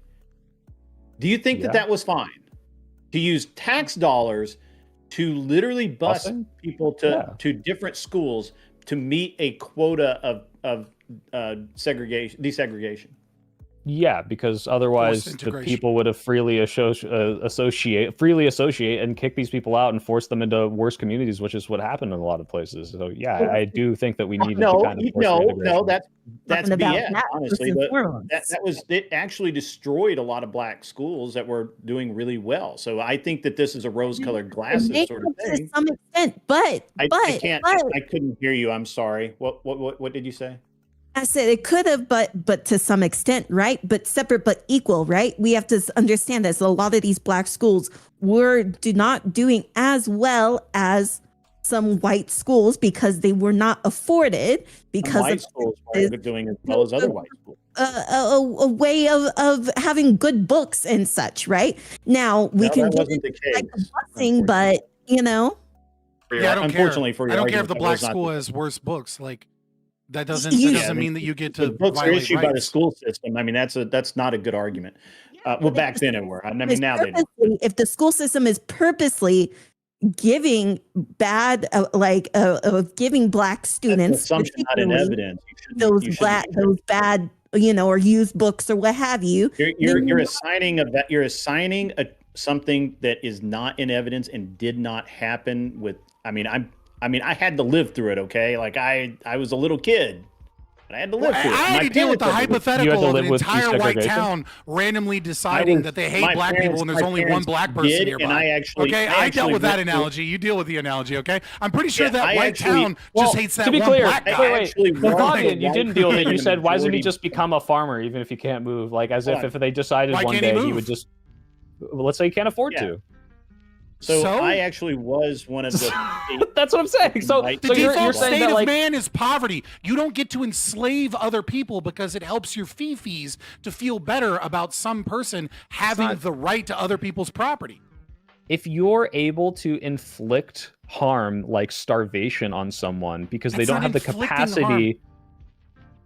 Nature, nature doesn't just give you food. There's no grocery store in the middle of the jungle that we discovered. Like the man starves unless he acts, unless he uses his volition. I'll starve if I don't go to Costco to shape his environment and buy my groceries. But if Costco said you're not allowed in because you're white, and then every other grocery store did the same thing within a 30-mile radius, and I don't have the ability to get gas because the gas stations do this, you know what I would do? I would die. call up Grid and say, "Hey man, I just heard from Soy Pill of a wonderful business opportunity. We can create a grocery store. We can increase the prices and by the like time 20%. you figure that out, it doesn't I'm dead, fucking bro. matter. Like I'm fucking dead at that point. I understand. I understand that the the person named Soy Pill doesn't understand how to grow food. I get that, but regardless, that doesn't mean that you get to violate other people's rights.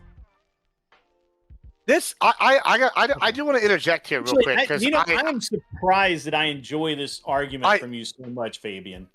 I'm really surprised. I really like this argument, Fabian. Well, hold on. I gotta say here, Grid. When you said just now that was not the case in the schools and the books, on my surface in my head, I kind of was just like wanted to roll my eyes, but I'm doing some Google searches. And this is a thing I just found. They're saying that black students who attended either predominantly white or predominantly black schools, if you attended a racially integrated school, you were more likely. Yeah, it was a year and a half less you were likely to go to school than if you went to either an all black or all white. It didn't help or whatever. anybody but a bunch of idiots who thought that desegregation was a wonderful thing. Yeah, and I'm looking at some of these other ones that are talking about the financial impact that this had. This is kind of crazy I'm stuff. with Fabian on this. I am fucking with Fabian. I don't know. No, you're not, because my solution would have been to abolish all public schools. Now you don't have a fucking problem. Just privatize them. I'm kind of getting there with you on that. My tax dollars are. Which is one of my 10 arguments that I laid out in why Democrats support slavery, because they support public education. You almost had me hooked. I need to pursue this line of logic from Fabian too, because let's say it was instead of Brown versus Board of Education, we did what you did. We abolished all public schools. So now you have Fabian with an A. Hard A. It's Fabian. It's like I said, it's a play on the Fabian Society in the UK. Gotcha. It just means incrementalism. Gotcha. Let's say we live in this world where in the 1950s and 60s, rather than desegregate, we said, fuck it, free association, abolish public schools. Now you have an entire swath, 13% of the population, I don't know if it was the same number at the time, who does not have access to the wealth or the generational achievements or the connections. And you're like, go fucking make your own shit. And then all the people with the established precedent who have all the money and the buildings and the education and the teachers can do what they want. What's the dropout rate now, Soy Pill? What is the dropout rate? Can I finish? I want to ask him the question, and then we can talk about how much you don't like black people. All right? I'd really like you to. You're making a point that 12% would be harmed, people. and I'm like that one guy, the whole white town hated. That guy's probably an asshole. The dropout ratio, because I'm going to guess it's higher than 12%. What? No. That's what does this have to do with my question as to how this would function? You're driving to a point of 12% of people would be left behind and harmed by this by not desegregating, and I'm saying that 12%. It's higher than 12% that currently drop out because the schools are desegregated, and that's exactly what you think. You think the dropout rate of all schools for all races is because there are mixed race people in these schools? I don't know, but you don't. This is what you just asserted. You don't know that 12% because they were happening. So first of all, you're attributing something that you're presupposing that the dropout rate was Grid. You're presupposing that first of all the dropout rate before please let me finish. You're presupposing that the dropout rate was 0% and then reintegration, and now it's higher than 13%. So the comparable number would be the 0% dropout before with the 13% of the black people who would not be able to freely get good educations because they have no access to resources, which is ridiculous. But now you're also saying, well, it must also be because they have no access to resources in 1950s America. I don't believe the 12% number for black people. I believe that. You don't believe that that's how many black people? I don't believe the number. No, I don't. And I also noticed that you're wait. Do you think what's the number of black people? About white people who were not able to go to school. Wait, hold on. Grid, just for clarification, because now I'm confused. All right, how many? What percentage of the U.S.? This is my question, real quick. Just maybe this will clarify. What percentage right now do you think of America is black? Oh, I have no idea. Wait, what? I have not. You're a terrible racist. Wait, why don't you? You're a terrible racist if you don't know the percentage of black people. I'm a terrible racist. I don't know that. I'm sorry. It's like 13%, right? 13%. Why don't you believe the 13% number? I don't believe that there were 13% of uned people, black people. What about right now? How many black people are there right now in the United States? Like what percentage? I have no idea. 13. No, 13%. Wait, Grid. I was just using that number to say that if you completely separated and let people self-segregate and abolished all public schools, that 13% of the population, aka all of the black people, would have this completely disproportionate, like, I'm held back for 10 minutes in the race head start. Why wouldn't white people not get educated the same? Why are you asking me why black people had less resources in the 50s and 60s? I'm asking you why you presuppose that when that was It's not a presuppose. horrible This is time just for basic white history. people as Black people well. were slaves for hundreds of years. They got freed in 1865, and then they faced Jim Crow and antebellum. You can keep talking, but I'm going to. I really want an answer here. Do you really believe that all white people lived a life of luxury? Have you never heard of poor white trash? No, I've never In the claimed 50s that. and 60s, my mom and her parents. I believe lived that in a you were house poor white with a trash. Yes. outhouse, young man. I've got to be honest with you. This is an idiot. Maybe let's not use that term. That's an idiotic term. I'm not. Wait, Grid, but you're assuming that I'm saying that all white people had it good. I'm listening to what you're saying. Okay, and what you said. Okay, is let wrong, me try one more and time. Tell me where I lose you. what is Okay. wrong. You're Would saying. you like no? Well, no. you're Listen to saying me. that- No, don't that say what I'm black saying. people Listen to me, please, Grid. specifically were Grid, please listen to me. disadvantaged, and I'm saying everyone was disadvantaged, and I dislike it when people play the race card this way. Okay, wait. I'm sorry. Do you think that I love your white virtue privilege? signaling. Do you I think really white do. privilege existed in 1850? Someone in my chat just said 50% of the good arguments are made by 12% of the people on this panel. Pretty good. Grid, do you think that white privilege existed in 1840? I have no clue. I wasn't alive. You tell me. Okay, can you insinuate from your historical knowledge that maybe it was easier to be white in I 1840? really want to hear your story. What is your? Okay, so what I'm saying here, and tell me where I lose you, because I promise you I'm not trying to deceive or assume anything, is that in 1950 and 60, not every white person was like live in luxury, had a TV, they, with all 5 black and white channels. What I'm saying is that if you look at the history of how black people were brought to this country, were freed as slaves, faced in Reconstruction, and then faced all the segregation up until, the civil rights moment, they're going to have less generational wealth. They're going to be worse off overall in communities because there's less money in those communities. And if, as Fabian suggested, you completely shut off public schooling at that moment instead of resegregating these schools, you're now having a whole community, 13% of the population, at a huge disadvantage to then do then everyone do free association and build your own schools game. That's all I'm saying. Really swell the disadvantage story. is the integration, I think. The forced integration is the actual damage. If you would have allowed people that was the actual abolish public schools, would have been the advantage for them. They would have gotten ahead much quicker. How would they have done that? Because it's a superior system of education. It's more efficient. They don't have any money to build schools. They don't have the resources. This idea that even in the turn of the century in late 1800s, early 1900s, there were mutual aid societies and fraternal order societies, even before the Great Depression, where blacks were able to freely associate and get ahead and start businesses. Like this idea that 1950s black people were like this, it reminds me of that George Bush quote, the soft bigotry insulting.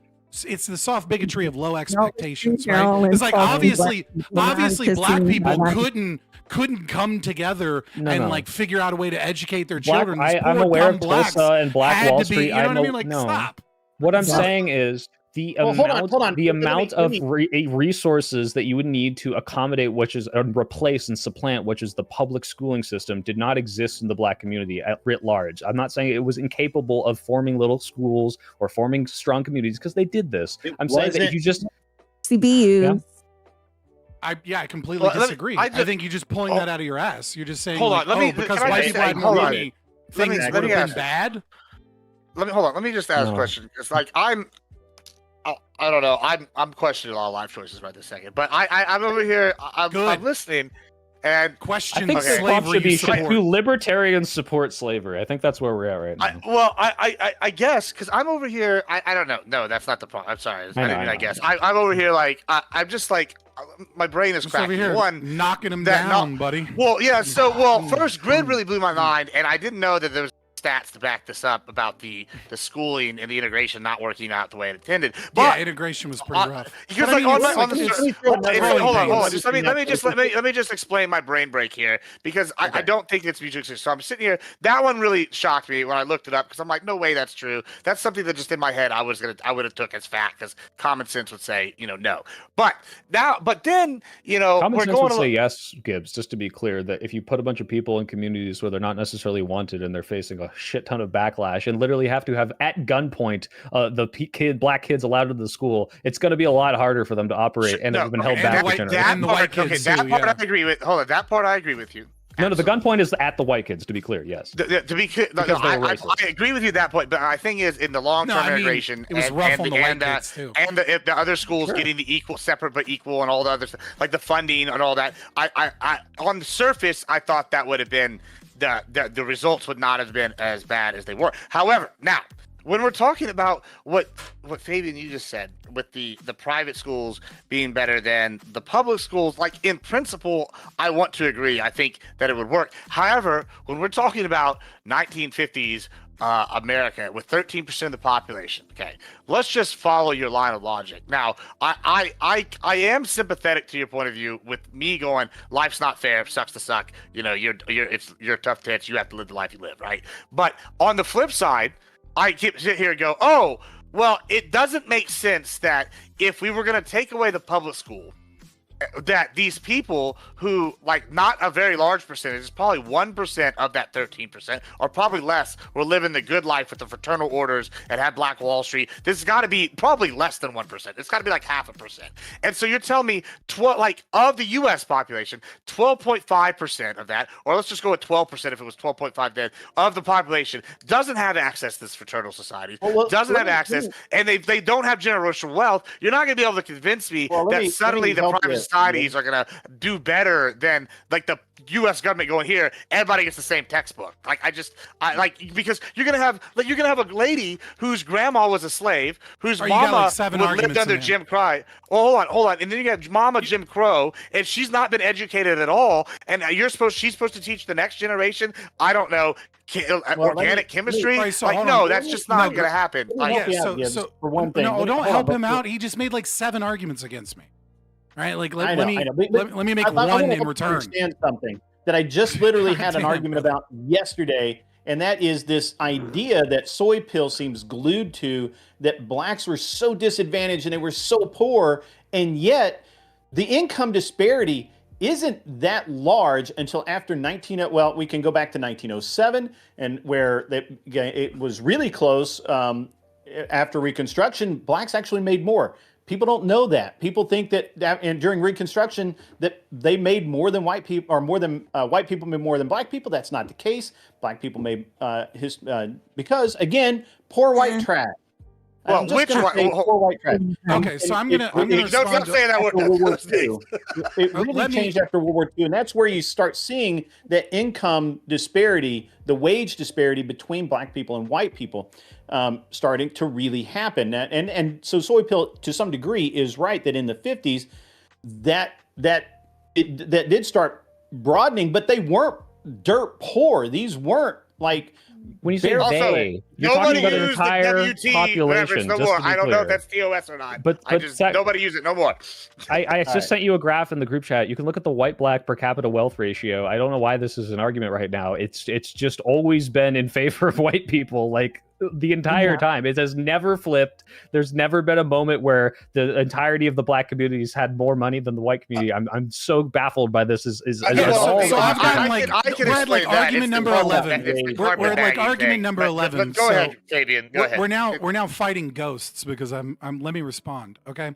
So yeah, go ahead. Earlier we talked about. We'll wrap it up here. Earlier you were with me, Gibbs, when we were talking. I'm just confused. I'm trying to go through this. Hey, hold on. Let me make the argument. I get you're confused. I'm working with you. Okay.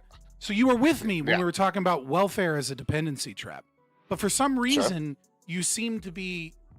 There seems to be like you're standoffish on public schooling as a dependency. No. Maybe let me clarify. Okay, go ahead. No, I don't need you to fucking clarify after you made like 7 arguments, and then Grid made an argument, and then Soy Pill made an argument. Let me fucking defend this position you're all attacking. All right. Public education is extremely expensive. We get very little return on investment for it. Depending on where you are, it's somewhere between $11,000 to about $25,000 per student per school year, right? So if you're in like New York City, for example, you know, to the state is paying about $25K in order to educate a child. Let's say you're a family with 3 children, that's $75,000 a year is what it costs. I don't know how many.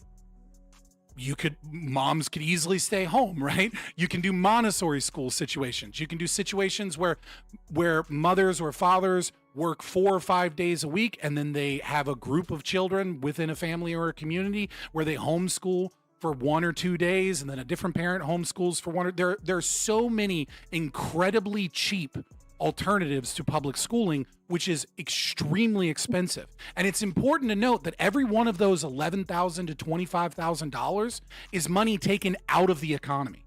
Right? Every single time, it is money that is in the form of taxation. That means that prices go up, food gets more expensive, wages go down, businesses grow at a slower rate. That there is a cost to educating children. And that cost is astronomically more than it would be if we had a private system where people could, yes, some people could pay for a nice private school. Some people would just homeschool alone, which is what people do now, even though they still have to subsidize public education because they don't get tax rebates for homeschooling. But nevertheless, the other portion of that, when we're talking about the dependency trap, what happens at schools? They train people to be workers. They train people to be obedient. They train people to be statists. Every fucking morning in every public school in America, they get up and they say the Pledge of Allegiance, and they make sure that they understand the hierarchy that they are under. They promote collectivist ideologies. They promote social emotional learning. They promote a form of ethics that is acceptable by the state. It is a form of indoctrination, and it is a form of learned helplessness that is imposed upon people so that those people then end up having to pay. And even the poor people are paying by having lower wages and higher inflation from the money that is stolen from you so that we can have Where do you public think the money education goes systems. once it's in the public education? Do you think they eat it or burn it? Like, what do you mean it was removed from the economy? I'm so confused by that one. Well, I do want to say one thing. Like that's just retarded. Like it's taken No, out I of the genuinely economy, don't know what you and then mean. it's Like put when I into hear public money schools. removed from the economy, I think it's being sent overseas and not like repatriated at any point. Like just because the money is like if I take all of your money and then I do some government program, obviously the money went into some government program. okay, sorry, it was the language you used. I apologize. I understand. The money is still taxation stuff. taken Got it, from got it, you. got it. Got it. Right, that money, every dollar that you tax means some level at some level that you are decreasing wages in America. You are slowing business growth in America. No, I understand the language now. I forgot for a second for some reason that right. And every time the government spends money without actually taxing said money, then it's a tax on inflation, and that means higher prices. So some way, some form, whether you're poor or whether you're rich, you are paying for these programs out of even if you don't pay any taxes, you're paying in the sense that your ability to go and get a job in the labor market is less than what it would be because there's less jobs available, and the wages, because of the competition, the supply and demand equation of labor, means that your wages are lower. What I am arguing is that when we had a problem with public education and segregation, the appropriate response would have been to stop indoctrinating children, stop stealing money, and allow the market and allow families to be able to educate their children. And we have seen over and over and over again that when Black people are free to associate amongst people that they choose to associate with, that they do great things. And when the government gives out handouts, what they do is they teach learned helplessness and they indoctrinate people into a system of dependency that makes them collectivists, socialists, and makes their life worse. Just to be clear, do you think that if Black people were forced to figure everything out privately on their own, like at the time, and like really, I'm the only sorry, to be clear, person. I had no idea. You're purple to me, but go ahead. Listen. I'm like literally the only Black person here, and everything that you have said is just complete bullshit. It's complete bullshit. Because I fucking lived it. I fucking lived it. Standpoint epistemology is a contradictory bullshit nonsense statement. Give me the argument. Okay, go ahead. A Black woman speaking, sit down and listen, Fabi. What you have said is complete 100% bullshit. Because then when you start talking about taxation, right? You want to start talking about taxation of services for schools, right? Then let's talk about services of firefighters. Let's talk about the services of what those taxation does. Now, I do not privatize firefighters. Yes, I do not believe at all that anything that you've said constitutes anything. Now, let's just even talk about there is no helplessness. There's none. There is no learned helplessness.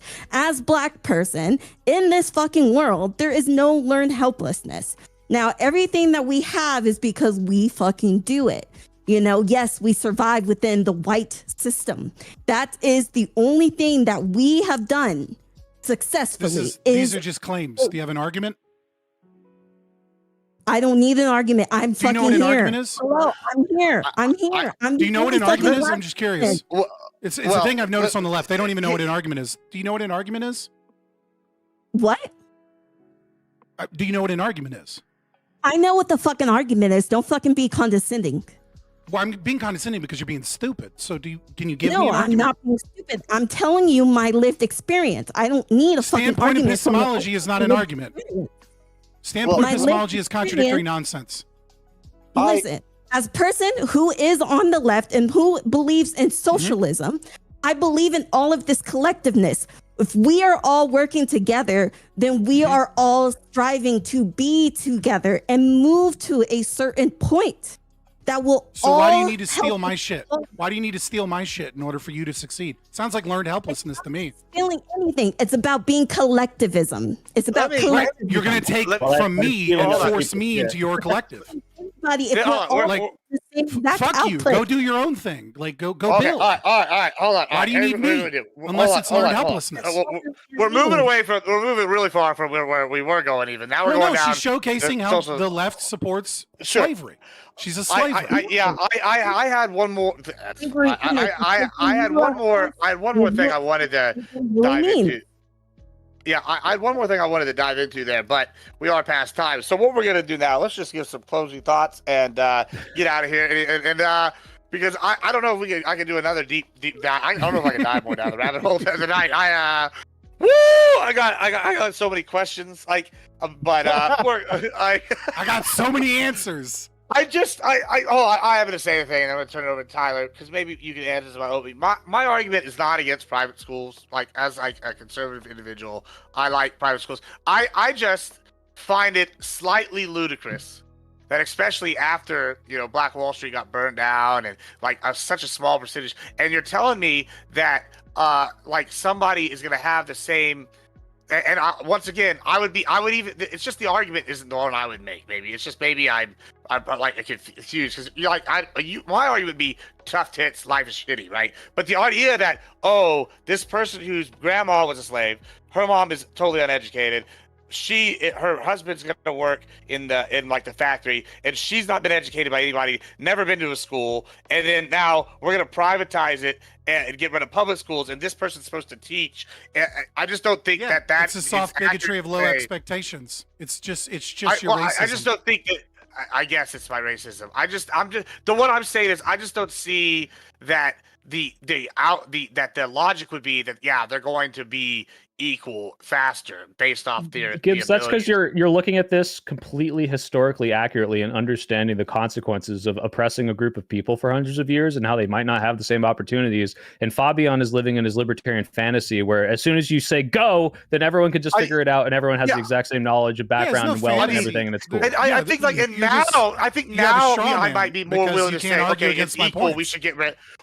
So my thing is like now I would see, this is why I'm not a full libertarian. Like I would argue now, okay, I think people are on an even up playing field that maybe we should remove the public school, we should do private or something. Like and I'm not saying that. I would have to look the historical knowledge is on my side, not his. I would say I'd be more willing to consider that, but like at the time, I don't know. I'm mind breaking. I don't know. I'm gonna think about. How far does it go, Fabian? How far? Wait, Fabian. I'm curious. How far does it go? Shut up. No, I need to ask you. 1860. If you did this in 1860, would you have the same argument? instead of 1950? Okay. I'll answer your question with as far back as time immemorial. We should reduce the state, and we should let people be free to freely associate and not be under the thumb of the state and be able to educate their children in such a way that's nonviolent. But when you talk about well, it works now, but it wouldn't work then. I just want to point out that slavery was abolished in Massachusetts in 1783, and that interracial marriage was abolished in Massachusetts in 1843.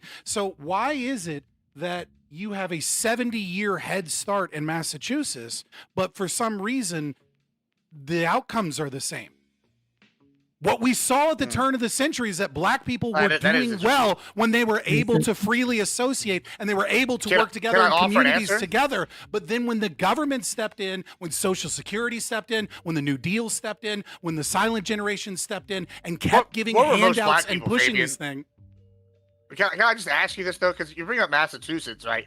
I would assume a black person living in Massachusetts in 1783 or in 1843 or whichever year you said is going to be a lot different than a black person living in North Carolina or South Carolina or Georgia or I guess not Texas.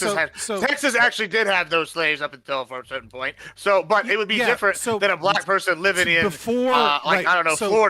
Texas did have slaves. It's the whole thing. So I just don't think it's the same. Yeah. So you had two great migrations from the South. One directly after the Civil War. Right, so roughly 1865 is the beginning of that. And then with the end of World War II and the GI Bill and a lot more money flowing into communities in 1945, 1950, in that area, you had a second great migration out of the South.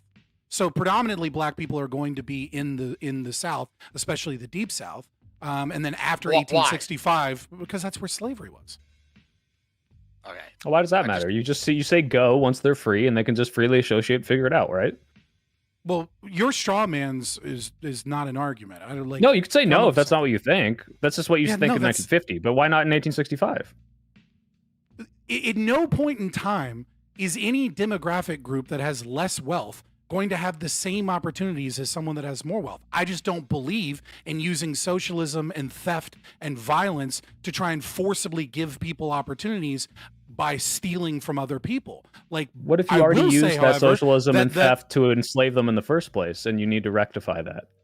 Yeah, or do you just say I'm all for restitution for slavery. I've said multiple times that not only do we owe black people that can trace their lineage reparations, we also owe the Cherokee in northern Georgia that were forcibly removed by Andrew Jackson reparations. Right? Like, I commend the consistency, though. It loops all the way around to, yes, we should do reparations, but also for everyone who's paid taxes, which includes black people and Cherokee Indians. We also should do reparations for all the taxes. Correct. Yes. Gotcha. And at this point, the calculation would most likely be that blacks would probably not get that much, just because white people will have paid so much more in forms of taxation.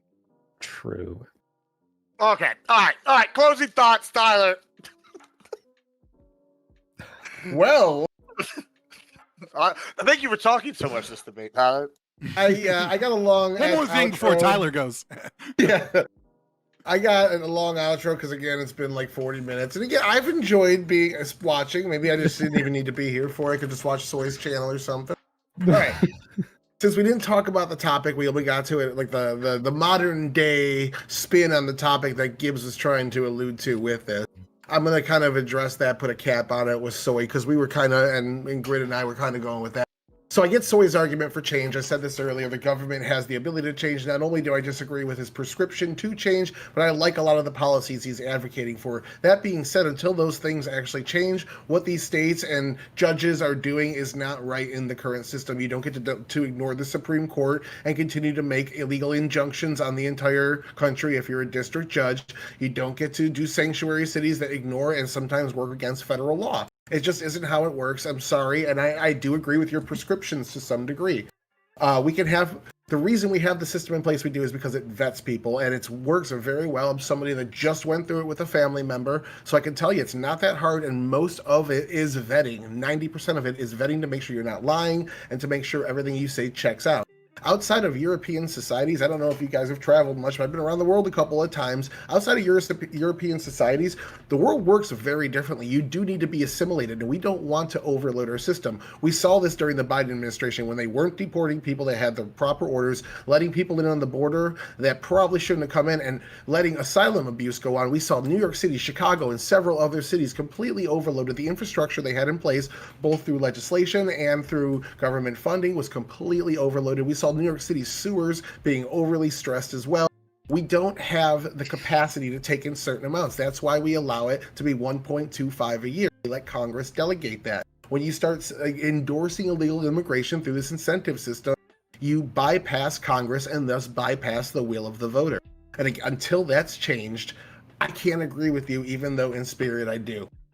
Now to the Libertarian. Arguing with Scott is always fun. I've gone on a show to try to better understand his arguments. To the best of my ability, I think he would tell you I gave a good faith listen and gave some good questions back to get deeper and deeper into it. But at the end of the day, I still think that his system would result basically in just Mad Max, and luckily only 1% of the population votes for it.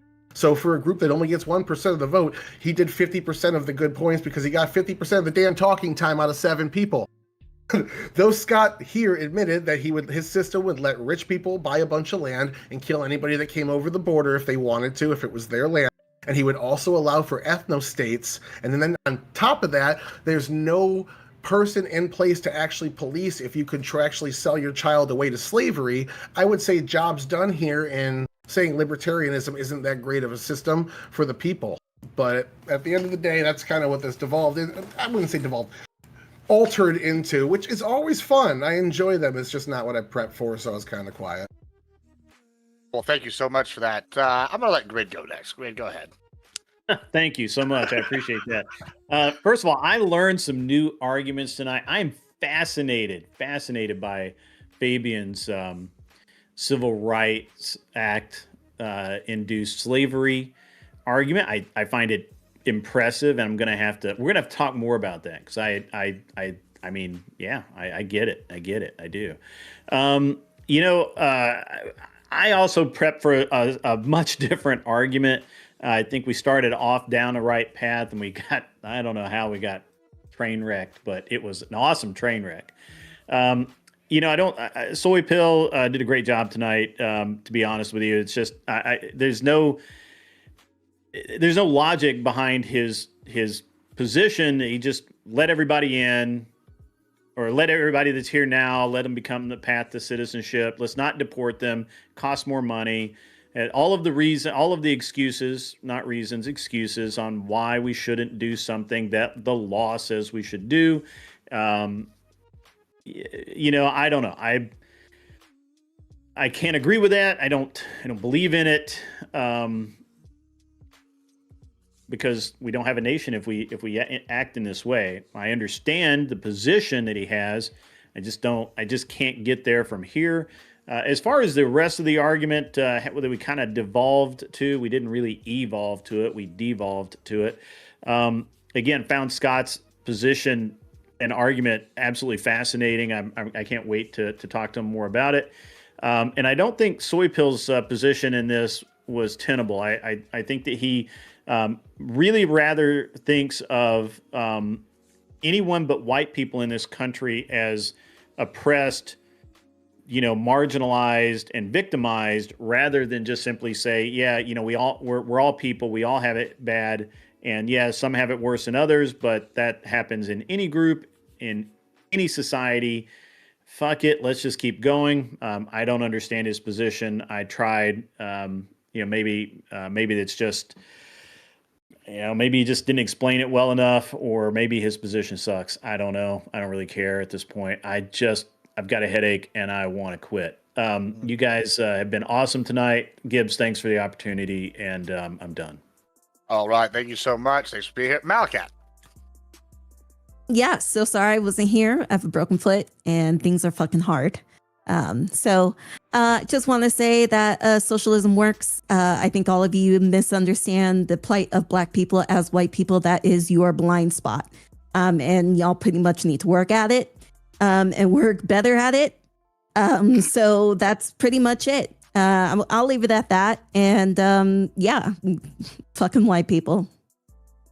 All right. Well, thank you. But I think Preach, honestly, yes, since queen. Fabian's half black. I don't, Yeah. or quarter black or Not something. half like Well, that. let's go.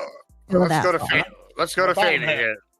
Oh, you say you want to go So to I, me? I wouldn't Yeah. call him a fucking Yeah. white. So, you know, I started this stream with a definition of what slavery is. I'll repeat that. The definition that I chose to use from a libertarian perspective is any system that forcibly takes the product of one's labor or property or compels a person to act against his will as a form of aggression that negates bodily autonomy and reduces the individual to a state of servitude. And over again, what we saw tonight was, you know, what it eventually turned into just the, you know, as I said, quoting George Bush, the soft bigotry of low expectations, which is, you know, that black people need to steal from the white people and get that wealth back so that they can be able to have the same opportunities when history doesn't show this. In fact, what history actually shows is that when black people are free to freely associate, they make programs like the United Order of the True Reformers. William Washington Brown was able to take freed slaves and turn them into business owners and own hotels and you know, have health care that they communally did through fraternal order societies. And I agree a little bit with what Malakat said.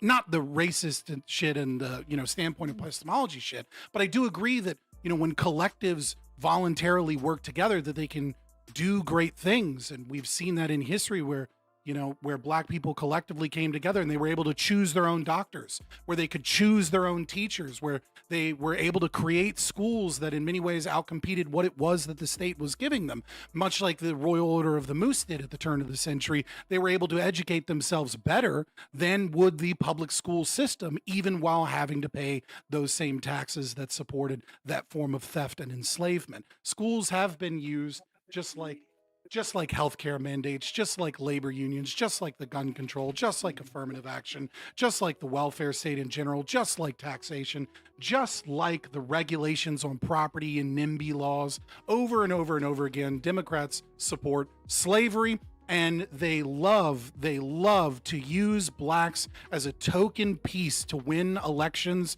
as they consistently stomp on them and never give them what it is that they promise them, and instead string them along so that they can use them as a voter base. I will end this. You can find me, Fabian Liberty, on YouTube or Twitter with one of my favorite Ayn Rand quotes, my favorite being about Contradictions from Atlas Shrugged by Francisco d'Anconia. But my second favorite would be the smallest minority on earth is the individual. Those who deny individual rights cannot claim to be defenders of minorities. Thank you so much. Soypill. Yeah, I came here to talk about illegal immigration. Sorry I didn't get through to you, Grid, although I do appreciate your good faith in listening. Basically, my argument is it does not make economic sense to do mass deportations. A lot of people are here. I think they're not hurting anyone. They're nice dads and moms. They're just hanging out, working, and unfortunately getting abused and paid under the table a lot. And I think those people should be reintegrated as easily as possible. I think it's totally capable within our system, and with not as much expense. I love to steal more money from people like Fabian to pay for it, and that includes me too. I would pay a lot of taxes.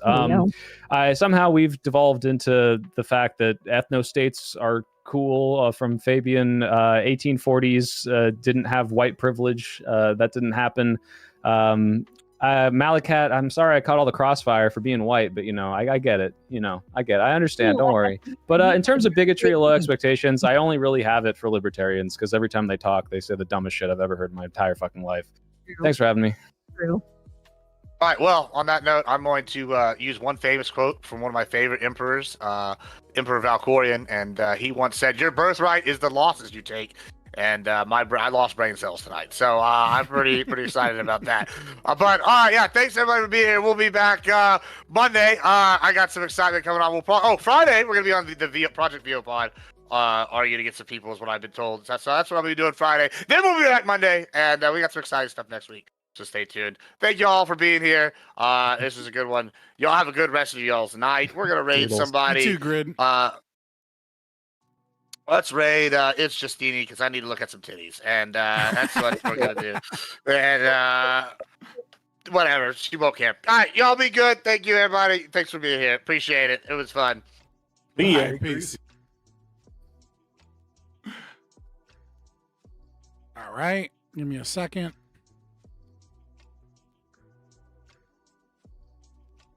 To the haters out there is no one I cares, hit no the one's wrong listening. All right, well, let's get I didn't mean to do that. Click the wrong button.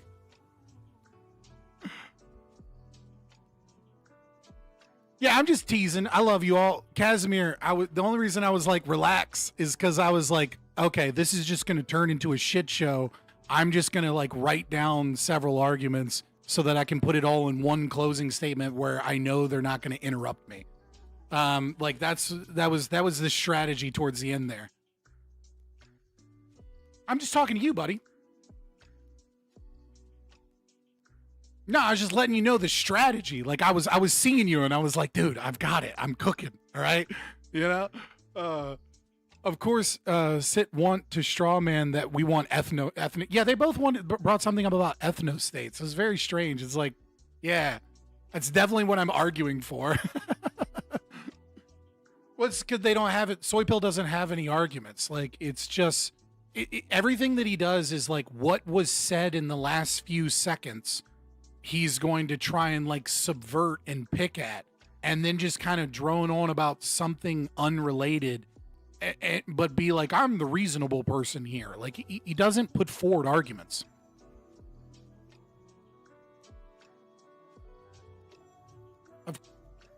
The Islamo-fascists added nothing of value. I don't know what her deal was. Like, they just brought on like some weird CRT person in Islamic garb. It was very strange. His time horizon surprisingly short. Yeah. It's very like, because it's kind of like the Destiny thing where you use weaponized stupidity, where you pretend like you don't understand what's going on, and then you get them to like re-explain something several times, and then one time they'll slip up and say something wrong, and then you attack that. It's like that, but it's like he doesn't have the intellectual capacity to be able to employ that strategy, so he just kind of like sits confused the whole time, and then just kind of does it when he sees the opportunity. He had a chance to jab, which is usually more powerful than the strong finish. Maybe. I don't know.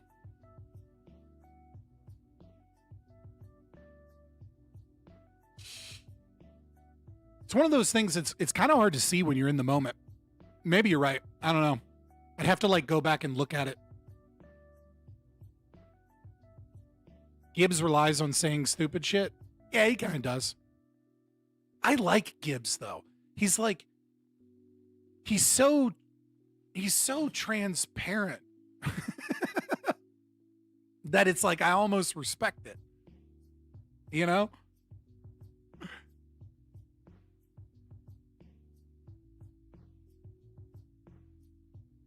Yeah, I mean, you know, but it's I think he just sees the game as an entertainment game. I like it.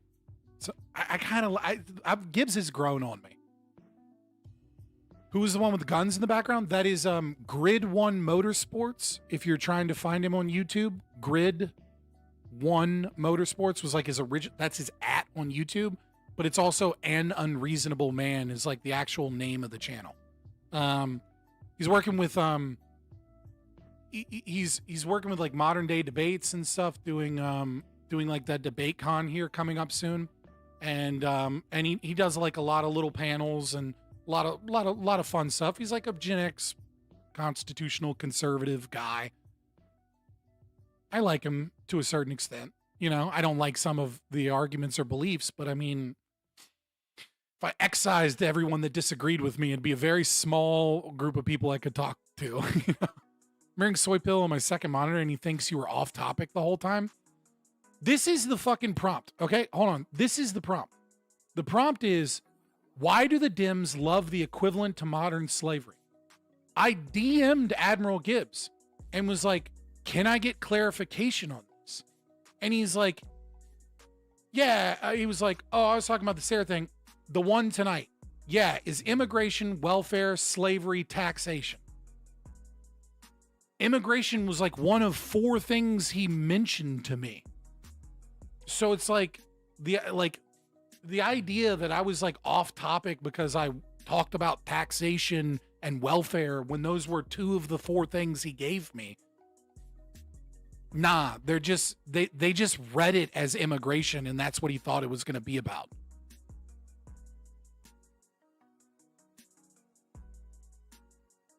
He keeps talking about racism, but wouldn't answer the question that how many people would actually want that. I don't know. Regardless, boys, it's been a crazy week with the Charlie Kirk thing, that tragedy, and like the other tragedies. It's a powder keg of a situation. I had fun tonight. I almost forgot about it for a while there, but I got my kids this coming weekend, so definitely click the Discord in the description. Sometimes it's in chat as well. Follow me on X. You'll see me on Discord occasionally. You'll see me shit posting on X throughout the weekend when I have my kids, because they're doing something. I'm like, all right, whatever. And I'm usually on X a lot on Saturdays because that's when I'm reaching out to try and set up interviews or debates and things like that. But yeah, like, share, subscribe, consider donating if you want. You got a couple of good clips this time. Yeah, someone DM'd me one. Hopefully there's some of you guys in the Discord put some clips in the stream clip section, and then maybe tomorrow or sometime this weekend I'll be able to make some YouTube shorts. The last 2 shorts did really poorly. Maybe hopefully with a better microphone setup and the audio being a little bit better quality, we'll have less of an issue. But I will see you guys Monday. See you on Twitter. See you in Discord. Thank you guys so much for the support and the likes and just coming. I know it's been a crazy, crazy week, so I'm just happy to have you guys here. Peace.